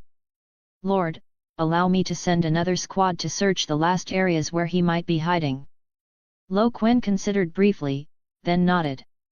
He added in a voice that carried the weight of conclusion, whatever the result, once matters here are finished, we sail. We leave Valyria behind forever. Jelena and Janice exchanged a look, their eyes reflecting a tangle of emotions: relief, uncertainty, and a faint spark of anticipation for what lay ahead. The oath of the Flame Knight had bound their lives and fates to Quen's chariot with invisible chains. And now, freed from the curse of blood magic, it felt as if a heavy shackle had fallen away. The vast and unfamiliar world beyond seemed filled with the promise of rebirth. Janice immediately set to work, commanding the Dragon Soul Guards to haul the relatively intact Valyrian steel weapons to the harbor in batches. The rest of the guards, tireless as undead worker ants, poured once more into Tyria's ancient underground libraries and the crumbling Wizard's Tower, carrying out a final, sweeping search. Janis drove the Dragon Soul Guards with unrelenting energy. Strange glass candles, bundles of ghost grass radiating faint magical pulses, heavy tomes inscribed with Valyria high runes, alchemical devices and magical implements glowing with ominous light, fine Valyria silverware, uncut gemstones and crystals, sacks of old coins. Every object that held value, knowledge or wealth was methodically carried out and piled at the harbour, ready for loading. Quen used the chance to draw magic from the ghost grass. At the same time, he brooded in silence. His magic capacity had already surpassed 100,000. Once he left Valyria, how would he replenish it? Drawing from the air was impossible. The world was in a magical low tide, its atmosphere too thin of magic. That left only one option: absorbing magical items. Among Valyria weapons, only those engraved with blood magic runes contained enough magic to be worth drawing from. Ghost grass was by far the best source. This was why he intended to bring it with him. The ghost grass taken from the wizard's tower still had its roots attached. He could try cultivating it outside someday. Of course, he would need to find other methods too. I nearly forgot about that thing. Quen's eyes snapped open as he remembered the mysterious black stone at the base of the tower, the one that had filled him with a deep, gnawing unease. Up to 40 chapters ahead for now. patreon.com/blurrydream. Chapter 25, Chapter 25, The Lannister Family Sword. He rose abruptly and strode back into the blood-reeking underground chamber. Without hesitation, golden light flared, and his human form gave way to the massive body of a golden dragon. His thick hind claws sank deep into the base of the black stone as his wings whipped up violent gusts, slowly dragging the impossibly heavy boulder out of the dim chamber. When he returned to human form, he immediately summoned Janis, pointing at the ominous stone. "Take this aboard as well. Handle it carefully." "Yes." Janis hurried over, her cheeks tinged with red, unable to meet Quen's eyes. She quickly pulled a clean linen robe from her small satchel, pressed it into his hand, then darted away like a startled fawn, head bowed as she rushed to direct the guards. Quen stood for a moment with the soft robe in hand, a faint awkwardness flickering across his face. Ever since the two women had discovered that his dragon form left him bare before the world, Janis had quietly prepared several robes in her pack, always ready for him. In the harsh desolation of the ruins, that silent care felt all the more precious. Quen sighed inwardly. This, he thought, was true knightly spirit, utter devotion in service. The guards sent to search for Terry's eventually returned empty-handed, finding no sign of the man or his sword. Quen paid it no heed. It mattered little where Terry's hid. Even with Valyrian steel and armor, the man was not worth wasting more time in this cursed land that gnawed at his spirit. The gnawing sense of danger pressed him to depart at once. Jelena, quick to sense his resolve and unease, dropped her insistence on pursuing Terry's. Together, the three of them, along with the remaining Dragon Soul Guards and their final haul of supplies, made for the harbour. The harbour lay only 4 or 5 miles from Tyria. It was shaped like a vast pocket cut deep into the land. A damp, sour grey mist hung over the sea like a burial shroud, sinking low and thick, choking visibility. Dozens of old 2-masted and 3-masted ships lay stranded in the shallows like a ghost fleet, while more than 10 were being dragged by ropes into deeper water by Dragon Soul Guards.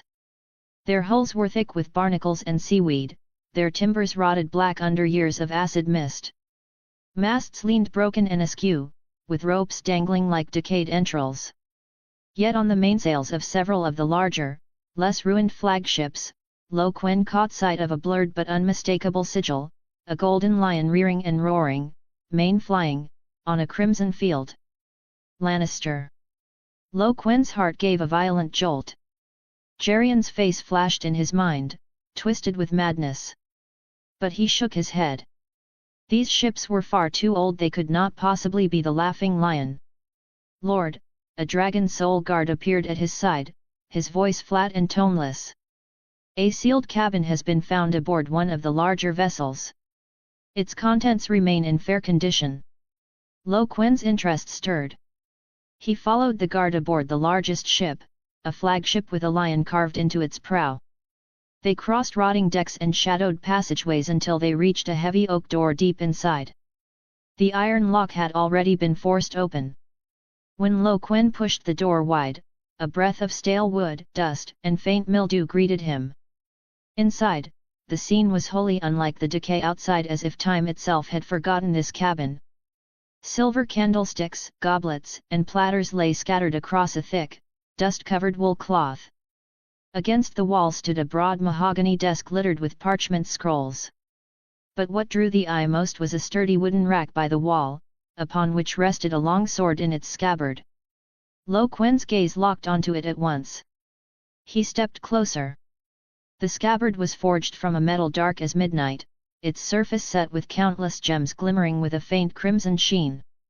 Intricate filigree of gold thread wound across it in ornate patterns, giving it a majesty both regal and grim. At the pommel's end, a lion's head of pure gold had been wrought with lifelike precision, its eyes wide and fierce, its mane bristling, frozen in a silent roar that still echoed the power and pride of its long-dead master. Quen reached out, gripping the cold, weighty hilt with his right hand, and slowly drew the blade free. Clang! A clear, resonant sword cry rang through the deathly still cabin, its echoes lingering long after the sound itself had faded. The slender blade gleamed in the dim light, cold and sharp as flowing mercury. Its edge was so keen that it reflected Quen's faintly astonished face with crystalline clarity.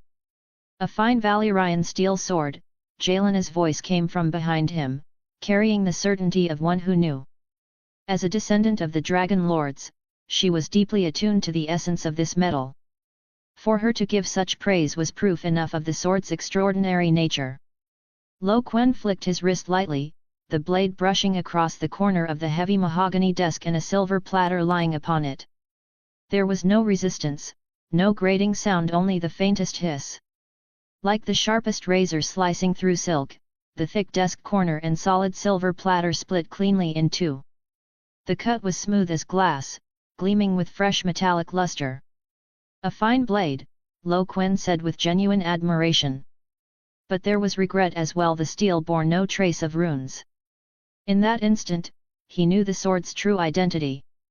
This was the long-lost treasure that Gerion Lannister had dreamed of, the prize he risked everything to find within the smoking sea, the Valyrian steel sword of the King of the Rock, symbol of House Lannister's might and honor. Bright roar.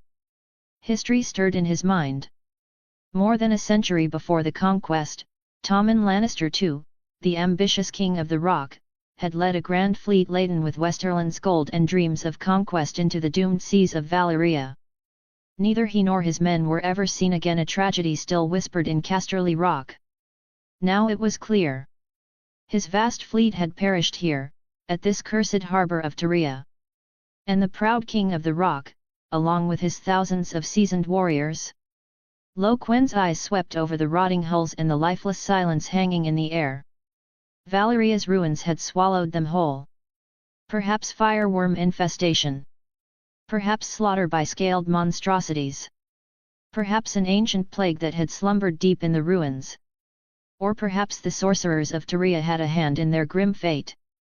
They could not have vanished quietly into the sea. Their end must have been brutal and strange. Now, with the weight of centuries, this fleet of ambition and ruin together with its still untouched gold and gems had become Quen's ark of escape, and his unexpected fortune. At last, under Jelana's experienced guidance, the Dragon Soul Guards determined that 16 ships, after hasty repairs and cleaning, still had hulls sound enough to endure. Their sails were worn, but they could be raised, and the vessels were seaworthy for short voyages. When the last of the supplies, weary survivors, and silent Dragon Soul Guards had boarded, Quen stood at the prow of the flagship that had once borne the Lion Banner. He cast one final look back at the outline of Tyria's ruins, shrouded in the leaden mists of death. Too many secrets, too much madness, too much despair lay buried there. He drew in a deep breath of the salty, metallic air. His voice cut through the mist, ringing clear across the fleet. Cut the lines. Raise the sails. Set sail. Chapter 26, Chapter 26, Monster Pursuit. The fleet ploughed through waves as grey and heavy as lead, sailing westward in silence. 3 days had passed since the survivors of Tyria had been delivered to the safety of Orus City. They hadn't paused once, pressing on through the endless mists of the smoking sea. The thick fog clung to the ships, swallowing the course until only what lay directly ahead could be seen. The fleet crept forward like blind giants, groping their way through waters that concealed all sight. Drawing on the seamanship he'd picked up aboard the Laughing Lion, Quen commanded the silent dragon soul guards to trim the sails. Every order stretched his nerves taut as he fought to avoid the reefs lurking beneath the murky waves. So far, fortune had spared them. On the foredeck, Quen raised the mirror lens he had salvaged from a Lannister warship, the icy metal pressed against his eye. Ahead, the fog that had bound them for days at last showed signs of thinning. A faint line of blue horizon struggled to pierce the grey curtain. The edge of the smoking sea was close. Look! What is that? Janice's startled cry shattered the oppressive silence. She pointed to the gloomy skies behind them. Quen spun around. Valyria's skies were forever streaked in ashen grey and blood red, the haze of dust and volcanic fire. But now, beneath that crushing canopy, a thick black line oozed into view. It was no cloud, but a violent smear across the heavens, as if some vast brush had been dipped in ink and slashed across the sky, rushing down upon the fleet with world-breaking force. Quen's pupils shrank to pinpoints. That wasn't a cloud, it was alive. A living storm of bloodthirsty, twisted monstrosities. All hands to battle stations. His roar cracked like thunder. Janice! Get below! Bar the doors! Jelena rushed to him. Lord, what's happening? A pack of Valyrian beasts is on us. Quen's face was set in grim lines. That's impossible! Jelena gasped. They never leave the 14 flames. Quen pointed to the writhing black line in the distance. Her words caught in her throat. I'll hold them. Stay on the ship. The edge of the smoking sea is just ahead. Once you're through, they won't be able to follow. His tone left no room for doubt. Before the words had even faded, he vaulted over the rail. Midair, golden light burst forth. Flesh and bone twisted and swelled within the blaze, and in an instant he became a golden dragon, scales gleaming, majesty unchallenged. Its wings thundered, tearing the fog apart in violent gusts as the colossal form soared upward, driving straight into the roiling cloud of death. High above, the faces of the monster horde emerged with terrifying clarity. Dozens of winged abominations. A 3-headed chimera with purple maws howling in fury. A warped, griffin-like horror with raw wings and an eagle's beak. A cockatrice, its crimson crest quivering, feathers like venomous needles.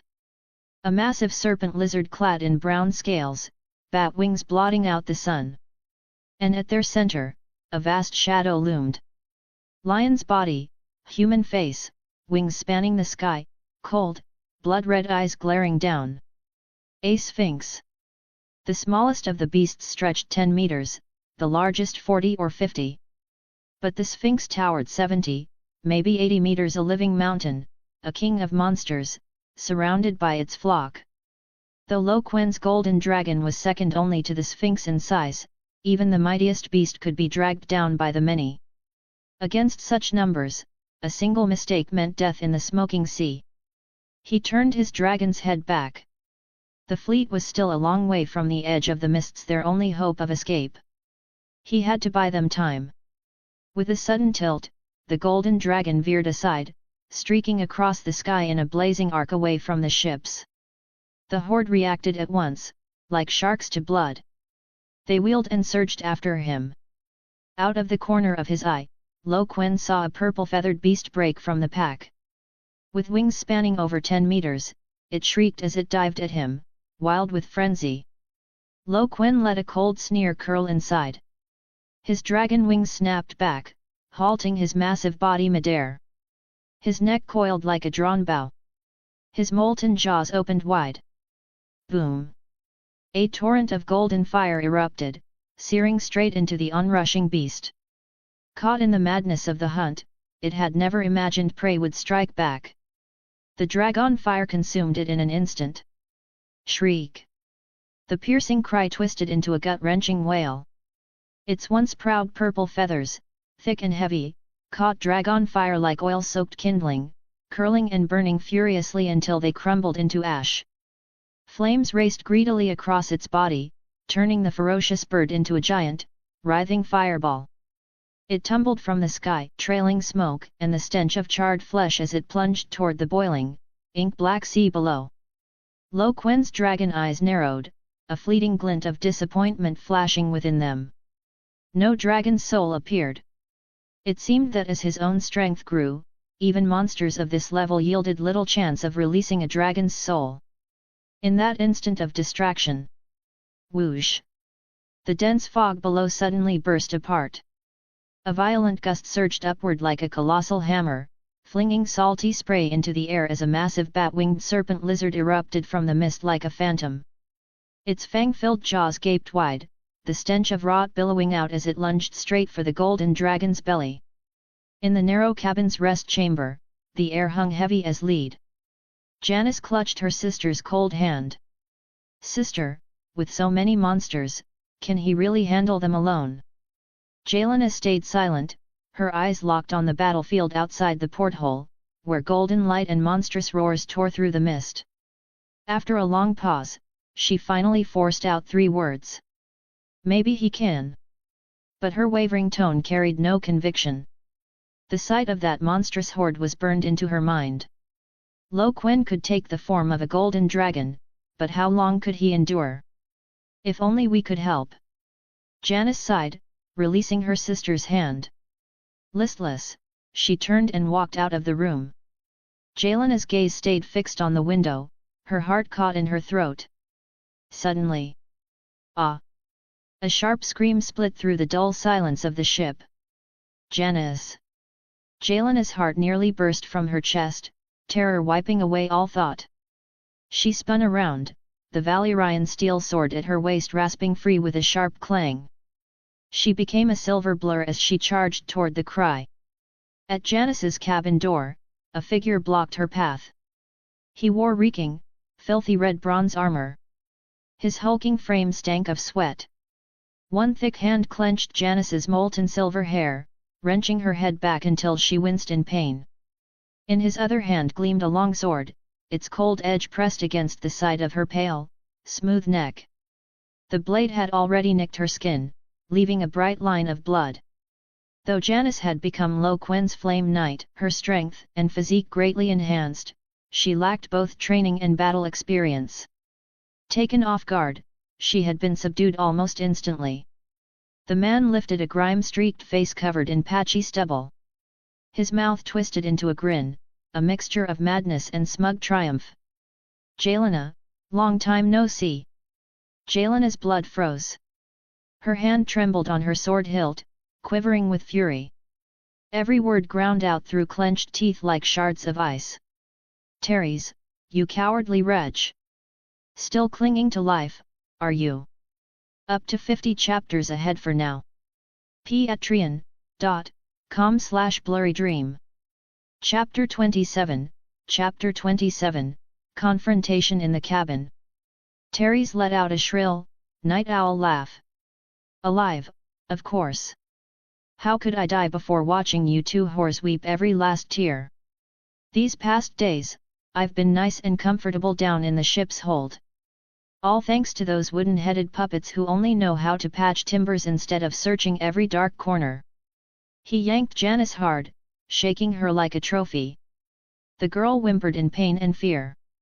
At the vile insult and at the thought that this snake had been lurking aboard all along, Jelena shook with fury, her sword tip aimed straight at him. "Teres, you cowardly deserter! Let go of my sister, or what?" Teres jeered. The sword in his hand pressed deeper, a bead of blood rolling down Janice's neck. "Or you'll do what, exactly?" Wait for your Eastern sorcerer to come play hero? Tisk, tisk. His eyes gleamed with cruel delight. I'd wager he's getting a warm welcome from those beasts spilling out of the 14 flames right now. He can barely save himself, let alone you. Ha ha ha. Yelena's heart dropped. So he knew Quen was fighting the monsters. She forced herself steady.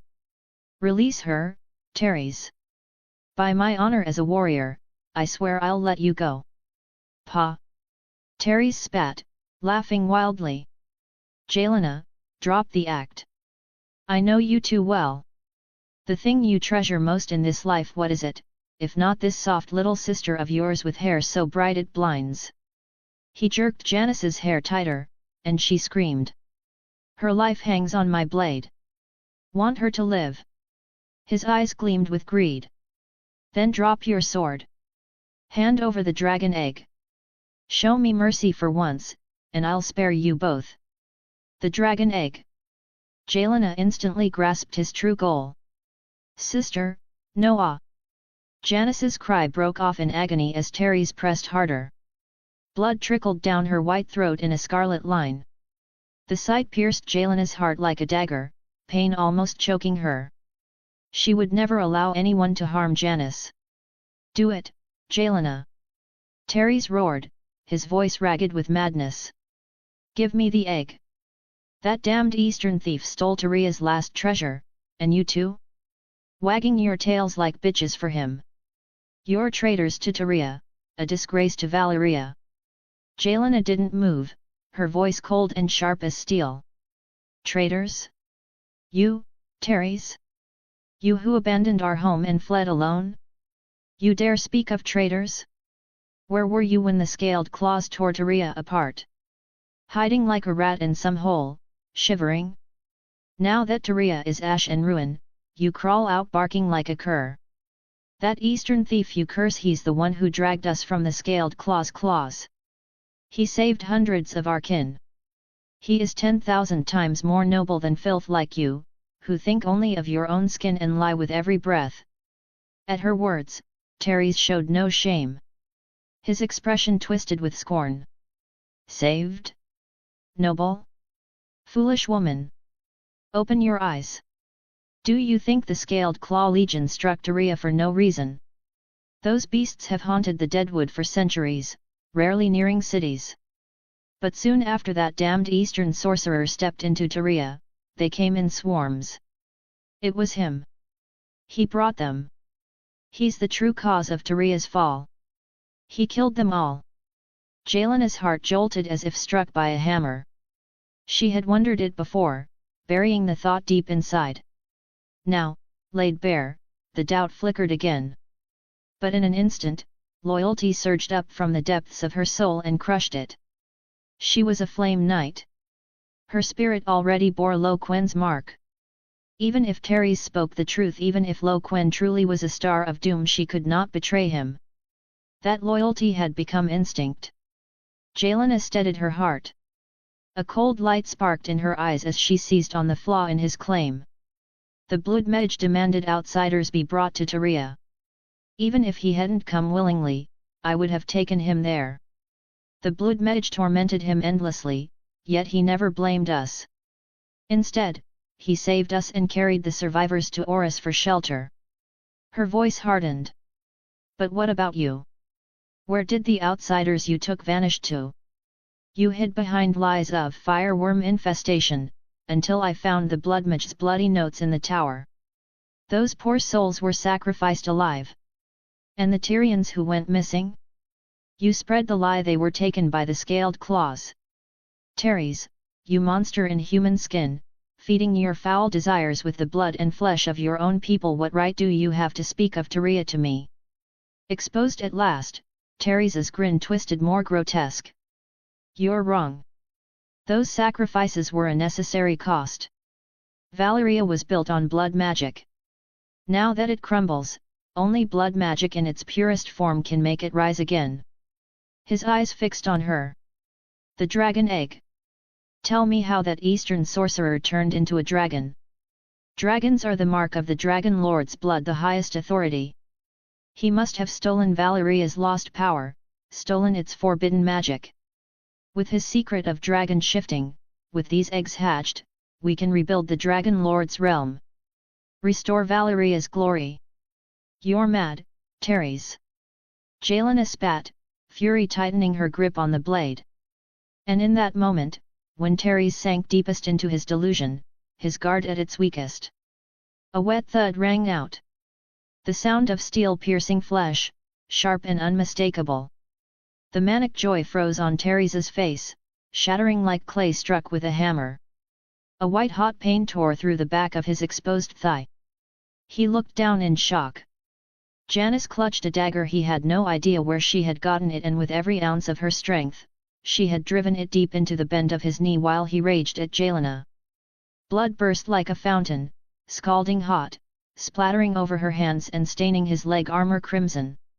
Arg! Terys let out a beast's howl of pain, his grip on Janice loosening instinctively. An opening. In that split second, Yelena struck. Her body became a streak of silver lightning. The Valyrian steel blade tore through the air, carrying all her pent-up fury and the unyielding resolve to protect her sister, shrieking as it fell. A single flash of steel, then silence. Terys's head, twisted with pain and shock, flew high into the air in a spray of hot blood. His massive, headless body stood rigid for a heartbeat before crashing onto the cramped deck, blood spilling fast across the filthy boards. Janice collapsed to the floor, gasping for air, her hand still locked tight around the blood-soaked dagger. Yelena stepped forward and pulled her trembling sister into her arms, the steel sword slipping from her hand and clattering into the spreading pool of blood. Chapter 28, Battle over the Smoking Sea. A foul stench rushed forth as the batwing serpent lizard burst from the fog, its massive jaws splitting wide. Crimson light welled in its throat before a torrent of dark red flame spewed forth. Using its own fire as cover, the beast snapped its vast, scale-clad wings inward and dove like a battering ram. 4 claws, gleaming with murderous light, slashed for the golden dragon's belly. Quen's dragon eyes flared wide with fury. His wings hammered downward, whipping up a violent gale that wrenched his body skyward. At the same time, his spiked tail cracked like a steel whip, lashing toward the serpent's slender neck. SSSHHHHH. The crimson flame scraped across the golden dragon's flank but was stopped short by the faint golden aura clinging to his scales.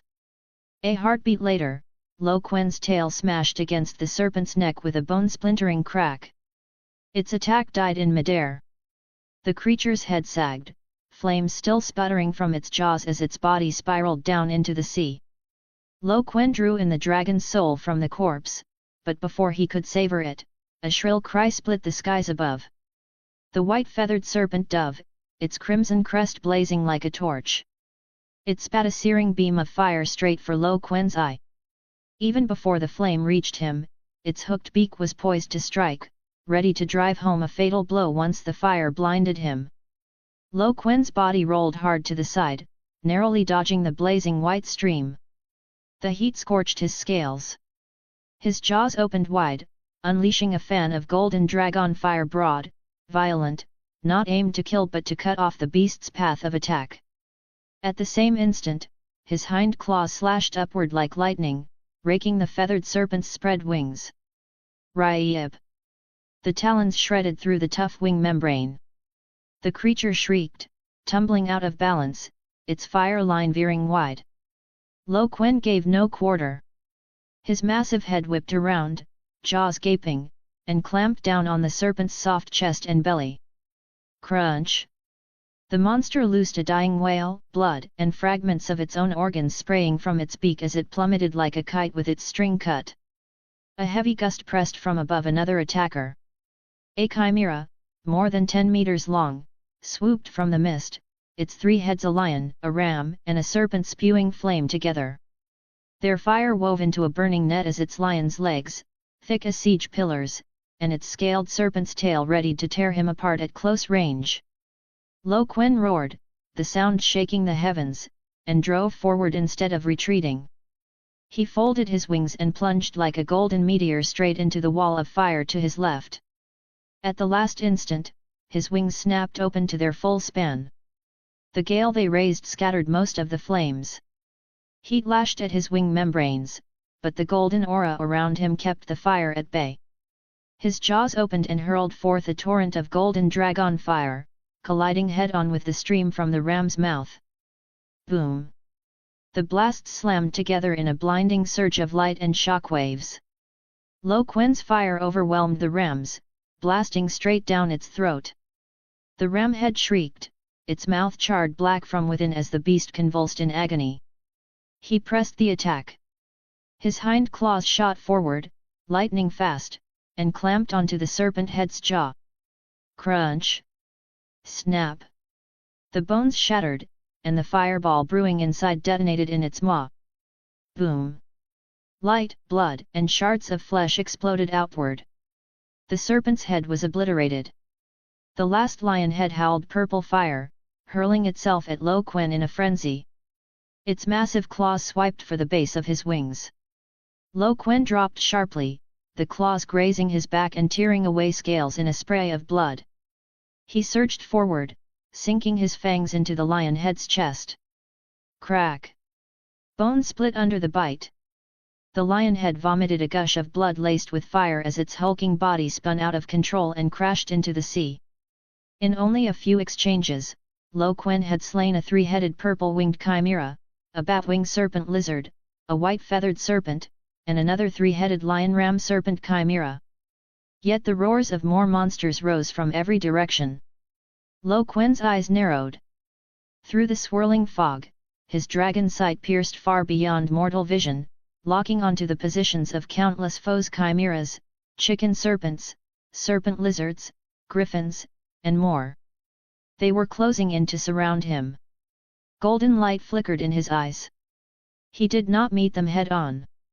Instead, his colossal body plunged downward, moving with the speed and grace of a hunting fish, diving straight into the denser mists below, where sulphurous steam churned thick and heavy. Cackle, cackle, cackle! The piercing screech of another black-feathered serpent rang out. It relied most on sight, its blazing white fire beam sweeping blindly through the mist like a searchlight, useless, only serving to reveal its own position. Quen twisted sharply through the fog, guiding the fire beam straight toward a chimera's ram head that had just burst from the mist, ready to spew flames. SSSHHHT. The scorching line struck the ram head's neck with precision. Not a killing blow, but enough to send its fire stream veering wildly off course, spraying the serpent head beside it instead. Both monsters shrieked in fury, snapping at each other as their formation faltered. Now! Quen's wings thundered, whipping the mist into a violent swirl as his body shot forth like golden lightning, darting diagonally through the fleeting gap in their ranks. His target was clear, the griffin beasts flying lower and faster than the rest. Seeing prey charge toward them, the creatures roared in excitement, fanning streams of flame as they dove.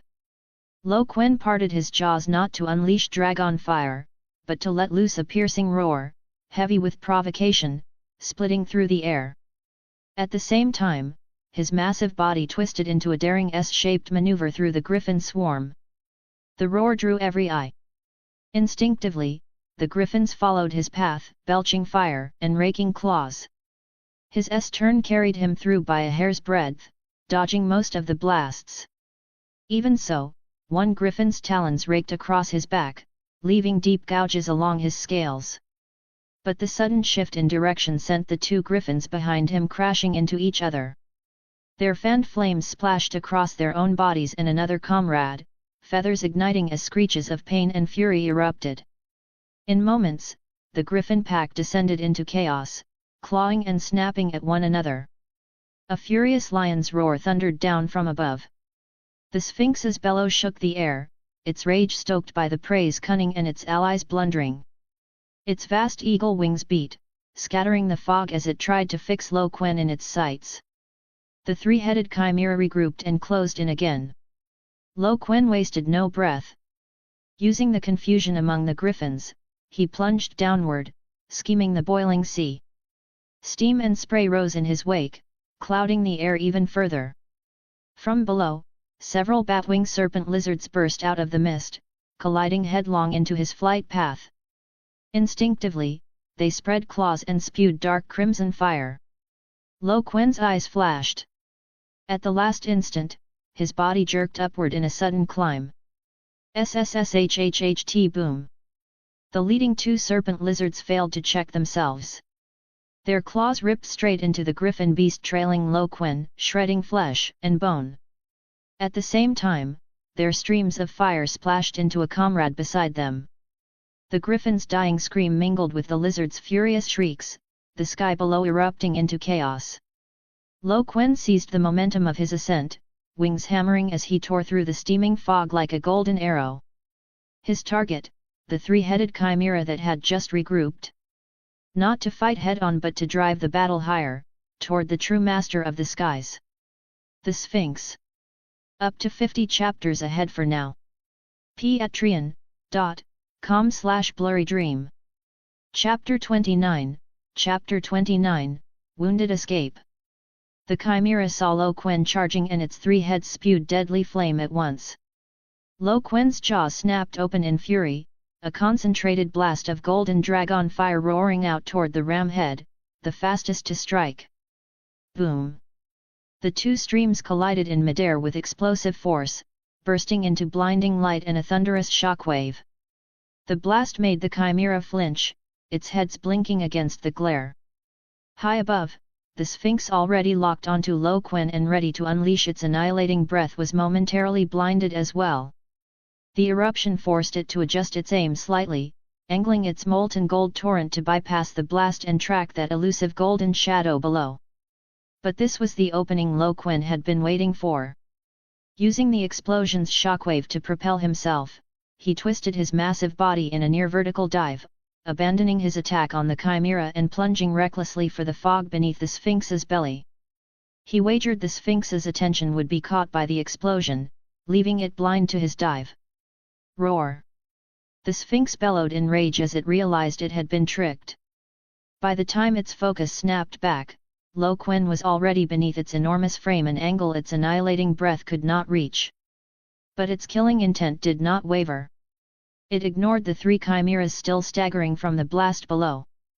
The lion's jaws yawned wide, and a torrent of molten golden red fire poured downward in a storm of indiscriminate destruction, flooding both Quen's dive path and the space occupied by its allies.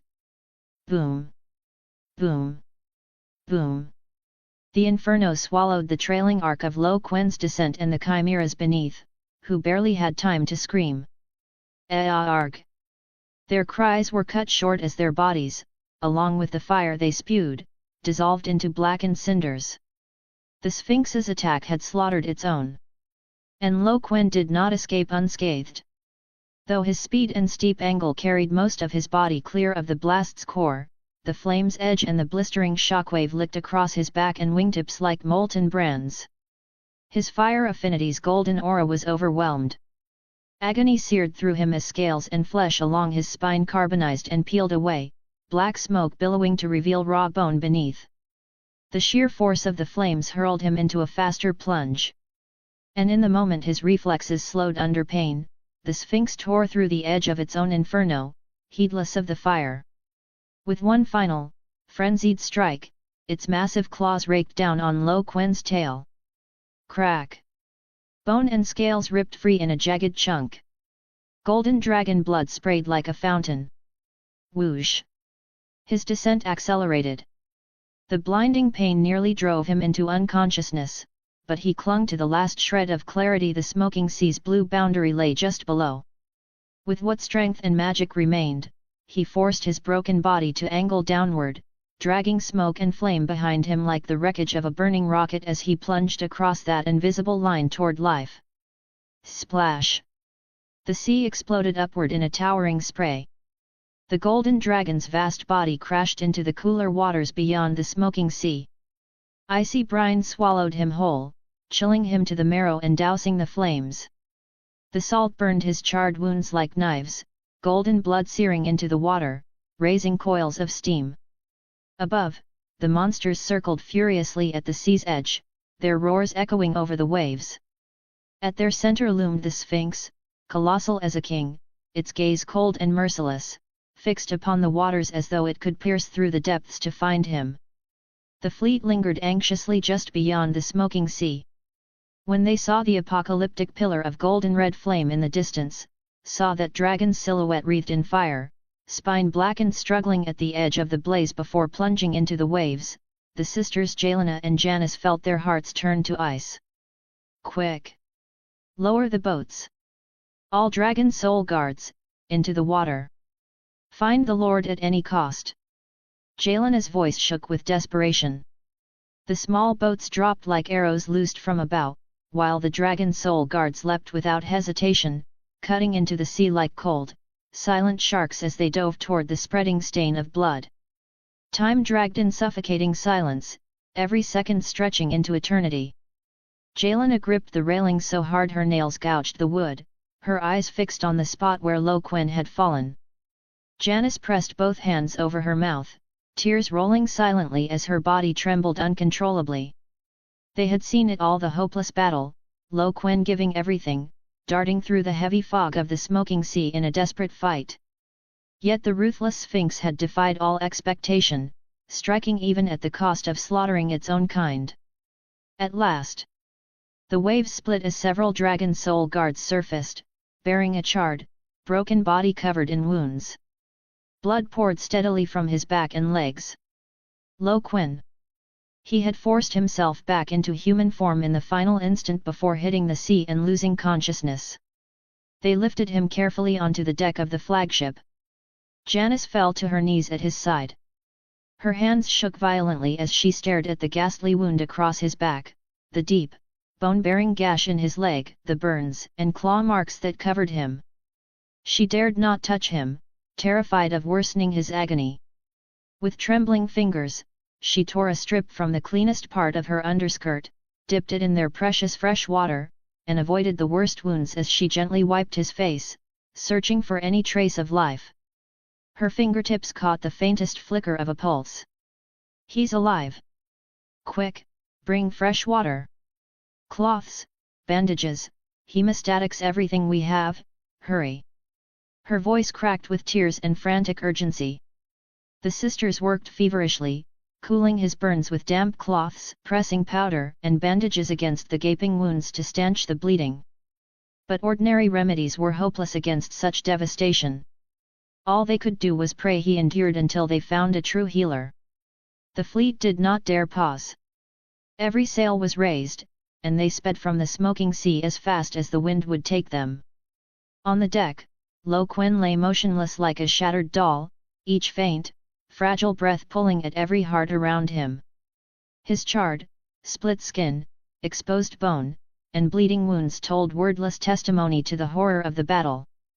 Behind them, the cursed sea of endless fire, choking fog, and monstrous beasts shrank slowly from view, until at last it slipped beneath the horizon. Chapter 30, Bloodline Evolution. The cabin reeked of medicine, with a faint trace of blood in the air. Quen's consciousness clawed its way out of the haze, and he slowly woke. At once, agony crashed over him like a tide. His whole body felt as though pierced by 1,000 red-hot needles, forcing a muffled groan from his throat. He shifted his eyes with effort, and his vision gradually cleared. His body was swathed almost entirely in coarse linen bandages, layer upon layer, many blotched with pale crimson stains that traced the outlines of the wounds beneath. Even the smallest breath tugged at his chest and abdomen, while the deep, bone-bearing gash along his spine sent waves of searing pain through him. Creak! The door swung open, and Janice's small figure appeared in the doorway. When she saw his eyes open, joy burst like flame in her sapphire gaze. Quen, you're awake! Her voice broke, half a sob, as she nearly flung herself to his bedside. Quen forced a faint, reassuring smile, his voice hoarse. I'm fine. I made you worry. The words weren't just for comfort. While unconscious, his vast magic had trickled back together like streams into a river, instinctively repairing the fatal damage, first his torn organs and shattered bones. Though his body was still a ruin of burns and gashes, the deeper, truly mortal wounds had already been mended by more than half. But the effort had nearly drained him of magic. At a thought, he summoned the system panel only he could see. Host, Quen. Age, 13, lifespan limit, 304 years. Magic, 41,300/223,000, passively absorbs ambient magic, or actively from magical items and creatures. Passive skills. Dragon Bloodline, Bloodline Purity, 22.3%. Slain magical units may yield dragon souls. 100 dragon souls equals 0.01% purity. Higher purity raises magic limit, lifespan, physique, dragon flame strength, flame knight capacity, and dragon soul guard capacity. True dragon physique, purity strengthens the true dragon form's body.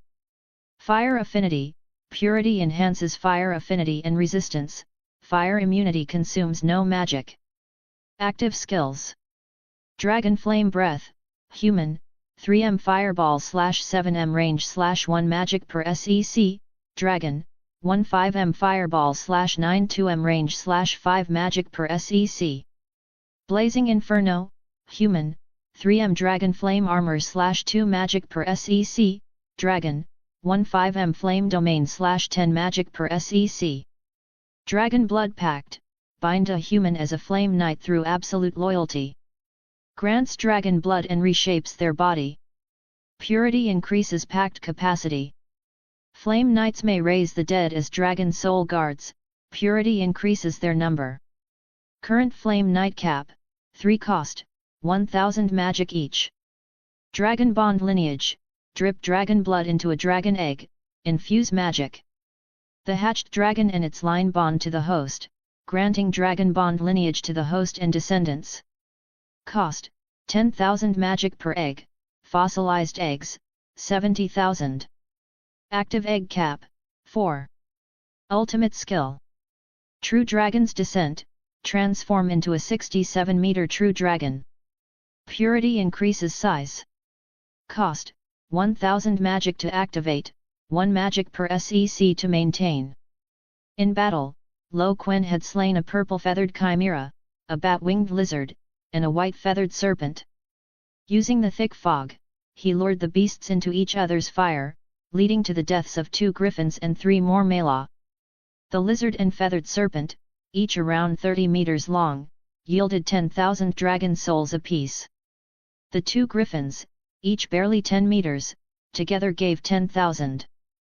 The purple-feathered chimera dropped none. The 3 lion-goat serpent-headed bird, killed by the Sphinx, were under 10 meters and dropped 25,000 in total.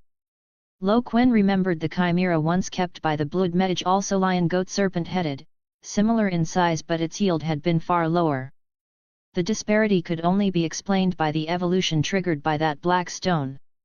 A total of 55,000 dragon souls had raised his bloodline purity to 22.3%.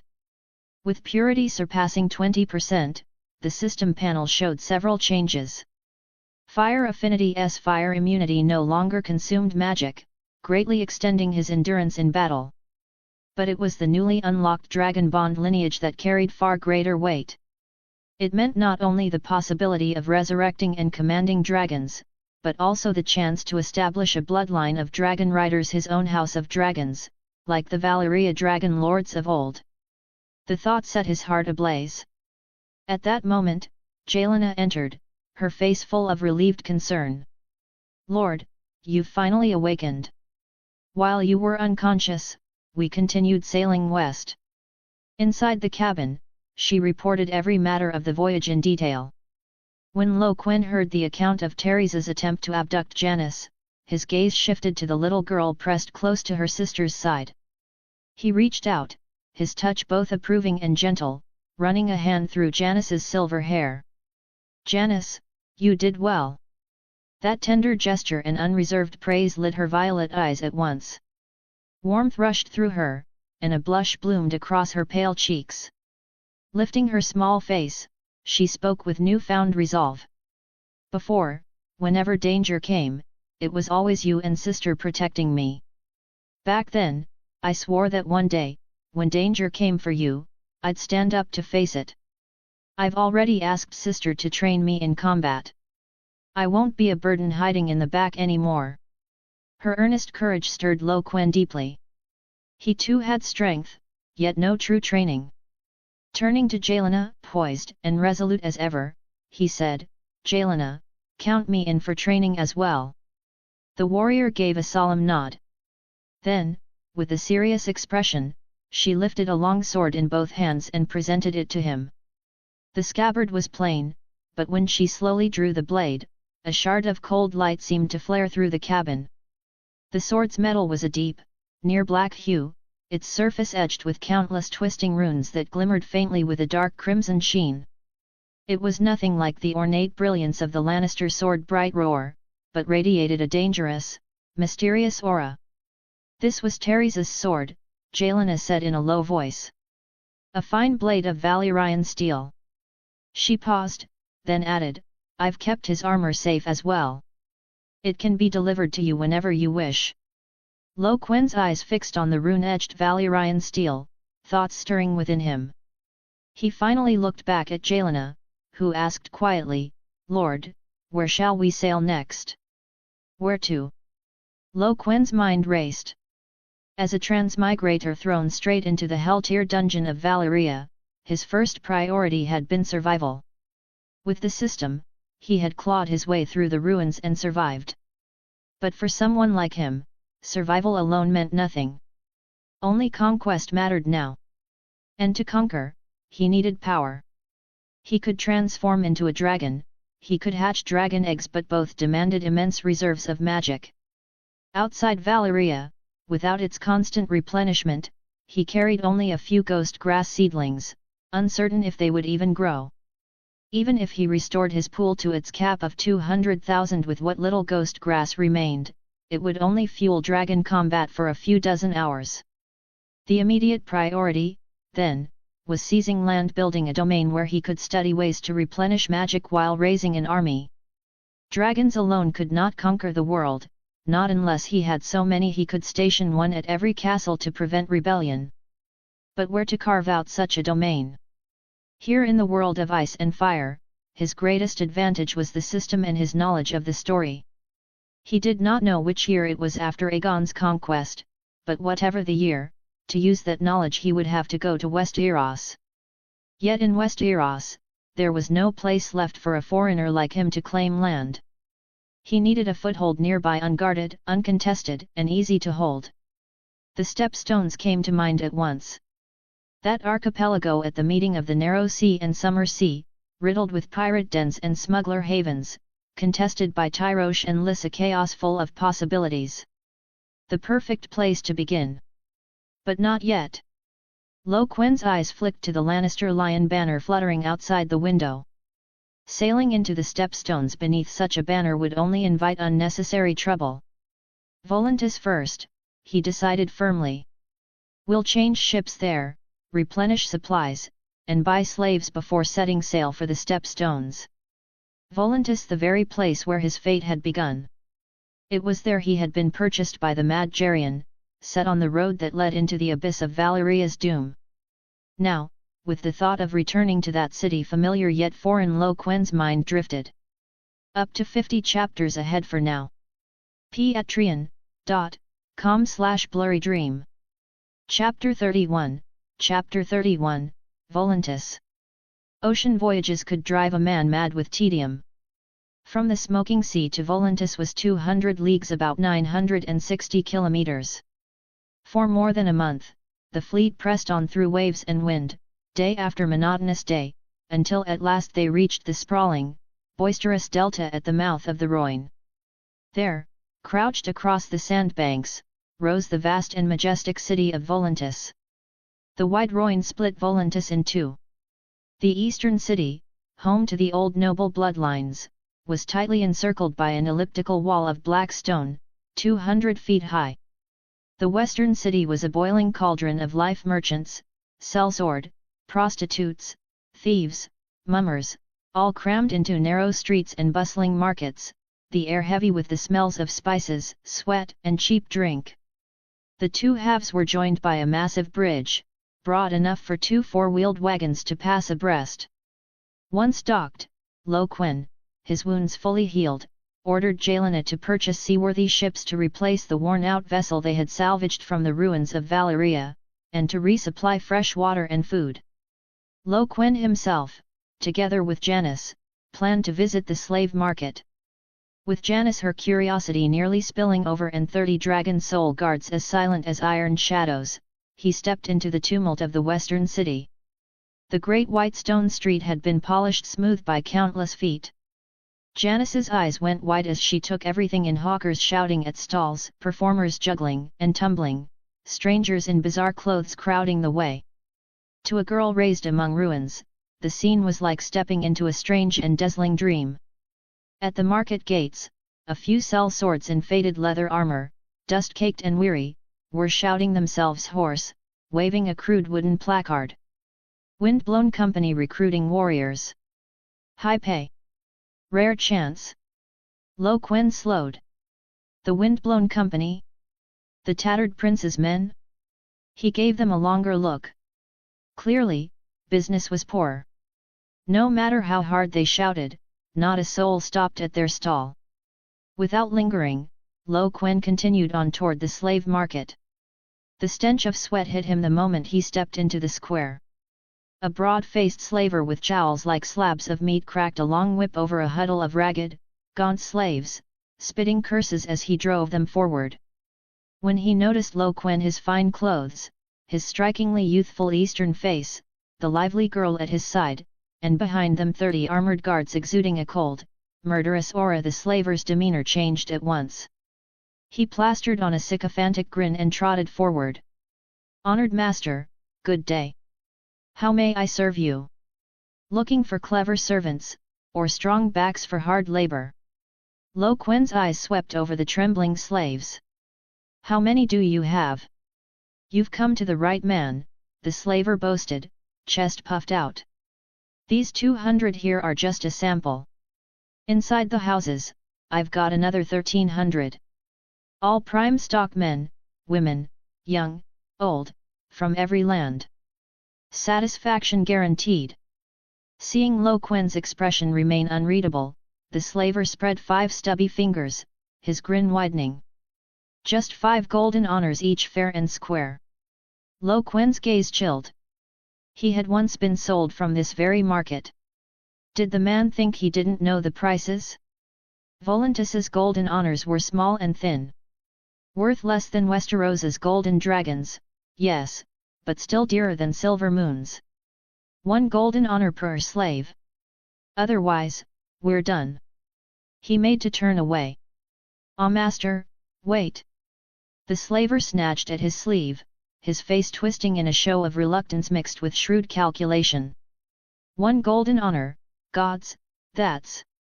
Well, since you're clearly a man of great means, 1 golden honor each, but you must take the entire lot.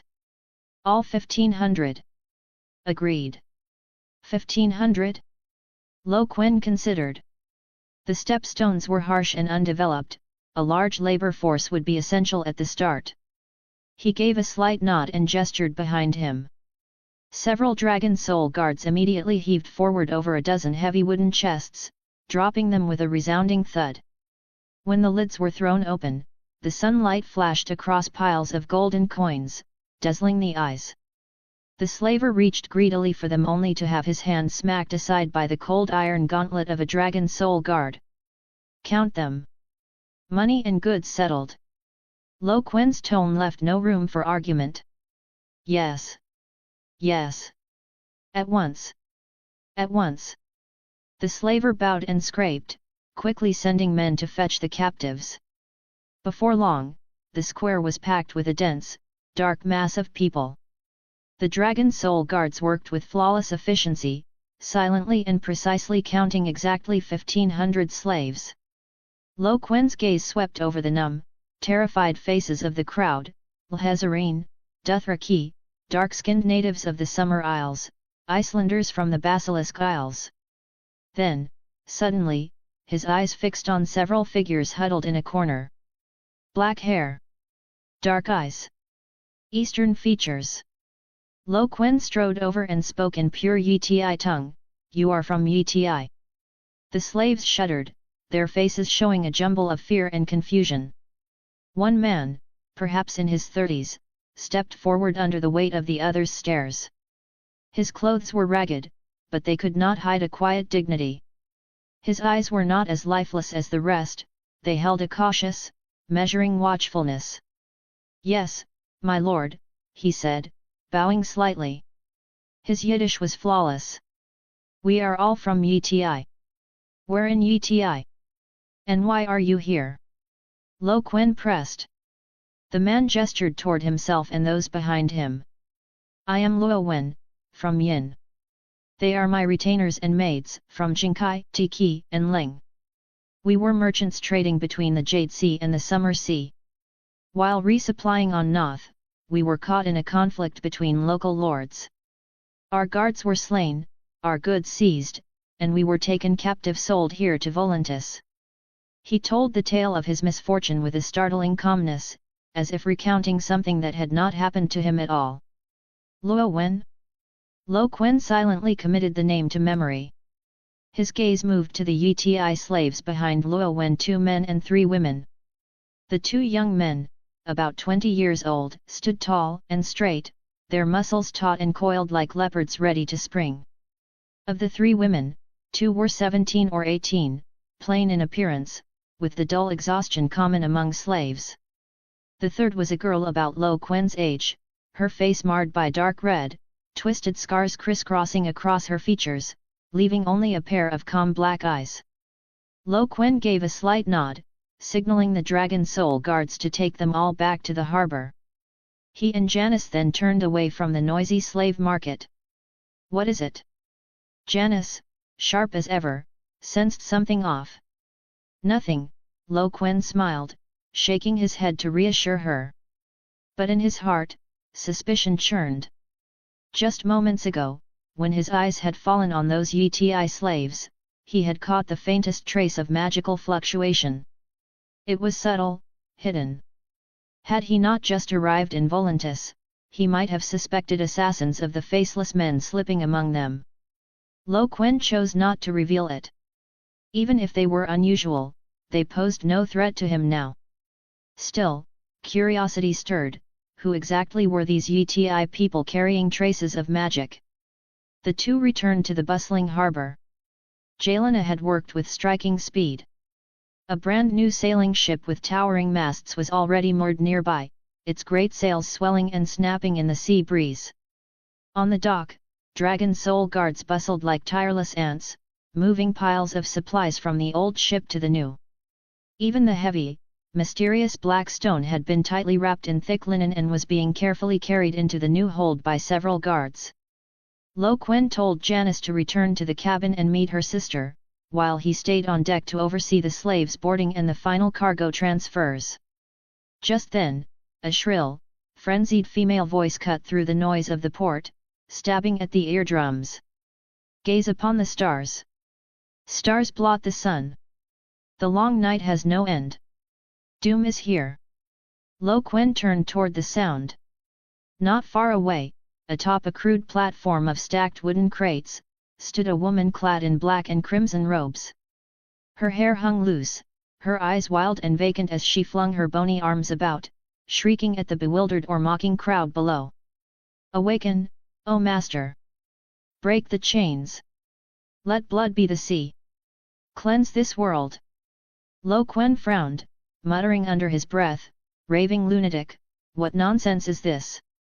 Make way, make way!" A rough voice suddenly sounded at his side. Quen glanced over to see a squat, barrel-shaped old man grinning oddly as he shoved his way through the crowd, pushing closer. Chapter 32, Marwyn the Mage. The man was so unkempt he drew every eye. His neck was thick as a bull's, his jaw heavy as a whetstone. A round, swollen belly jutted forward, absurdly paired with a chest and shoulders that were broad and solid. Coarse white hairs, like stubborn weeds, sprouted defiantly from his large ears and wide nostrils.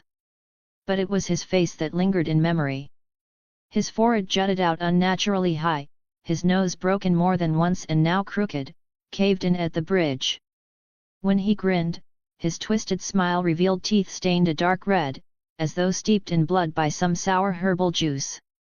The old man ambled over to Quen, listening with interest to the Red Priestess's hoarse, frenzied cries from atop the platform.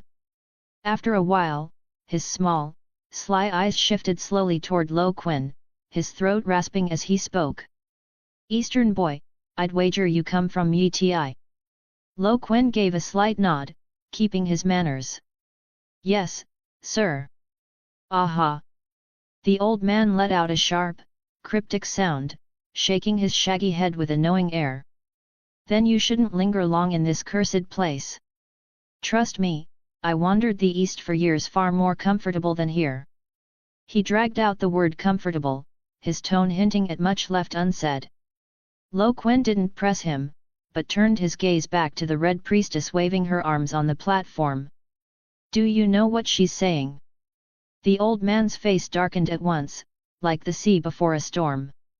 "If I were you," he muttered low, his tone edged with warning, "I'd keep my mouth shut and pretend I heard nothing. Sail from the Jade Sea toward the Summer Sea, and you'll see plenty of their kind in the port cities. They call themselves the Church of Starry Wisdom, also the Cult of Starry Wisdom. When I lived in Asai, I often saw their priests atop towers, staring at the stars to divine omens. On nights full of stars, they'd sometimes chant together, strange songs and prayers that kept me awake." He spat with open disgust. "Best keep your distance, boy, especially since you're Yiti. What's wrong with being from Yiti?" Quen's brows knit tightly. The old man stared, startled, his small eyes flying wide as he looked Quen up and down. "What? You don't know? Their first priest was the Bloodstone Emperor, the one who brought the long night, dripping blood from every pore. He founded this cult and spread ruin everywhere. Back when I was in Yin, even 3-year-olds on the street could hum a bit of that tale." His voice was thick with disbelief. Quen's heart gave a jolt, but his face stayed calm as he lied smoothly. "I traveled the west with merchant caravans since childhood. I never had the chance to return to Yiti." Inwardly, he frowned. The body's original owner had only been a village smith's apprentice, spending his days at the anvil and forge. His parents had died young, leaving no one to teach him such things. As for the plot details he recalled from his past life, he could hardly remember them all. The old man narrowed his eyes, studying him. The youth's silk robes were spotless, sharply pressed. Staring at that eastern face, Marwyn felt a flicker of memory stir from his own years spent in the further east. He asked roughly, "So then, boy of Yiti, are you bound for that distant, unfamiliar home, or will you stay in this glittering world?" "Home?" The word struck a raw nerve. Quen's mind held only the ruins of a village drowned beneath Dothraki war cries. He watched the sharp-tongued old man warily, choosing not to answer.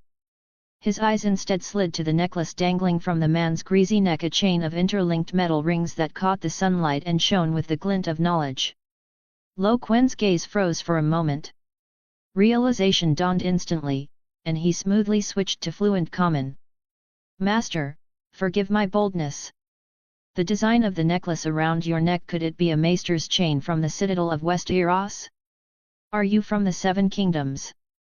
The old man blinked, then burst into a loud, foul-smelling laugh, laced with wine and bitter herbs. "Ha ha ha! Sharp eyes! I haven't even introduced myself yet. Name's Marwyn. I'm a archmaester from the citadel." "Marwyn." Quen's heart jolted, though he kept his face calm. That name carried serious weight in the fragments of memory from the original story. This man wasn't an ordinary maester. Marwyn was a key figure in the original work. Unlike most of the Citadel's maesters, he didn't reject magic. On the contrary, he was obsessed with it, deeply devoted to studying the arcane and the unknown. Quen clearly remembered the details about him. Qyburn had once told Jaime that among all the Citadel's archmaesters, only Marwyn entertained the idea of ghosts. He also called the rest of the maesters grey-robed sheep. After an 8-year journey through the further east, Marwyn returned to Old Town, where Archmaester Violin, nicknamed Vinegar, mockingly dubbed him Marwyn the Mage. Marwyn himself suspected the Citadel had played a shady role in the extinction of House Targaryen's dragons. All signs pointed to a deep divide, perhaps even a schism between him and the rest of the Citadel. Quen couldn't help but think, if he could secure such an experienced scholar as an advisor while establishing himself in the Stepstones, it would be a tremendous advantage. But the Citadel only assigned maesters to legitimate lords of the Seven Kingdoms. There was no way they'd send one to assist a foreigner who posed a potential threat to Westeros. Aside from Qyburn, the only maester Quen could possibly approach was this very man, Archmaester Marwyn, who only maintained the thinnest of ties with the Citadel. And besides, an archmaester was far more capable than an ordinary maester. Only those who had mastered a subject to an exceptional degree were granted the title of archmaester. Marwyn had no idea that the moment he said his name, Quen had already marked him as someone he must recruit. Quen gave him a sincere smile tinged with respect. "Esteemed Archmaester Marwyn, my name is Quen. It's an honor to meet you today. If the opportunity arises in the future, may I visit the Citadel in Old Town to pay my respects?" Marwyn nodded, clearly enjoying the Eastern youth's respectful tone. The Citadel's doors are always open to seekers of knowledge. "So, you're not planning to return to the sacred grounds?" "No, Archmaester. I plan to travel through Westeros first," Quen replied calmly. Marwyn grinned, revealing dark red teeth. "A living Yiti native in Westeros? Ha! That's rarer than seeing a live dragon." "Have you ever seen a dragon, Archmaester?" Quen asked, seizing the moment. "Dragons?" Marwyn shook his head, his eyes flickering with a scholar's hunger. "No, but I've seen their bones. And if corpses could speak, they'd agree with me. You showing up in Westeros is going to make waves." His tone carried a peculiar dark humor. Quen laughed. "Archmaester, I imagine your sense of humor must be well loved at the Citadel." "Loved?" Marwyn reacted like someone had stepped on his tail. He flailed his short arms, nearly spraying Quen with spit. "Those grey-robed sheep would have preferred I drowned out east, feeding the fish. If I ever returned alive, all that awaited me was a room full of sour barbs and a pile of cruel nicknames. That's how they comfort themselves when their schemes fail." His bitterness was practically tangible. Quen smirked inwardly but kept a sympathetic look on his face. "Sounds like things aren't exactly harmonious with your colleagues." "Worse than terrible." Marwyn snapped, jaw tight as stone. A sly curve lifted Quen's lips. "Archmaester, you may not believe this, but my intuition is usually spot on. I think I can guess what nickname they gave you." "Oh." Marwyn leaned forward, curiosity fully piqued, his murky eyes fixed on Quen. He even held his breath. "Say it, what is it?" Quen lowered his voice, a mischievous glint in his smile, and clearly spoke the title edged by fate. "Marwyn, the Mage." Chapter 33, Chapter 33, First Encounter with Pirates. The pungent stench clinging to Archmaester Marwyn finally faded as he staggered off. Quen returned to the cabin, where Shyvana had already finished all the handover procedures with brisk efficiency. Dragon Soul Guards were directing the hundreds of newly recruited sailors onto the ships, the harbor alive with activity. "Lord, everything is ready." Shyvana gave her report crisply. 30 new merchant ships, 11 flatboats, 5 swan ships, and the rest large sailing vessels. The total cost came to nearly 250,000 golden honors. Quen nodded. The treasures he had taken from Tyria and the King of the Rock were more than enough to cover such expenses. He gave the order to set sail at once. The great fleet raised its sails and left the bustling port of Volantis, heading straight for the chaotic stepstones. The stepstones lay some 400 leagues away, twice the distance from the smoking sea to Volantis. But with the superior speed of the new ships, the skill of the hired sailors, and the favor of wind and current, the fleet moved with astonishing swiftness. In less than a month, they reached the southern waters of the stepstones. Quen stood at the bow of a sleek swan ship, a Myrish lens pressed to his eye as he scanned the channel ahead for reefs suitable for anchorage. His brow tightened suddenly. At the edge of his lens, several tiny black specks were quickly growing larger. 4 narrow, fast-oared warships were closing in on a small merchant vessel. Pirates! The 4 pirate ships moved in a wedge, their unmatched maneuverability hemming the merchantmen in tight. Ballistae and crude catapults roared from their prows, loosing stones and thick bolts like hail upon the trapped ship. The merchant crew scrambled in panic, desperately working the sails. Catching a strong crosswind, they broke free and fled straight toward Quen's fleet. Just as the swan ship ahead on Quen's right tried to maneuver clear, the terrified merchant vessel, like a runaway horse, smashed into its side with a thunderous crash. Damn it! Quen's face hardened as he ordered his own swan ship to close at full speed. The sight of the collision was chaos. The merchant ship's hatch gaped open, spilling panicked passengers and crew in plain clothes. It was clearly just an ordinary passenger vessel. As Quen's ship drew near, Jelena and her sister already had the Dragon Soul guards throwing a gangplank swiftly across the gap. The moment Quen stepped onto the damaged swan ship, frightened sailors rushed up to plead, "Lord! The ship was moving too fast with the tailwind, Quen cut them off with a wave, his gaze stabbing toward the huddled crowd on the merchant deck. "Where is the captain?" The crowd parted.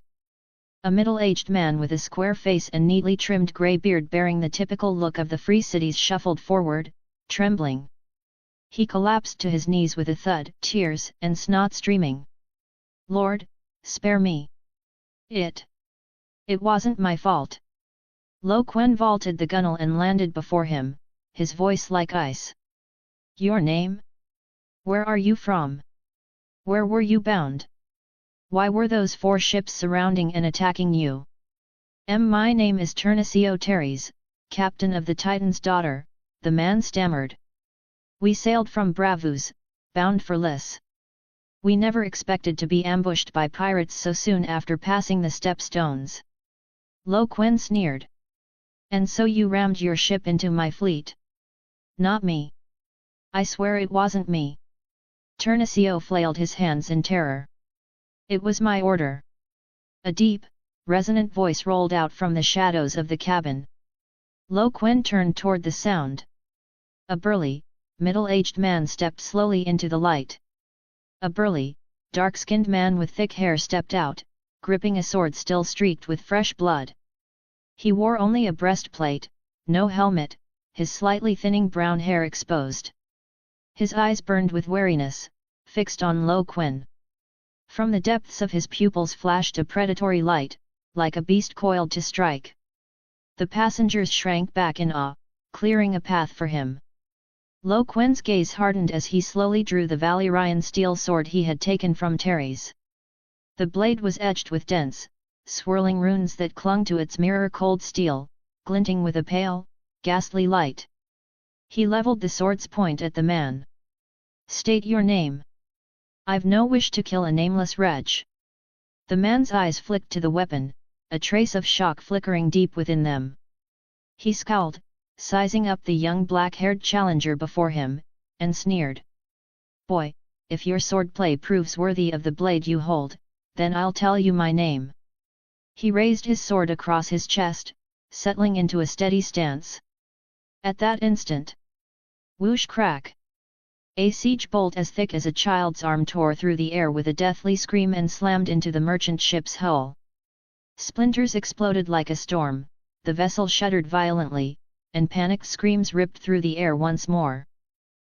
Quen's eyes cut toward the 4 oared ships. They lingered 200 yards off, slyly using their range to harass from afar. Figures shifted on their decks, the shouts of crews reloading ballistæ and catapults, mixed with the pirates' jeering curses, carried clearly across the water. Jelena! Lo Quen's voice rang sharp. Order all swan ships and galleons to grapple them head-on. Flatboats form the outer cordon, don't let a single one escape. Understood. Jelena's eyes blazed with battle fury, her armor flashing in the sun. The swan ships and galleons, massive and durable, lacked the maneuverability of the nimble oared ships. Encirclement was their only answer. As the heavy ships swung in from the flanks, the four-oared vessels churned the water in a frenzy, trying to rip through the closing net with speed, all while focusing their fire on the two swan ships leading the charge. Stones whistled against fresh oak planks, leaving deep pits. Thick bolts slammed into the gunwales, tail feathers quivering. But the new timbers were thick and resilient, and the pirates' hurried shots did little more than scratch the surface. They could not halt the tightening noose. One swan ship, using its bulk, rammed hard into an oared vessel that was trying to veer away. The impact sent the smaller ship lurching, oars snapping, pirates shrieking as they tumbled. Before the gangplank had even settled, a figure vaulted the rail. Jelena. Her form was encased in Valyrian steel, the matching blade in her hand blurring like a phantom. The deck of the oared ship was crowded with nearly 100 pirates, ragged men clutching short swords. For an instant they froze at the sight of a lone warrior leaping across. Then, with howls of bloodlust, they rushed her. What greeted them was slaughter. Jelena's swordsmanship was already tempered through endless drills, but with the strength and speed of the dragon blood pact, she was a weapon made flesh. Her blade sang with a savage beauty, no technique, only raw, merciless power. It flashed as a silver streak too fast to follow. Crude blades snapped like twigs. Shabby leather and thin iron shattered like paper before the Valyrian steel. Where her sword passed, arms and legs flew, blood sprayed in mist. Each step she took was punctuated by screams and the thud of bodies crashing to the deck. The pirates' ferocity proved laughably fragile against such overwhelming force, speed, and the bite of a god-forged blade. Expressionless, Jelena cut through them like death in a wheat field, reaping without pause, forcing a bloody path through the press of bodies. She alone was enough to shatter the pirates' morale. Moments later, a dozen dragon soul guards vaulted the rail in silence. Clad in steel, they moved with precision, each step heavy and sure. In their hands, Valyrian steel swords wove a moving forest of death. Desperate counterstrikes skittered harmlessly off their armor, leaving only faint scratches. Every thrust, every sweep, claimed a life. Tight in formation, they pushed forward behind Jelena's breach, crushing the last of the resistance without mercy. The deck was soon littered with corpses and the wails of the wounded. The pirates on the first oared ship broke completely. Survivors wailed, flinging their weapons aside and dropping to their knees, begging for mercy. Chapter 34, The Exiled Great Bear. On the other side, Janice led the assault on another oared ship that had been surrounded. After nearly 2 months of training, the timidity in her eyes had been replaced by firm resolve. The Flame Knight's transformation had given her strength and reflexes beyond those of ordinary men. Though her swordsmanship was nowhere near her sister's refined mastery, her speed and raw power more than made up for it. Wearing fitted Valyrian steel light armor, she gripped her sword tightly. Her young face was tense, but there was no trace of retreat. Several pirates, seeing her youth and beauty, and that she charged at the front, sneered with contempt and lunged at her with jeers. Flirting with death. Janice silently recalled her sister's teachings. Moving with the grace of a cat, she sidestepped a slashing short sword and drove her steel blade upward in a swift, vicious strike. Ah! The leading pirate screamed, clutching his wrist as his severed hand and sword fell to the deck, blood spraying everywhere. Another pirate attacked from the side. Janice couldn't turn in time, so she dropped low and unleashed a sweeping kick. Fueled by the strength of the Flame Knight, her leg cracked like a steel whip. Snap! Bone gave way, and the pirate's shin shattered. He collapsed, rolling on the deck with a shriek. A third pirate swung an axe down at her. Instead of retreating, Janice stepped in, her sword darting like a viper to stab directly into his elbow joint. His arm went numb, the axe slipped from his grasp, and Janice followed with a powerful kick that sent him sprawling. Whenever the pirates tried to surround her, she swiftly retreated back into the tight formation of the Dragon Soul Guards behind her.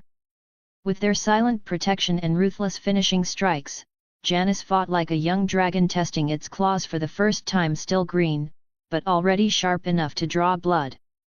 The resistance on the second Ord ship collapsed quickly. On the remaining two ships, the pirates watched their comrades butchered like lambs. Faced with Yelena's inhuman strength and the Dragon Soul Guard's cold, efficient slaughter, terror hollowed them out. The pirate captain, seeing their escape cut off by the galleons and the boarding fight turn into a one-sided massacre, dropped his weapon without hesitation. Raising both hands, he screamed, "We surrender! We surrender! Stop the killing!" On the merchant ship's deck, the cries and clash of distant battle became little more than background noise. Quen's eyes stayed locked on the burly man before him. The pirates had been cut down by Yelena and the others as easily as chopping melons. Now, the only thing left was to make this defiant man who had dared ram his fleet with such arrogance pay the price. At the same time, this fight would be the perfect whetstone to test his command of power and the progress of his martial skill. Quen let out a sharp cry. The deck beneath his feet seemed to shudder as his body shot forward like an arrow from the string. His rune-etched Valyrian steel sword came down in a brutal arc, aimed straight for the man's skull. The man's pupils contracted sharply. That speed, that strength far beyond his expectations. He dared not hesitate. Instincts honed by years of life and death struggle snapped into action. His body slid aside in a flawless sidestep, his wrist flicking as his long sword thrust with deadly precision at the tendons of Quen's sword hand. Strike where he must defend, force him to break his attack. It was the move of a veteran who had clawed his way through countless battles. Quen felt a flicker of admiration, his suspicion about the man's identity sharpening further. He wrenched back his slash, twisting his wrist with serpent-like agility. His Valyrian steel sword carved a sharp arc, striking the man's blade aside with a piercing clang. The rebound jolted through the man's arm, numbing his grip. He staggered back 3 steps before he steadied himself, his eyes now wide with shock. This boy's strength was beyond human. Quen pressed the attack without pause, his sword surging forward in relentless waves. He no longer relied solely on brute force, but began weaving in the refined sword work Yelena had taught him, blending it with his raw power. The Valyrian steel blade whirled in his hands, a storm of deadly steel. The fusion of speed and strength made every strike scream with death. The burly man, in turn, brought his lifetime of battle-hardened skill to bear. Knowing he was outmatched in strength, he avoided clashing directly, instead using precise footwork and deflection. Like a rock in storming seas, he endured. He moved with agility, slipping past Quen's crushing blows at the last instant. His sword stuck close, guiding or redirecting. Using the blade's spine, he turned aside the force of the strikes, and in the briefest gaps between Quen's transitions, he launched lightning-fast counters, each aimed at vital points. Quen was forced to guard again and again. His swordplay was stripped of flourish, simple, ruthless, and lethal. It was the art of survival, carved out of mountains of corpses and seas of blood. Clang! Clang! Clang! Clang! Clang! The sharp, rapid clash of steel rang out across the merchant ship's deck, sparks flying with each strike. The two fighters moved like lightning, sword-light weaving around them. In moments, they had already traded dozens of fierce blows. Quen's strength and speed gave him a crushing advantage, yet the man's seasoned experience and razor-sharp precision let him seize narrow openings again and again. More than once, he nearly punished the tiny lapses in Quen's control, forced by his surging power, with deadly counters. The man's sheer martial skill and depth of battle experience left Quen both increasingly awed and increasingly exhilarated as the fight raged on. He felt it under the crushing intensity of battle, his control over his surging strength, his grasp of swordplay and its integration, were sharpening at a pace he had never known before. At last, after one more violent clash of steel, Quen caught it, the barest hesitation in the burly man's movements, a flaw born of exhaustion. His eyes flashed. Abandoning flourish, he poured every ounce of strength into his arms. The Valyrian steel sword roared like a dragon breaking its chains, ripping through the air with unstoppable force, aimed square at the man's chest. The man's face drained of color. He felt death rushing toward him. His chest plate might as well have been parchment before Valyrian steel. Instinct drove him to raise his blade across his body, desperate to catch the blow. But... crack! The sound of shattering steel ripped the air. The long sword that had carried him through a lifetime of battles snapped clean in two the instant it met Quen's blade. The black edge slowed only for a heartbeat, still driving forward with irresistible sharpness, plunging straight for his heart. Life on a knife's edge. The man's survival instincts exploded like a cornered beast. He hurled himself backward, spine arched to its limit, heels slamming against the deck with all his might, flinging his bulk away as though yanked by some unseen force. Rib. The sword point ripped through his armor and carved a deep gash across the hard muscle of his chest. Hot blood sprayed like a fountain, drenching his torn armor and spattering the deck beneath his feet. Ugh! The man grunted in pain, stumbling back 7-8 steps before slamming into the railing with a bone-jarring crash. Agony twisted his face, veins bulging across his forehead, sweat pouring as his breath rasped like a bellows. The broken sword sagged uselessly in his grip, blood dripping down the hilt. Quen did not follow. With a flick of his wrist, his bloodied Valyrian steel sword tilted downward, its tip dripping scarlet onto the deck. His gaze was cold as winter, fixed on his trembling, blood-soaked foe. His voice cut like the wind off the wall. Now, do I have the right to know your name? Or are the warriors of Westeros all nameless men? The words struck home. The man stared at Quen's young face, then dropped his eyes to the wound pouring blood across his chest, to the broken blade at his feet, the weapon that had borne his life's battles, now in ruins. Shock faded, replaced by a storm of emotions. Bitterness. Resignation. Defeat. And, buried within, the faint relief of meeting an equal at last. He drew in a deep breath, bracing against the pain. With all the strength left in him, he straightened his massive frame, scarred and battered like a wounded bear. Though his skin had gone pale from blood loss, the pride of the North, the pride of House Mormont, flared again in his shadowed eyes like a fire rekindled. Yoram Mormont. The voice was low, rough, yet steady. Once Lord of Bear Island. Now an exiled knight. He met Quen's gaze without flinching, speaking each word with weight. You win, boy. Up to 50 chapters ahead for now. Patreon.com/blurrydream. Chapter 35, Capturing Yura. As Quen had suspected, his guess was right. The moment he saw the man's thick, curling beard, his distinctive breastplate, and the hardened swordplay flashing in those dark, somber eyes, his identity was all but certain. In Westeros, there were few who carried such marks, and none of them should have been on the narrow sea. Only Yoram Mormont, the knight once anointed with holy oil but driven into exile for selling slaves, fit the likeness. By now the cries of pirates in the distance had quieted. Quen turned back to Yura, his voice calm yet edged with unquestionable authority. Sir Yura, I think you owe me an explanation. Why did you ram my ship? Yoram Mormont raised his blood-stained face, his eyes fierce like a wounded bear. We were surrounded by pirates. This was the only way out. If you hadn't been in our path, we might have escaped. So it was our fault for being in your way. Quen's brows lifted slightly. Yura pressed a blood-soaked hand to his side, his breath ragged. It was desperation. If our places were switched, you'd have done the same. Enough, Quen cut him off, his tone turning cold.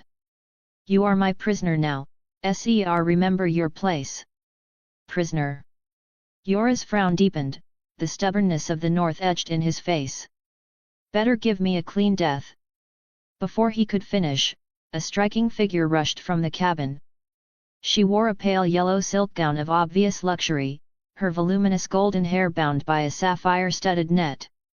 Her features were delicate, her makeup immaculate, her milk-white skin made all the more striking by the glittering crystal necklace at her throat.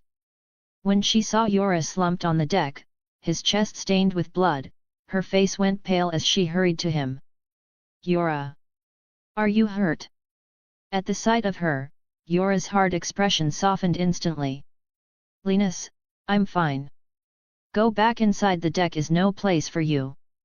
But before the words left his lips, a gush of blood spilled from his mouth, draining the color from his face. Linus recoiled in shock, stumbling back. She snatched a silk handkerchief to cover her nose and mouth, terrified the stench of blood would cling to her costly gown and perfumes. Her lovely face first twisted with fright, then shifted into a faint, calculating look. Her voice grew sharp. You call this nothing? Quickly. Yora, give me the key to the strongbox. I must go to Lys to fetch the best healer for you. Yora's eyes darkened. This woman cared nothing for whether he lived or died. She had merely scented death in the air and wanted to claim his last wealth. Sweet memories tangled with bitter ruin. His ruined exile had been, in truth, her doing. He had broken the law to sell slaves, all to cover Linus' extravagance. He had left Bravus for Lys because she had complained she wanted somewhere warm. And now the lady he had once doted on showed her cold heart without disguise. Failure crashed down on Yora like a flood of ice water, robbing him of breath.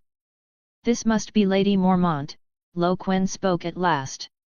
He had recognized her the moment she stepped out Linus Hightower, the famed spendthrift of Old Town. Seeing her true face, Quen, though still resentful toward Yora, cut across her scheming. Forgive my bluntness, my lady, but you cannot go to Lys. Sir Yora rammed my fleet and dragged us into a needless battle. To atone, from this moment you are both my prisoners. Linus' eyes widened in terror at Quen's foreign features. Glancing at the towering dragon soul guards behind him, she stammered, You cannot. My father is Leighton Hightower, Lord of Old Town. Quen inclined his head. I know. And I also know Sir Yora is still a knight in exile from the Seven Kingdoms. For selling slaves, he was sentenced to death by the great Lord of Winterfell. Consider this: if I deliver you to Lord Stark, do you think he won't reward me richly? Linus' face went ashen. Thinking of her family's vast fortune, she cried out desperately, Let me write to my father. He will ransom me. I don't want to go back to the north, send me home to Old Town. Yora looked at his wife, collapsed in tears, caring nothing for his wounds and thinking only of her return. A bitter, broken smile tugged at his lips. Let her go. I am yours to deal with. He turned his eyes to Quen, filled with desperate plea. At those words, a spark of hope lit instantly in Linus' eyes. She stared at Quen with urgent expectation. I cannot grant your request, Sir Yora. Nor yours, Lady Mormont. Quen's refusal was cold and final. He knew Yora Mormont's reputation as a lapdog. To release Linus would be no different from loosing a tiger. Yora would surely seize the first chance to flee. Only by keeping the woman he worshipped most tightly in hand could this bear of the north be made to bow. For the journey ahead, we shall properly see to your needs. He gave weight to the word properly, then signaled to the dragon soul guards at his side. Take them to the flagship. Place them in the best quarters, and see to Sir Yora's wounds. Yora's wound was not deep, but the blood loss was perilous enough. As the two were led away, staggering under guard, Quen turned to the trembling Turnasio. Now, You may leave. Ternasio all but collapsed in relief, barking frantic orders to his crew to adjust the sails. He wanted nothing more than to flee this cursed place as quickly as possible. Back aboard the flagship Swan, Jelena and Janice appeared with a middle-aged man bound tight, his chestnut beard and hair matted from the struggle. Jelena removed her helmet, revealing her beautiful, cold features. "My lord, 4 pirate-oared ships destroyed. 107 killed. 178 pirates captured. 170 sailors taken." Her eyes shifted to the prisoner. This one was their leader. Quen nodded, studying the man's defeated expression. "Tell me your name." "Roro Horus, my lord," the man answered wearily. "From Tyrosh. I smuggle, sometimes turn pirate." He dared a glance at Quen, fear and confusion in his eyes. He had been raiding a merchant vessel when it collided with a fleet from the south. At first he thought fortune had smiled to prey at once. Instead, he had slammed into iron. Even now, he could not understand how he had run afoul of such a well-armed and disciplined fleet. Roro Horus. The name stirred something in Quen's memory. He seemed to recall it from the original tale. And he needed a guide through the treacherous waters of the Stepstones. "How well do you know the Stepstones?" Quen asked. A spark of desperation lit in Roro's eyes. "I know them like my own hand, my lord. Every reef, every island, every sea cave fit to hide a ship, I know them all." "Good." Quen's tone was level, but edged with steel. "Your life is spared. But you will serve as my guide into the Stepstones. If even one ship in my fleet runs aground on a reef..." He paused. "I will take one of your fingers." Roro went pale, then suddenly trembled harder as another thought struck him. My lord. There is something. When I set out, I borrowed ships and men from Crabclaw of Torturer's Deep. If I do not return on time, he will kill my family." "Crabclaw? The pirate chief of Torturer's Deep," Roro said quickly. "He commands 3 great warships and 17 oared vessels. Of the 4 ships I brought, 3 and most of their crews were his. Every raid, we must hand over most of the spoils to him." "How many men does he command?" "Excluding sailors, around 2,000 cutthroats." Quen fell silent in thought.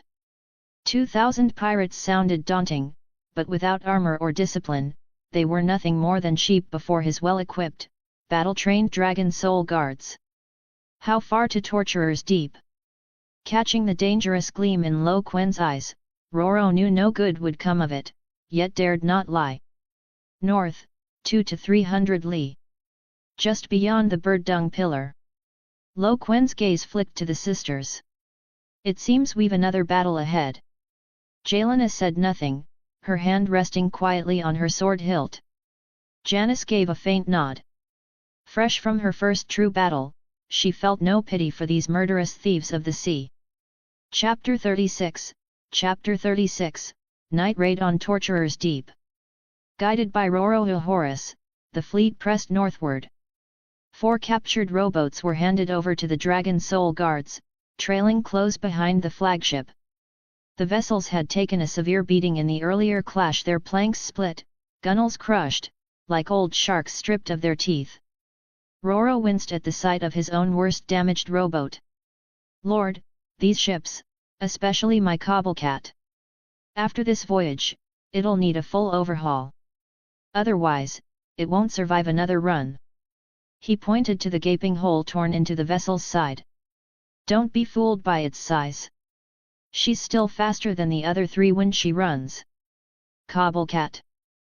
Quen's eyes lingered on the battered boat, his brows knitting as a buried name stirred in his memory. "What's your connection to the blind bastard Roro Horus? You share the same name, and even the same ship." Roro stiffened, his chestnut beard shadowing a face that grew hard to read. After a pause, he muttered, "He was my father.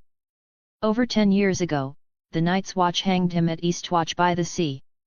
Since then, I've kept his ship's name alive, the Cobblecat. You want revenge? But your father broke the laws of the Seven Kingdoms. Quen caught the flash of hatred in Roro's eyes and spoke without pretense. That blind bastard Roro had been a notorious smuggler and pirate in the Narrow Sea, selling arms to the wildlings until the Night's Watch fleet seized and executed him. Roro's beard lifted as his eyes hardened with defiance. To hell with the Seven Kingdoms' laws. He was still my father. As they spoke, the sky grew heavy. A deep indigo veil pressed low, gull cries torn apart by the sea wind. Jagged black reefs loomed ahead like the fangs of monsters, surfacing silently in the channel. The stepstones teemed with scattered isles and hidden reefs. To those who didn't know the waters, grounding and wreckage were almost certain. Roro straightened, calling out to sailors familiar with the passage, steering the fleet as if threading a needle slipping past trap after trap. When a solitary stone pillar rose into view, 70 or 80 feet high and caked in thick, dark guano, Roro pointed to it. Lord, that's the bird droppings pillar. Torturer's Deep lies just beyond. Drop sail, hold the ships, Quen ordered at once. We wait until the night deepens. The fleet drifted like ghosts on the dark sea, from sunset's hour of the bat into the dead stillness of hour of the wolf. The night hung thick as grease, starshine smothered by heavy cloud. Only thin shards of moonlight pierced the gaps, scattering broken silver across the waves. The steady thump of water against the hull droned low and dull, veiling the violence to come. Move! Quen's voice carried clear and firm among those at his side. Under Roro's guidance, the fleet slipped past the stinking bird droppings pillar until Torturer's Deep bared its face. Before them, two immense black cliffs soared hundreds of feet high, sheer as if split by a giant's axe. Millennia of waves and wind had chewed their inner walls into a chaos of cracks, jagged ledges, and honeycombed holes, leaving only a narrow, twisted fissure. That fissure was the sole channel into Torturer's Deep. Across it, massive winches pulled thick iron chains taut, forming a crude but solid gate. From the stern of the Swan, Quen fixed his gaze on the chasm's swallowing dark. Then he turned to Roro, a smile tugging at his mouth. Roro, want to save your family? This is your chance. Roro froze, his chestnut beard trembling. Lord, what are you saying? Your 4 ships will lead. I'll go in with you and my men, Quen said, his tone leaving no room for doubt. At the gate, tell the Crab Claw crew you've returned heavy with spoils, and that you've found a fat merchant ship adrift. Convince them to lower the chain. Do it while your tongue now carries the lives of your family, your Tyrosh sailors, and yourself. The color drained from Roro's face, but in its place surged a reckless, cornered ferocity. He understood this was the only path forward. Drawing a long breath, he straightened his hunched back, eyes flashing with the cunning and ruthlessness of a man with nothing left to lose. Understood, Lord. I'll make that fool Crab Claw open the gates himself. A disguised merchant vessel was quickly chosen. Quen boarded the first rowboat with Roro, Jelena, and all the Dragon Soul Guards, leaving Janice to guard the rest. The Dragon Soul Guards wore sailors' garb over their armor and hung a few captured, ragged merchant flags as marks of spoils. Roro stood at the bow, forcing his breath steady, smothering his fear as he tried to summon the arrogance of a pirate captain. Several pirate rowboats hugged close behind the Cobblecat as they glided noiselessly toward the channel. At the entrance, jagged as a beast's fangs, the Cobblecat rose and fell with the waves. Roro stood at the bow, his heart hammering. He shouted into the dark fissure with a triumphant, excited bark, his voice warping and echoing off the rock walls. Hey, are you blind up there? It's me, Roro. The Cobblecat. Open up. Open the gate. He paused, the voice dropping into a hoarse, mock-grieving rasp. Bloody hell, this run got nasty. We ran into a pack of tough ones, lost a lot of brothers. The Cobblecat's nearly in pieces. Then his tone leapt up, fizzing with delight. But damn, It paid off. Fett Hall spices, silk, and dozens of crates of Westerosi golden dragons. He slammed the hull with a heavy hand, the sound dull and hollow, then turned to the shadows and mimed an exaggerated crate-lifting motion. And we even scooped up a stray fat sheep. A Lysine spice ship hit the reef. Crew's scared stiff. The ship's going down, but the cargo's intact, right behind me. He pointed at the vague silhouette of a ship in the darkness. Open the gate, let us in. The lads are bleeding out, the hull won't hold much longer. The seas are rough, delay any longer and the ship sinks, the gold feeds the fish. Move. Shares for anyone who shows up. The Tyroji sailors on board answered with tired, excited whoops, waving the Lys flag they'd hoisted. Atop the narrow rocky ledge above the channel entrance, the horn blasts and shouting roused a handful of pirate sentries. A scarred man with a leader's bearing squinted into the faint reflections and torchlight, studying the scene below. That's Roro's voice, no doubt. One guard muttered. It's the Cobblecat, but... The scarred man's gaze sharpened, hawkish. He pointed to the terrible gashes along the Cobblecat's hull near the waterline. Those wounds don't sit right. They look like ram marks. How could a merchant ship cause that? And the ship behind is too quiet. Wait, look at the waterline, these ships are sitting awfully deep. Either they're packed with cargo, or with people. Suspicion flared. The scarred man snapped at a subordinate, quick, run and tell the boss. Say Roro's back with a fat sheep, but the Cobblecat's oddly wrecked and sits too deep. Let him decide. The subordinate scrambled toward the passage cut into the rock. The scarred man leaned out and shouted down, Roro. The boss'll be here soon. Hold steady, rough seas. He was buying time. Deep inside Torturer's Deep, in the huge sea-eroded cavern they called the Hall, Crabclaw had just been roused and was angrily gulping cheap liquor. The scarred man's breathless runner burst in.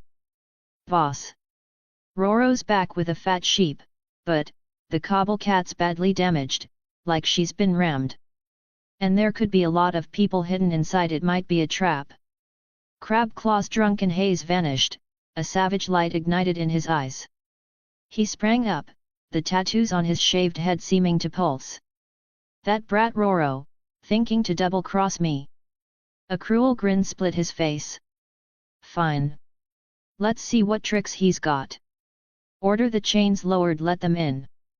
Position every archer in the caves and on the walkways high above the channel, he barked.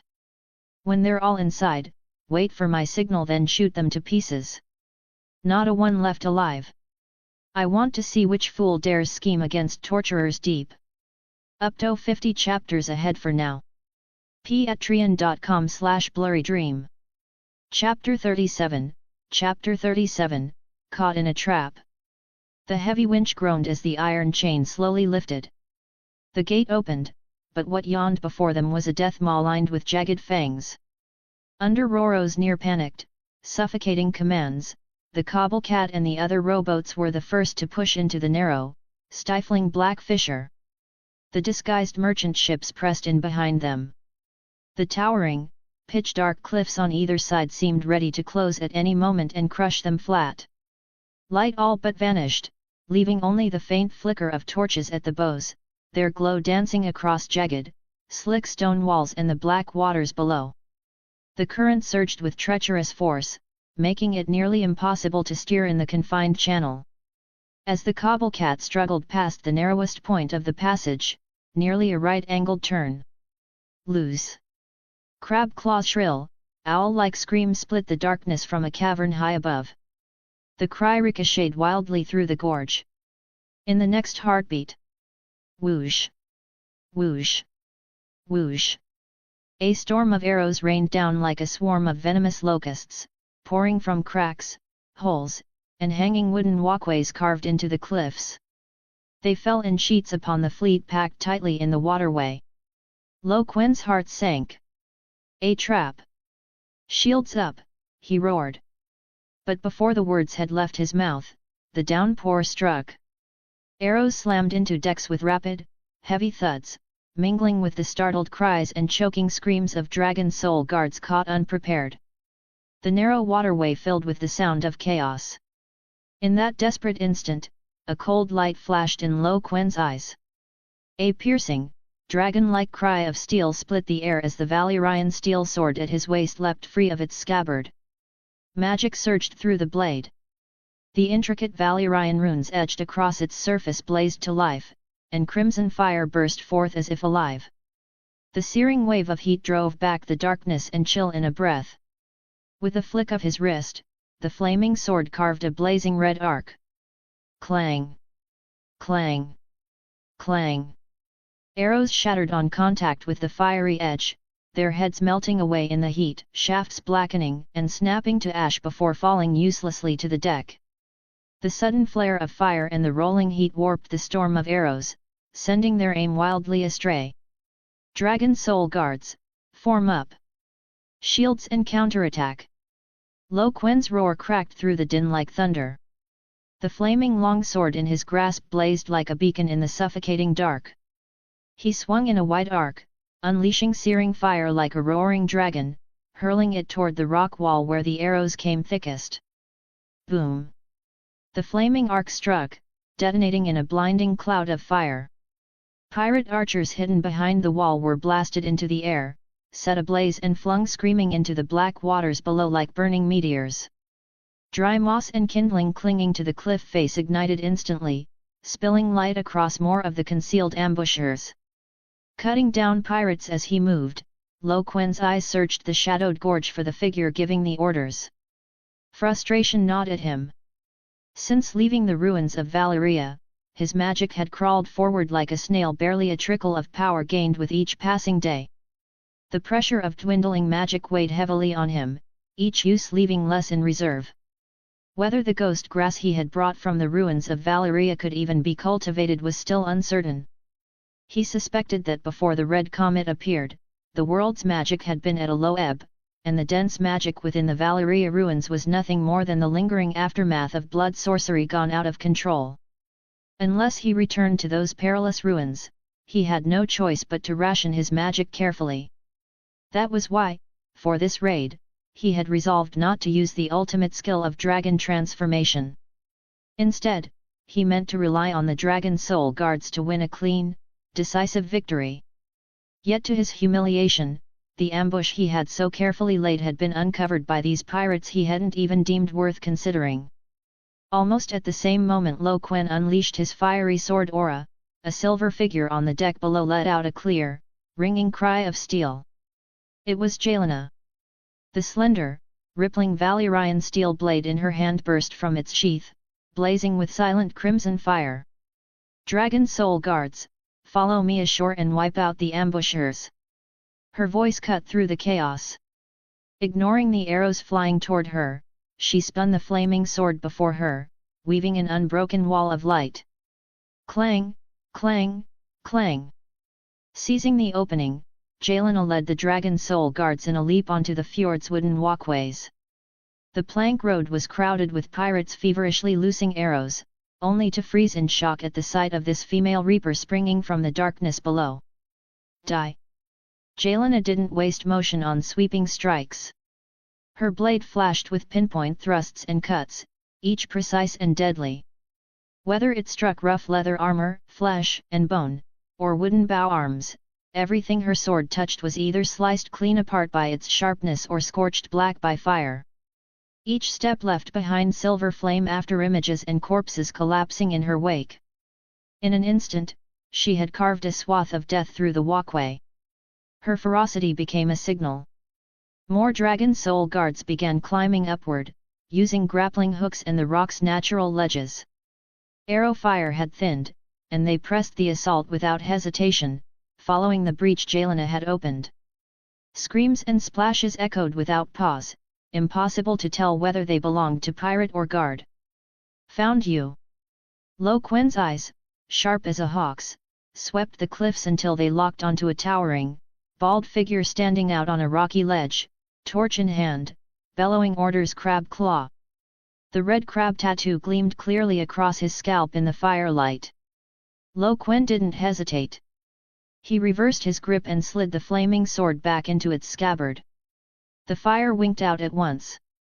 From his pack, he drew the massive dragon bone longbow he had claimed from the ruins of Valyria. Its body was a subdued grey-white, etched with dense runes and swirling sigils. As he poured magic into it, the carvings flared crimson, glowing like molten rock. The bowstring, braided from some impossibly strong sinew, thrummed with power. He set a black arrow, its head gleaming with a cold, sinister light, against the string. Drawing a deep breath, Quen channeled magic into his arms and pulled. The dragon bone bow bent into a near-perfect crescent, groaning with a deep, commanding hum. At that moment the arrowhead flared, not with ghostly light, but with a sudden, burning flame. It burned silently, radiating such heat that the air around it warped and twisted. The bow reached full draw, its swirling sigils shining brighter, almost alive. Thrum! The bowstring snapped forward. The blazing arrow shot out like a meteor, ripping through the darkness. Trailing a long, fiery tail, it ignored the storm of arrows and streaked straight for Crabclaw's gaping mouth. He was still roaring in fury at the chaos below and Jelana's slaughter when a surge of killing intent seized him. He spun his head, a cold sweat breaking across his scalp. From the shadows, a flaming meteor arrow streaked toward him with lightning speed. He tried to dodge, but for a heartbeat his body froze. All he could do was watch as the fiery light filled his vision, swelling larger and larger. Boom! Not the whistling pierce of an arrow, but a violent detonation. The flaming shaft struck with perfect precision, burying itself in Crabclaw's open maw. The kinetic force and searing fire exploded in an instant. His head became a furnace. His mouth, nose, and even eye sockets burst outward under the heat and shockwave. No shards of bone or brain matter, only torrents of fire mixed with blackened, carbonized gore erupted from all 7 orifices. In less than a tenth of a second, most of his skull had been incinerated from the inside out. Still burning, the arrow carried Crabclaw's headless, charred bulk backward with brutal force. With a thunderous crash, his corpse slammed into the cliff face. The arrow drove deep into the rock, holding the body pinned, flames still dancing along its shaft. The whole of Torturer's Deep fell into dead silence. Every pirate who witnessed it was struck dumb with terror. Their leader, his head burned away by a single arrow? Crabclaw is dead. Surrender, and you'll be spared. Quen's voice, cold as steel, carried on the echoes of the dragon bone bow, crushing the hearts of every surviving pirate. Their will shattered. Cries, kneeling, the clatter of discarded weapons, battle gave way to surrender. With no resistance left, the Dragon Soul Guards climbed and cleared the remaining walkways. The burning abyss cast its glow over Quen's figure as he lowered his bow, the grey-white sheen of dragon bone shimmering in the firelight. Torturer's Deep had changed hands. Chapter 38, Chapter 38, After the Battle. After the battle, Jelana led the Dragon Soul Guards to secure Torturer's Deep, wiping out the last of the pirates who had refused to surrender. Quen sent a ship back through the rift to summon Janice and bring the rest of the fleet inside. When Janice arrived, she and Jelana immediately joined forces to take full control of every part of Torturer's Deep. By the time dawn began to break, the 2 women approached, looking weary but composed. "Lord, what should we do with this man?" Jelana asked. Rorohoris was shoved forward by 2 Dragon Soul Guards and forced to his knees on the cold stone. Tear-streaked, he sobbed, "Lord, I swear I never betrayed you. I knew nothing of Crabclaw's ambush. My life is in your hands, how could I ever dare?" As the guide during last night's deadly trap, suspicion had naturally fallen on Roro. Jelana had ordered him seized as soon as the fighting ended. "That's enough, Roro." Quen's calm voice cut him short. "Stand. This truly had nothing to do with you." He gestured for the guards to release him. In the chaos of the night before, Quen had seen it clearly. Several of Crabclaw's arrows had schemed Roro's scalp, nearly pinning him to the deck.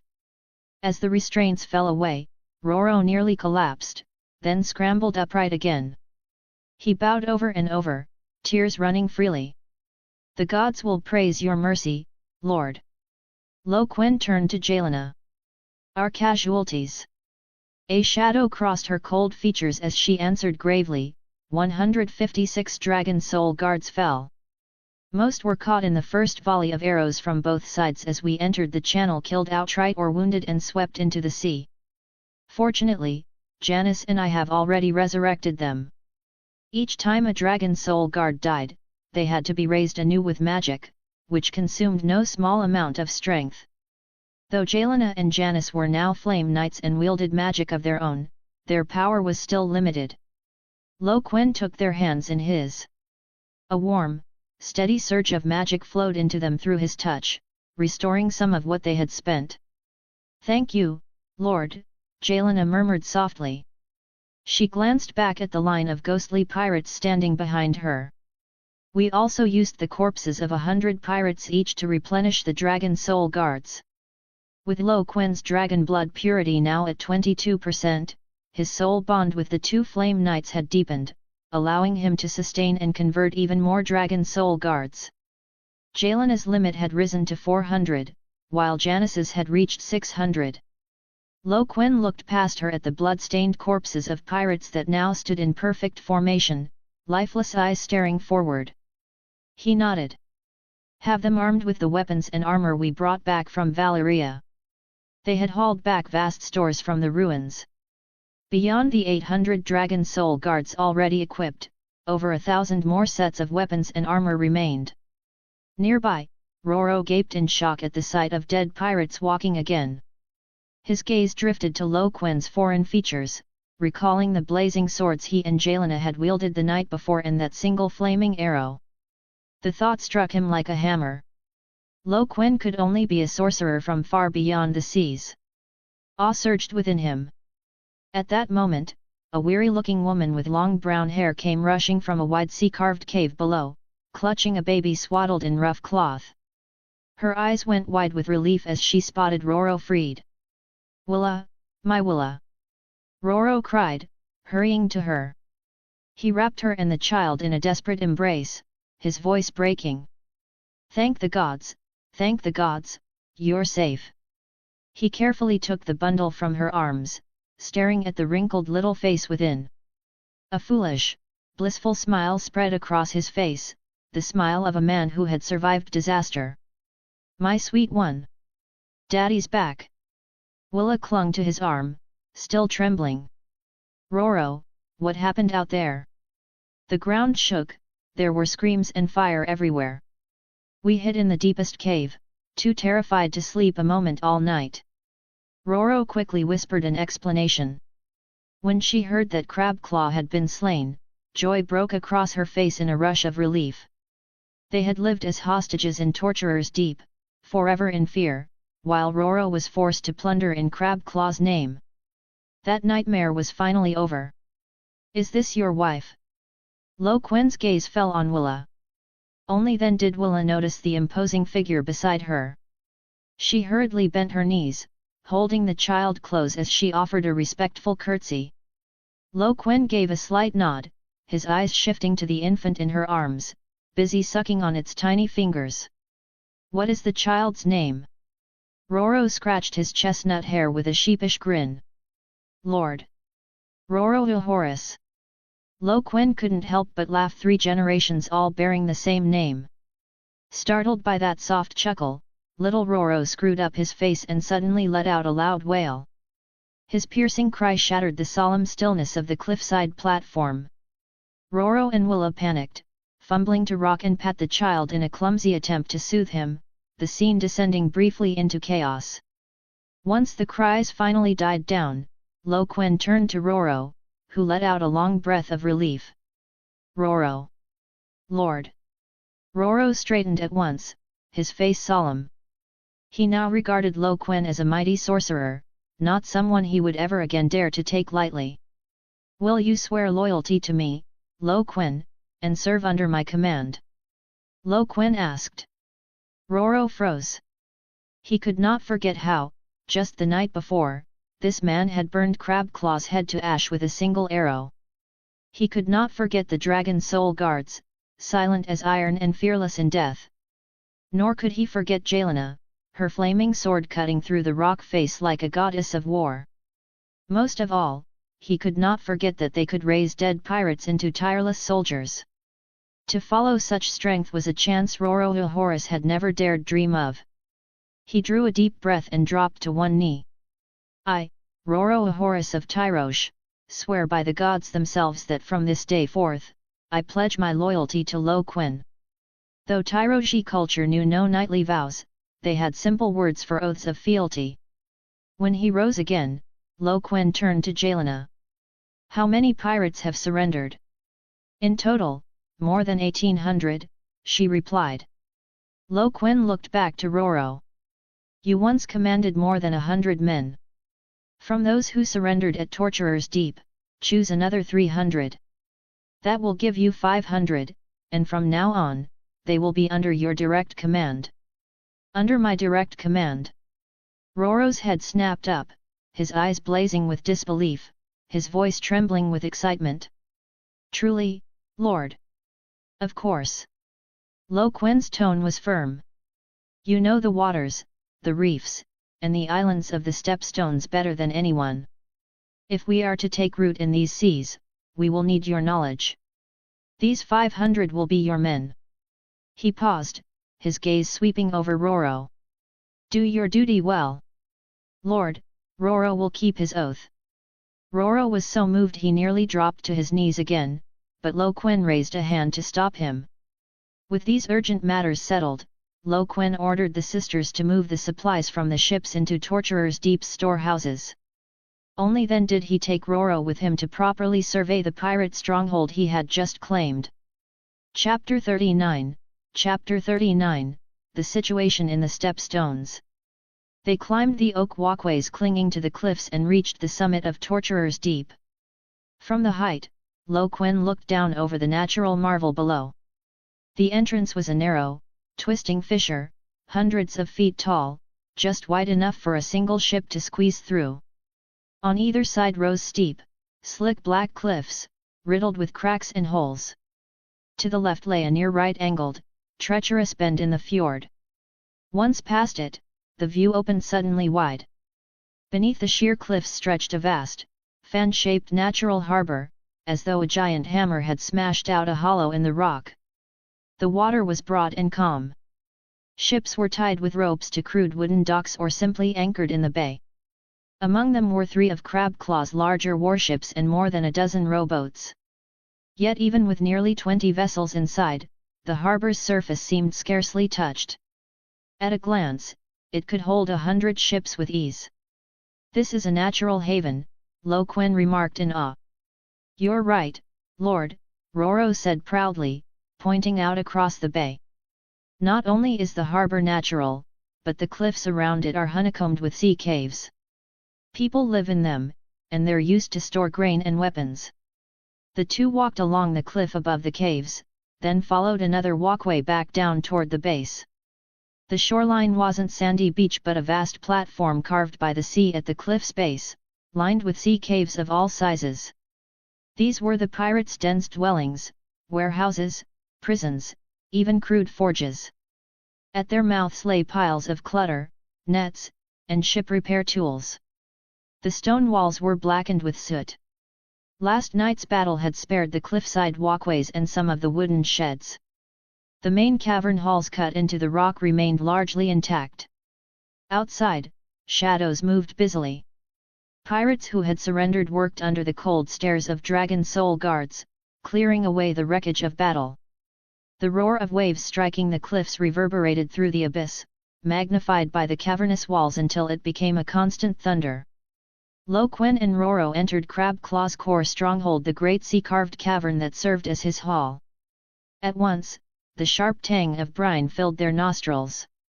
The space was immense, so vast that even their footsteps echoed sharply against the stone floor. Torches burned all along the walls, casting light into every jagged recess until the cavern shone almost like day. The floor was uneven, scarred with deep diagonal grooves, as though some massive blunt tool had ground across it again and again.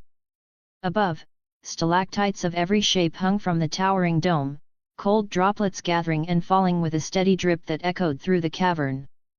But the most striking feature was the massive map carved directly into the stone wall. Its lines were bold yet precise, covering a wide span of rock.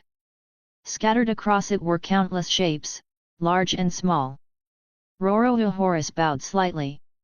"Lord, that is the stepstones and the surrounding seas. Every island, reef, and sandbar is marked. Important points are marked with charred wood or colored shells. It took Crabclaw more than 10 years to complete it." Lo Quen's eyes scanned the stone-carved map. "Where are we now?" "Here, Lord." Roro stepped forward quickly and pointed to the southeast corner. There, a shape ringed with dense short lines had been carved, beside it a crude skull symbol. "This is Torturer's Deep. See?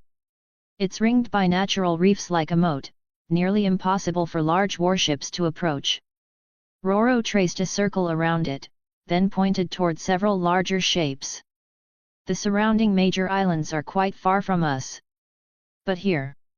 His finger shifted to the eastern edge of the map, near the southwest jut of Essos. "That's close to the disputed lands." But Lo Quen's attention had already drifted north and west. There, two shapes loomed, many times larger than the others, like colossal twin gates. "And these two?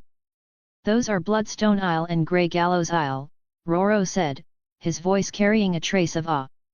"They're the two largest islands in the Stepstones, one to the north and one to the south, like a pair of fangs guarding the throat between Dorne and the Stepstones. Almost every ship trying to reach the Narrow Sea or the Summer Sea from the Dornish coast has to pass right under their watch." Catching something in Lo Quen's intent gaze, he hesitated, then added, "But Lord, that's the domain of the Prince of the Narrow Sea, Saladorson. His fleet has more than 20 triple-banked war galleys, far larger than our rowing boats, plus countless merchantmen, cogs, whalers, and swift longboats. His power in those waters is nothing short of terrifying." Saladorson. The name was not unfamiliar to Lo Quen. A pirate lord from Lys, he had once backed Stannis during the War of the Five Kings. But when Stannis marched north to the Wall and the promised gold never came, Salador lost faith. On one mission, while ferrying Davos the Onion Knight to White Harbour, he abandoned him and returned to the Stepstones to resume his trade in piracy. "Yes, Lord. He comes from House Son of Lys. For centuries, that family has lived by piracy and smuggling. Their power is vast, everyone in the Stepstones knows them." Roro's tone dripped with caution and unease when speaking of that Sea Lord. Lo Quen gave a slight nod, his fingers idly tapping the cold stone map. "Tell me then, aside from this so-called prince, what other powers here are worth naming?" Roro obeyed without hesitation, pointing to marks on the map as though reciting from memory. He indicated an island in the center, shaped like a shattered jaw. "This is Jawbreak Island. It's ruled by a mad pirate chief called Shipbreaker Kago.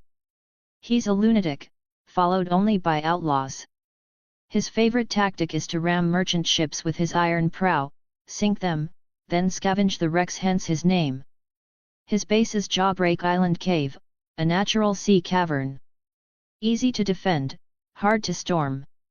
He moved his hand to a cluster of dense dots on the central part of the map. "This is Weeping Reef. That belongs to Salt Widow Marla. A ruthless woman, her husband and brothers all died at sea, but she clawed together a following through sheer will. She's a master of ambushes, using the treacherous currents and reefs around Weeping Reef to strike. Few ships marked by her ever escape." Finally, Roro pointed toward the northern part of the chart, at an island shaped like a broken spear. "This is Broken Spear Isle. It holds the black market village of Spear Handle. Officially, it's a free port run by merchants for smugglers, but everyone knows Tyrosh is behind it, one of the 9 free cities. It's the Stepstones' largest den for fencing loot and resupply. Weapons, slaves, spices, contraband, with enough coin, anything can be bought there. Its defenses are strong. Rumor says Tyroji regular troops are stationed there, disguised as sellswords. Quen rubbed his chin, his gaze sweeping across the marked powers carved into the map. His thoughts raced, already weighing how best to break through this fractured and chaotic sea, to gather this tangled pirate web into his own grasp. Roro, mistaking his silence for concern that other factions might covet torturers deep, quickly sought to reassure him. "Lord, you needn't worry. The stepstones have always been like this. Today I take from you, tomorrow you kill me. Nests change hands constantly." He tapped the reefs marked on the map. "Torturers deep is strong and remote. Unless someone has a blood feud or stands to gain a fortune, no one will bother coming all this way to gnaw at a hard bone. Their true focus will always be raiding the merchant ships passing through. That's where the steady flow of gold lies." Quen smiled faintly and shook his head. His gaze burned into Roro, and that smile made Roro's chest tighten with unease. "It isn't them attacking me that I fear," Quen said. His finger drew a wide circle across the map, encircling Bloodstone, Grey Gallows, Jawbreak, Weeping Reef, Broken Spear Isle, and beyond. "What I'm thinking is which one to strike first, until all of them are gone." Chapter 40, The Costly Fleet. Roro Uhora's chestnut eyes widened in shock as he stared at Quen in disbelief. The master he served intended to swallow the entire stepstones whole. Suppressing the storm in his chest, he cautiously advised, "Lord, the stepstones are a chain of islands. To fight the pirates who have entrenched themselves there for years, we need more than just sailing ships. Those may serve well on long ocean voyages, but they're far too clumsy for fleet battles. Naval warfare demands oared ships." He counted on his fingers. "We currently command nearly 20 oared vessels, but only 3 large ships taken from Crab Claw can truly be called warships, sturdy enough to withstand ramming." Roro's voice was heavy with worry. Quen already knew this well. In this world, ships fell into 2 main types. The first were sailing ships, powered primarily by wind flat-bottomed ships, galleons, swan ships. These were excellent for ocean voyages and trade, capable of carrying large amounts of cargo. The second were oared ships, powered by rowers, better suited for coastal combat. The strength of such ships depended largely on the number of oars. Most had only a single bank of oars, but double-banked ships could serve as the backbone of any fleet. The most formidable were triple-banked galleys, massive yet astonishingly agile, able to maneuver through the seas with ease. Salador San's flagship, the Valyrian, was one such triple-banked behemoth, with no fewer than 300 oars. These oared ships still carried sails, though in coastal combat the crew would haul them down, relying entirely on the oarsmen. If the winds turned favorable, the sails would be lowered, combining mast and oars for even greater speed. The larger the ship, the more soldiers it could carry and the more scorpions and catapults it could mount. Naturally, the cost rose just as steeply. How many gold dragons would it take to build a fleet to rival Salador's? Quen asked. At the words "build a fleet," Roro reacted like a cat with its tail stepped on, clutching his head with a cry. "Gods above! Lord, do you know what the Prince of the Narrow Seas fleet of over 20 warships is worth? The hulls alone cost no less than 1,000,000 gold dragons." The number struck Quen like a hammer blow to the chest. The merchant ships he had bought in Volantis were worth a mere fraction by comparison. "Why so expensive?" he pressed, brow furrowed. Roro drew a deep breath, ticking off each point on his rough fingers. "First, the materials. A warship is no merchant vessel. The keel and ribs must be made from the toughest, most resilient hardwoods, strong enough to endure collisions yet not so heavy as to sink the craft. Such timber costs a fortune. Second, the weapons. A hull alone is just an empty shell. Heavy scorpions and counterweight catapults must be forged of fine iron, and those don't come cheap. Third, the upkeep. A warship isn't some ornament. Once afloat, it becomes a gold-devouring beast. Each month, maintenance includes inspecting the hull, replacing ropes, applying tar, paying sailors, feeding oarsmen. At least several hundred, often nearly 1,000 gold dragons. And that's not even counting the repairs after battle.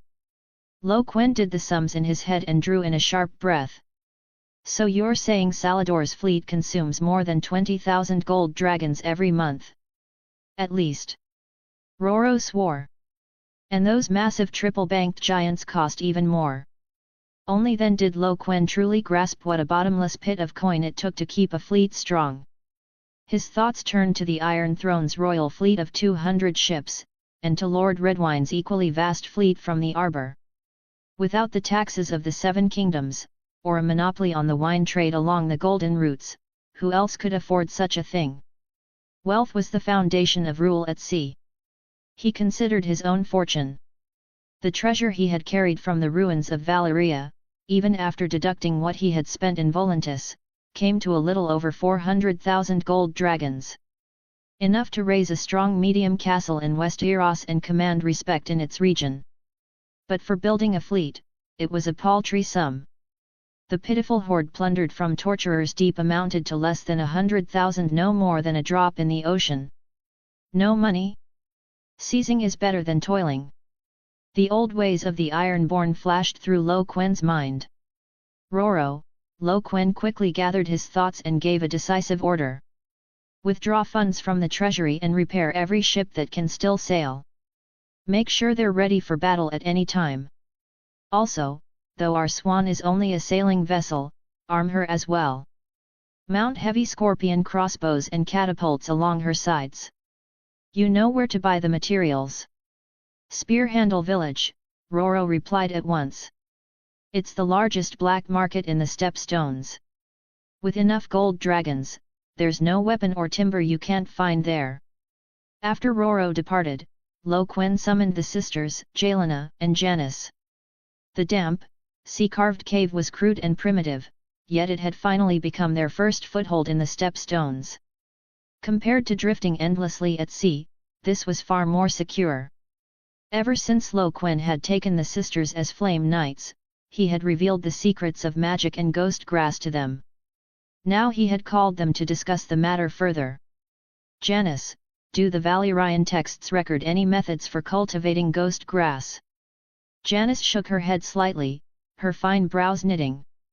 Since leaving Valyria, I've searched whenever I wasn't training, but I found nothing. There are no mentions of ghost grass at all. It was as if it appeared out of thin air after the doom. Quen mused aloud. The Bloodmage once had you gather ghost grass outside Tyria. That means he knew something of its properties. Perhaps you can search his old manuscripts or notes. Or even try planting some in the soil to see what happens. Janice nodded in thought. I'll look for any manuscripts, and I'll test planting some. Jelena's cool voice broke in then, carrying a faint, uncharacteristic urgency. Must we really wait years for magic to return? Quen had already told them his conjectures about the Red Comet and the tide of magic. He nodded slowly, his gaze deep. It's only my own rough theory that when the stars bleed, magic will revive. I can't say whether it will come to pass. But for now, with no source to replenish our magic, it's best not to use it recklessly. Jelena, your reserves are already low. In last night's fight with those pirates, you didn't need to awaken the magic within your Valyrian steel blade. I understand, Jelena replied, her fingers unconsciously brushing the hilt at her waist. At present, only Quen and Jelena possessed weapons and armor inscribed with runes. Quen's reserves far outstripped hers. As long as he didn't use dragon transformation magic, he still had enough to draw on. Softly, Janice added, we brought nearly 1,000 bundles of ghost grass from Tyria. Not all of it has to be used as seed. It can also serve to replenish our magic. Quen fell silent. He knew well that ghost grass could restore magic, but he had another purpose in mind. Do you remember the 9 dragon egg fossils? Janice's violet eyes lit up at once, sparks of excitement flashing within them. You can hatch them. A flicker of emotion stirred in Yelena's eyes as well. To be precise, awaken them, Quen explained. I can infuse magic into the stones to awaken the dragons within. They won't hatch right away. Instead, they'll grow and develop inside the eggs until they are ready to break free. But this requires an immense amount of magic. He glanced at the system panel. Awakening a single dragon egg fossil demanded 70,000 units of magic. With his dragon bond lineage, he could awaken 4. The choice before him was clear: expend vast amounts of ghost grass to awaken the fossils now, or wait until he found a stable source of magic. 4 fossils would require 280,000 units, roughly 900 bundles of ghost grass, nearly all of their stores. He hesitated only briefly before deciding. Some of the dragon egg fossils had to be awakened. Yoram Mormont's slave trading scandal broke in 293 AC. He had since fled Westeros, stayed in Bravos for a time, and then gone on to Lys. That meant the current year was at least 293 AC, likely 294 AC. The main events were drawing close. He had to hatch dragons as soon as possible. Seeing the anticipation flickering in the sisters' eyes, a firm smile tugged at Quen's lips. Go on. Choose the eggs you desire. In a few days, right here, we will awaken the sleeping dragons. Up to 50 chapters ahead for now. patreon.com/blurrydream. Chapter 41, Chapter 41, Threatening Yora. The decision made, Quen walked straight into the sea-eroded cavern prison deep within Torturer's Deep. The damp, chilly air reeked of mildew and salt, while torchlight flickered against the stone walls, casting restless shadows. Several days had passed since Yoram Mormont's capture. Though Quen had seemingly subdued more than 1,000 pirates in last night's fierce battle, few were truly fit for use. Roro commanded 500 pirates. Janice and Yelena held 1,000 elite dragon soul guards and another 1,500 newly attached pirates. But Janice had thrown herself entirely into solving the problem of cultivating ghost grass, leaving almost the full weight of command on Yelena's shoulders. According to Yelena, those pirates were weak in combat, utterly unfit for hard battles. Facing the tangled chaos of the stepstones and the threat of powerful enemies, he urgently needed a master-at-arms, someone who could forge a rabble into an army of steel. The only candidate was the man behind these iron bars, Yoram Mormont. As Lord of Bear Island, Yoram Mormont had fought with distinction in the Battle of the Trident and the campaign to put down the Iron Islands Rebellion. His combat record was illustrious, especially at the taking of Pike, where he was the second man to scale the walls after Thuras of Myr. His battlefield experience was beyond question. Behind the bars, the wavering firelight outlined a slumped, solitary figure, like a giant bear stripped of its claws and trapped in a cage. Sir Yora, Quen's voice rang out clearly in the confined space, even and detached. After these days of rest, have your spirits recovered? Yoram Mormont jerked his head up, his clouded eyes burning with rage and humiliation. Who are you? An Eastern face, yet you know the nobles of the Seven Kingdoms so well. And what have you done with my Linus? His voice was hoarse, thick with anxious desperation. Quen gave a low chuckle, tinged with mockery. Patience, Lord Mormont. He lingered on the title, his tone dripping with scorn. Lady Mormont is enjoying our hospitality. Trust me, I hold the noble bloodlines of the Seven Kingdoms in great respect. Except for the Lannisters, he added coldly to himself. That lord cut Yora like a whip. His face darkened with fury, veins swelling at his temples. Boy! If you so much as touch a single hair on Linus's head, I swear. Of course not, Quen interrupted smoothly, his voice heavy with false sincerity. The sanctity of a guest's rights is something I hold sacred. If Lady Linus were to come to the slightest harm, it would be worse than death to me. However, his gaze swept over the dank, mold-stinking cavern prison. This is a pirate's lair in the stepstones. It lacks the luxuries that could bring a smile to your lady's face. For now, she must endure a little hardship. Surely, sire, you above all can understand my difficult position. His words dripped with venom, every syllable barbed. Yora's heart sank, bitterness rising in his throat like bile. He could not mistake Lo Quen's hidden meaning. These days in the dungeon had forced him to confront himself more clearly. Linus's vanity and his own blind indulgence of it were the root of all his misery.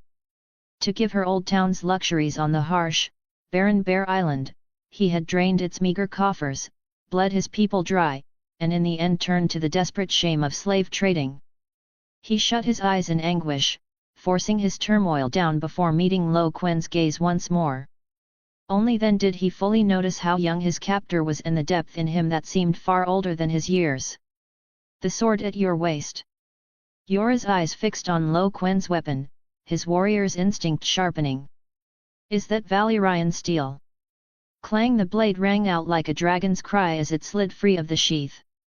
A chill, cutting light flooded the cell, the rippling patterns along the steel gleaming with an otherworldly glow beneath the torchlight. Yora's breath caught. How do you have a Valyrian steel sword of such quality? His brow furrowed tight, the young man before him seeming ever more unfathomable. Do you think this sword is impressive?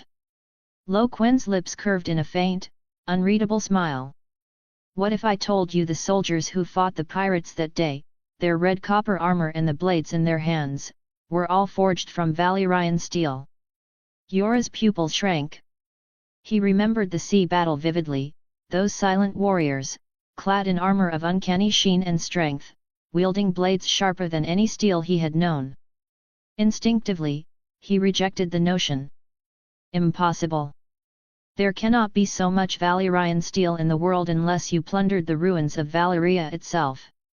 He did not realize he had stumbled upon the truth. Sir Yora, Lo Quen suddenly shifted the subject, his voice carrying a strange weight. Have you ever experienced a true upheaval in your life? I don't mean the exposure of your slave trading, or this imprisonment. I mean waking to find yourself in an utterly unfamiliar world, ruled by entirely different laws. Yora froze, then shook his head blankly. Then your fate was nothing more than chance. Lo Quen's smile deepened, his words heavy with meaning. This world is far beyond your imagination. He spoke as if declaring a universal truth. But what does this have to do with Valyrian steel? Yora pressed, voice urgent. No more idle talk. With a flick of his wrist, Lo Quen slid the sword back into its sheath. The motion was clean, cutting off Yora's words. Now for business, sire. As a prisoner, you must already suspect why did I capture you? Why spare your life? Yora was silent for a moment, then said in a low, firm voice, ransom. That's all. A pirate's trade, nothing more. Lo Quen nearly laughed, but only shook his head. Wrong. Bear Island beyond its black bears and frozen soil, what could I possibly want? What I desire. His gaze locked with Yora's, each word deliberate. Is your service. Yora's face twisted with outrage, as though struck. He spat his scorn. You expect a knight, anointed with the holy oils of the seven, to serve some foreigner of no standing? If I ever betrayed my vows so far, I wouldn't need Eddard Stark's ice to end me. My father himself would split me in two with long claw. Don't you want to hear what I would have you do? Lo Quen's tone remained calm. Whatever it is, I'd rather you kill me now. Yora's answer was ironclad. The warmth vanished from Lo Quen's face, leaving only an icy mask. You should have said so sooner. Then I wouldn't have troubled myself to be so courteous to Lady Linus. You lay a finger on Linus and I will kill you. Yora hurled himself at the bars like a maddened beast, eyes blazing red, fists clenched so tight his knuckles cracked. Lo Quen's lips twitched with amusement. He had known all along Yora's weakness was women. Tisk, tisk, tisk. He shook his head slowly, his voice mocking. Sir Yora, your devotion to Lady Linus would move the gods themselves. So shall we strike a bargain? He stepped closer, his voice low but unyielding as it carried through the bars. "I give you my word, Lady Linus will be safe and comfortable here, so long as she remains obedient. In return, you will serve me as my sworn knight. I will pay you well, enough to maintain your lady in the dignity she deserves. After all." He paused deliberately, his gaze stabbing into Yora's heart like an icicle. "Surely you would not want your lady, the noble Lady Linus Hightower, to suffer even the slightest hardship in a pirate's den." Lo Quen's tone carried the form of an offer, but the weight of a threat. Yora's face contorted with fury and humiliation, the veins at his temple throbbing. The words of refusal rose to his lips, only to choke in his throat, strangled by an unseen hand. Linus's tear-streaked face, her terror, and the horrors she might endure in this savage land all surged in his mind. His glare burned into Lo Quen, chest heaving as though straining against invisible chains. Only the crackling torch fire and his harsh breathing broke the silence of the cell. At last, as though all strength had drained from him, Yora bowed his head. A sigh escaped, heavy as a boulder crashing down. "So long as you can guarantee Linus' safety, I will serve you." Each word was dragged out through clenched teeth, thick with bitterness and shame. A wise choice. The smile of a man in absolute control spread across Lo Quen's face as he gave a light clap. "Rest easy, I am true to my word. So long, of course, as the other party does not break it first." Yora caught the warning in every syllable. "I need you to train an army for me, a real fighting force." Lo Quen's tone grew sharp, all pretense set aside. "You saw it yourself. My men took this stronghold and many prisoners. But how to forge these pirates into a blade fit for war, how to lead them in battle? That is what I need from you." Yora's head snapped up, shock and suspicion flashing in his eyes. "Train an army? For what? To seize the stepstones? These lands are barren, not worth ruling. Or is it?" His gaze narrowed, piercing into Lo Quen. "Do you mean to follow the path of the 9 penny kings, use this place as a springboard to reach for Westeros, to chase a far greater ambition?" His noble training had made him quick to grasp the implication. Lo Quen shook his head, a curl of contempt tugging at his lips. "The 9 penny kings? Nothing but a farce, a joke mocked by history."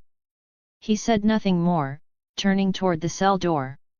The dim torchlight stretched his retreating shadow long across the stone. "What is it you truly want?" Yora's unwilling voice followed him into the dark. Lo Quen did not break stride. Only one sentence lingered in the damp air. "In time, you'll know." The heavy door swung shut, locking Yora Mormont's face scarred with humiliation, anger, and dread once more into the flickering torchlight and the deep, consuming dark. Chapter 42, Chapter 42, The Problem of Growing Ghost Grass. 10 days ago, Roro Horus departed Torturer's Deep aboard an unremarkable medium-sized rowboat. Before leaving, Lo Quen instructed him to spread word of Torturer's Deep changing hands after purchasing repair materials. Roro forced a knowing smile. "Understood, Lord. You want to lure those fish onto the hook?" Lo Quen nodded.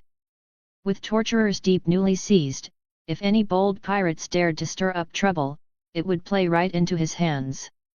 Watching the boat's silhouette fade into the sea mist, Lo Quen turned and walked deeper into Torturer's Deep. Over the past few days, Janice had practically scoured every accessible corner of Torturer's Deep, sowing 7 or 8 batches of seeds. The results were always the same. The sprouts struggled to break through the surface, only for their leaves to quickly turn grey and lifeless, veins charring black before withering away completely. Instead of the strange, potent aura expected of a demonic plant, the air carried only a bitter taste. In the cold, damp storage cavern, Lo Quen found Janice. By the faint glow of an oil lamp, she was poring over the heavy parchment notebooks of the Blood Mage, brought from Tyria. Her silver hair shimmered faintly in the dim light, her brow tightly furrowed. "Still no luck?" Lo Quen's voice echoed clearly in the cavern. Janice closed the notebook, her movements betraying a trace of exhaustion. Tried everywhere. The seeds will sprout, but they won't survive. Soil, light, humidity. I've adjusted everything I could. It's useless. She picked up the notebook again, her fingers tracing the obscure runes and diagrams. The Bloodmage's notes contain no cultivation methods, only records of gathering. She raised her eyes to him, violet irises dark in the shadows. I keep wondering, if the Bloodmage knew how to cultivate it, wouldn't he have had the Tyria people grow it long ago? Why risk sending people to scour the world? Quen leaned against a cold stone cabinet, his knuckles unconsciously tapping against the rough wood. He had considered the same. He paused. But he used ghost grass to make potions that suppressed your blood magic curse. That knowledge had to come from somewhere. How else would he know? Perhaps the Bloodmage lied, Janice speculated. The potions weren't made from ghost grass at all. Ghost grass must serve another purpose. Quen sank into thought. That was possible. To conceal some darker secret, the Bloodmage may have explained his demand for ghost grass as potion making when in truth, his purpose was something else. Then what was his real goal? A sudden thought struck Quen. The Bloodmage's need for so much ghost grass was likely tied to forbidden blood magic. He had created a chimera. He schemed to resurrect a dragon. Could those have required ghost grass? He claimed he intended to seize Quen's very body. Could such strange, unheard of magic demand ghost grass as well? The more he thought, the murkier it became. Ghost grass had to conceal a secret far greater than they realized. Quen shook his head, forcing the thoughts aside. Since our ghost grass cultivation plan has failed, we must prepare for the worst. If that's the case, the dragons are crucial. Dragons were not like men. As they grew, the magic within them only grew stronger.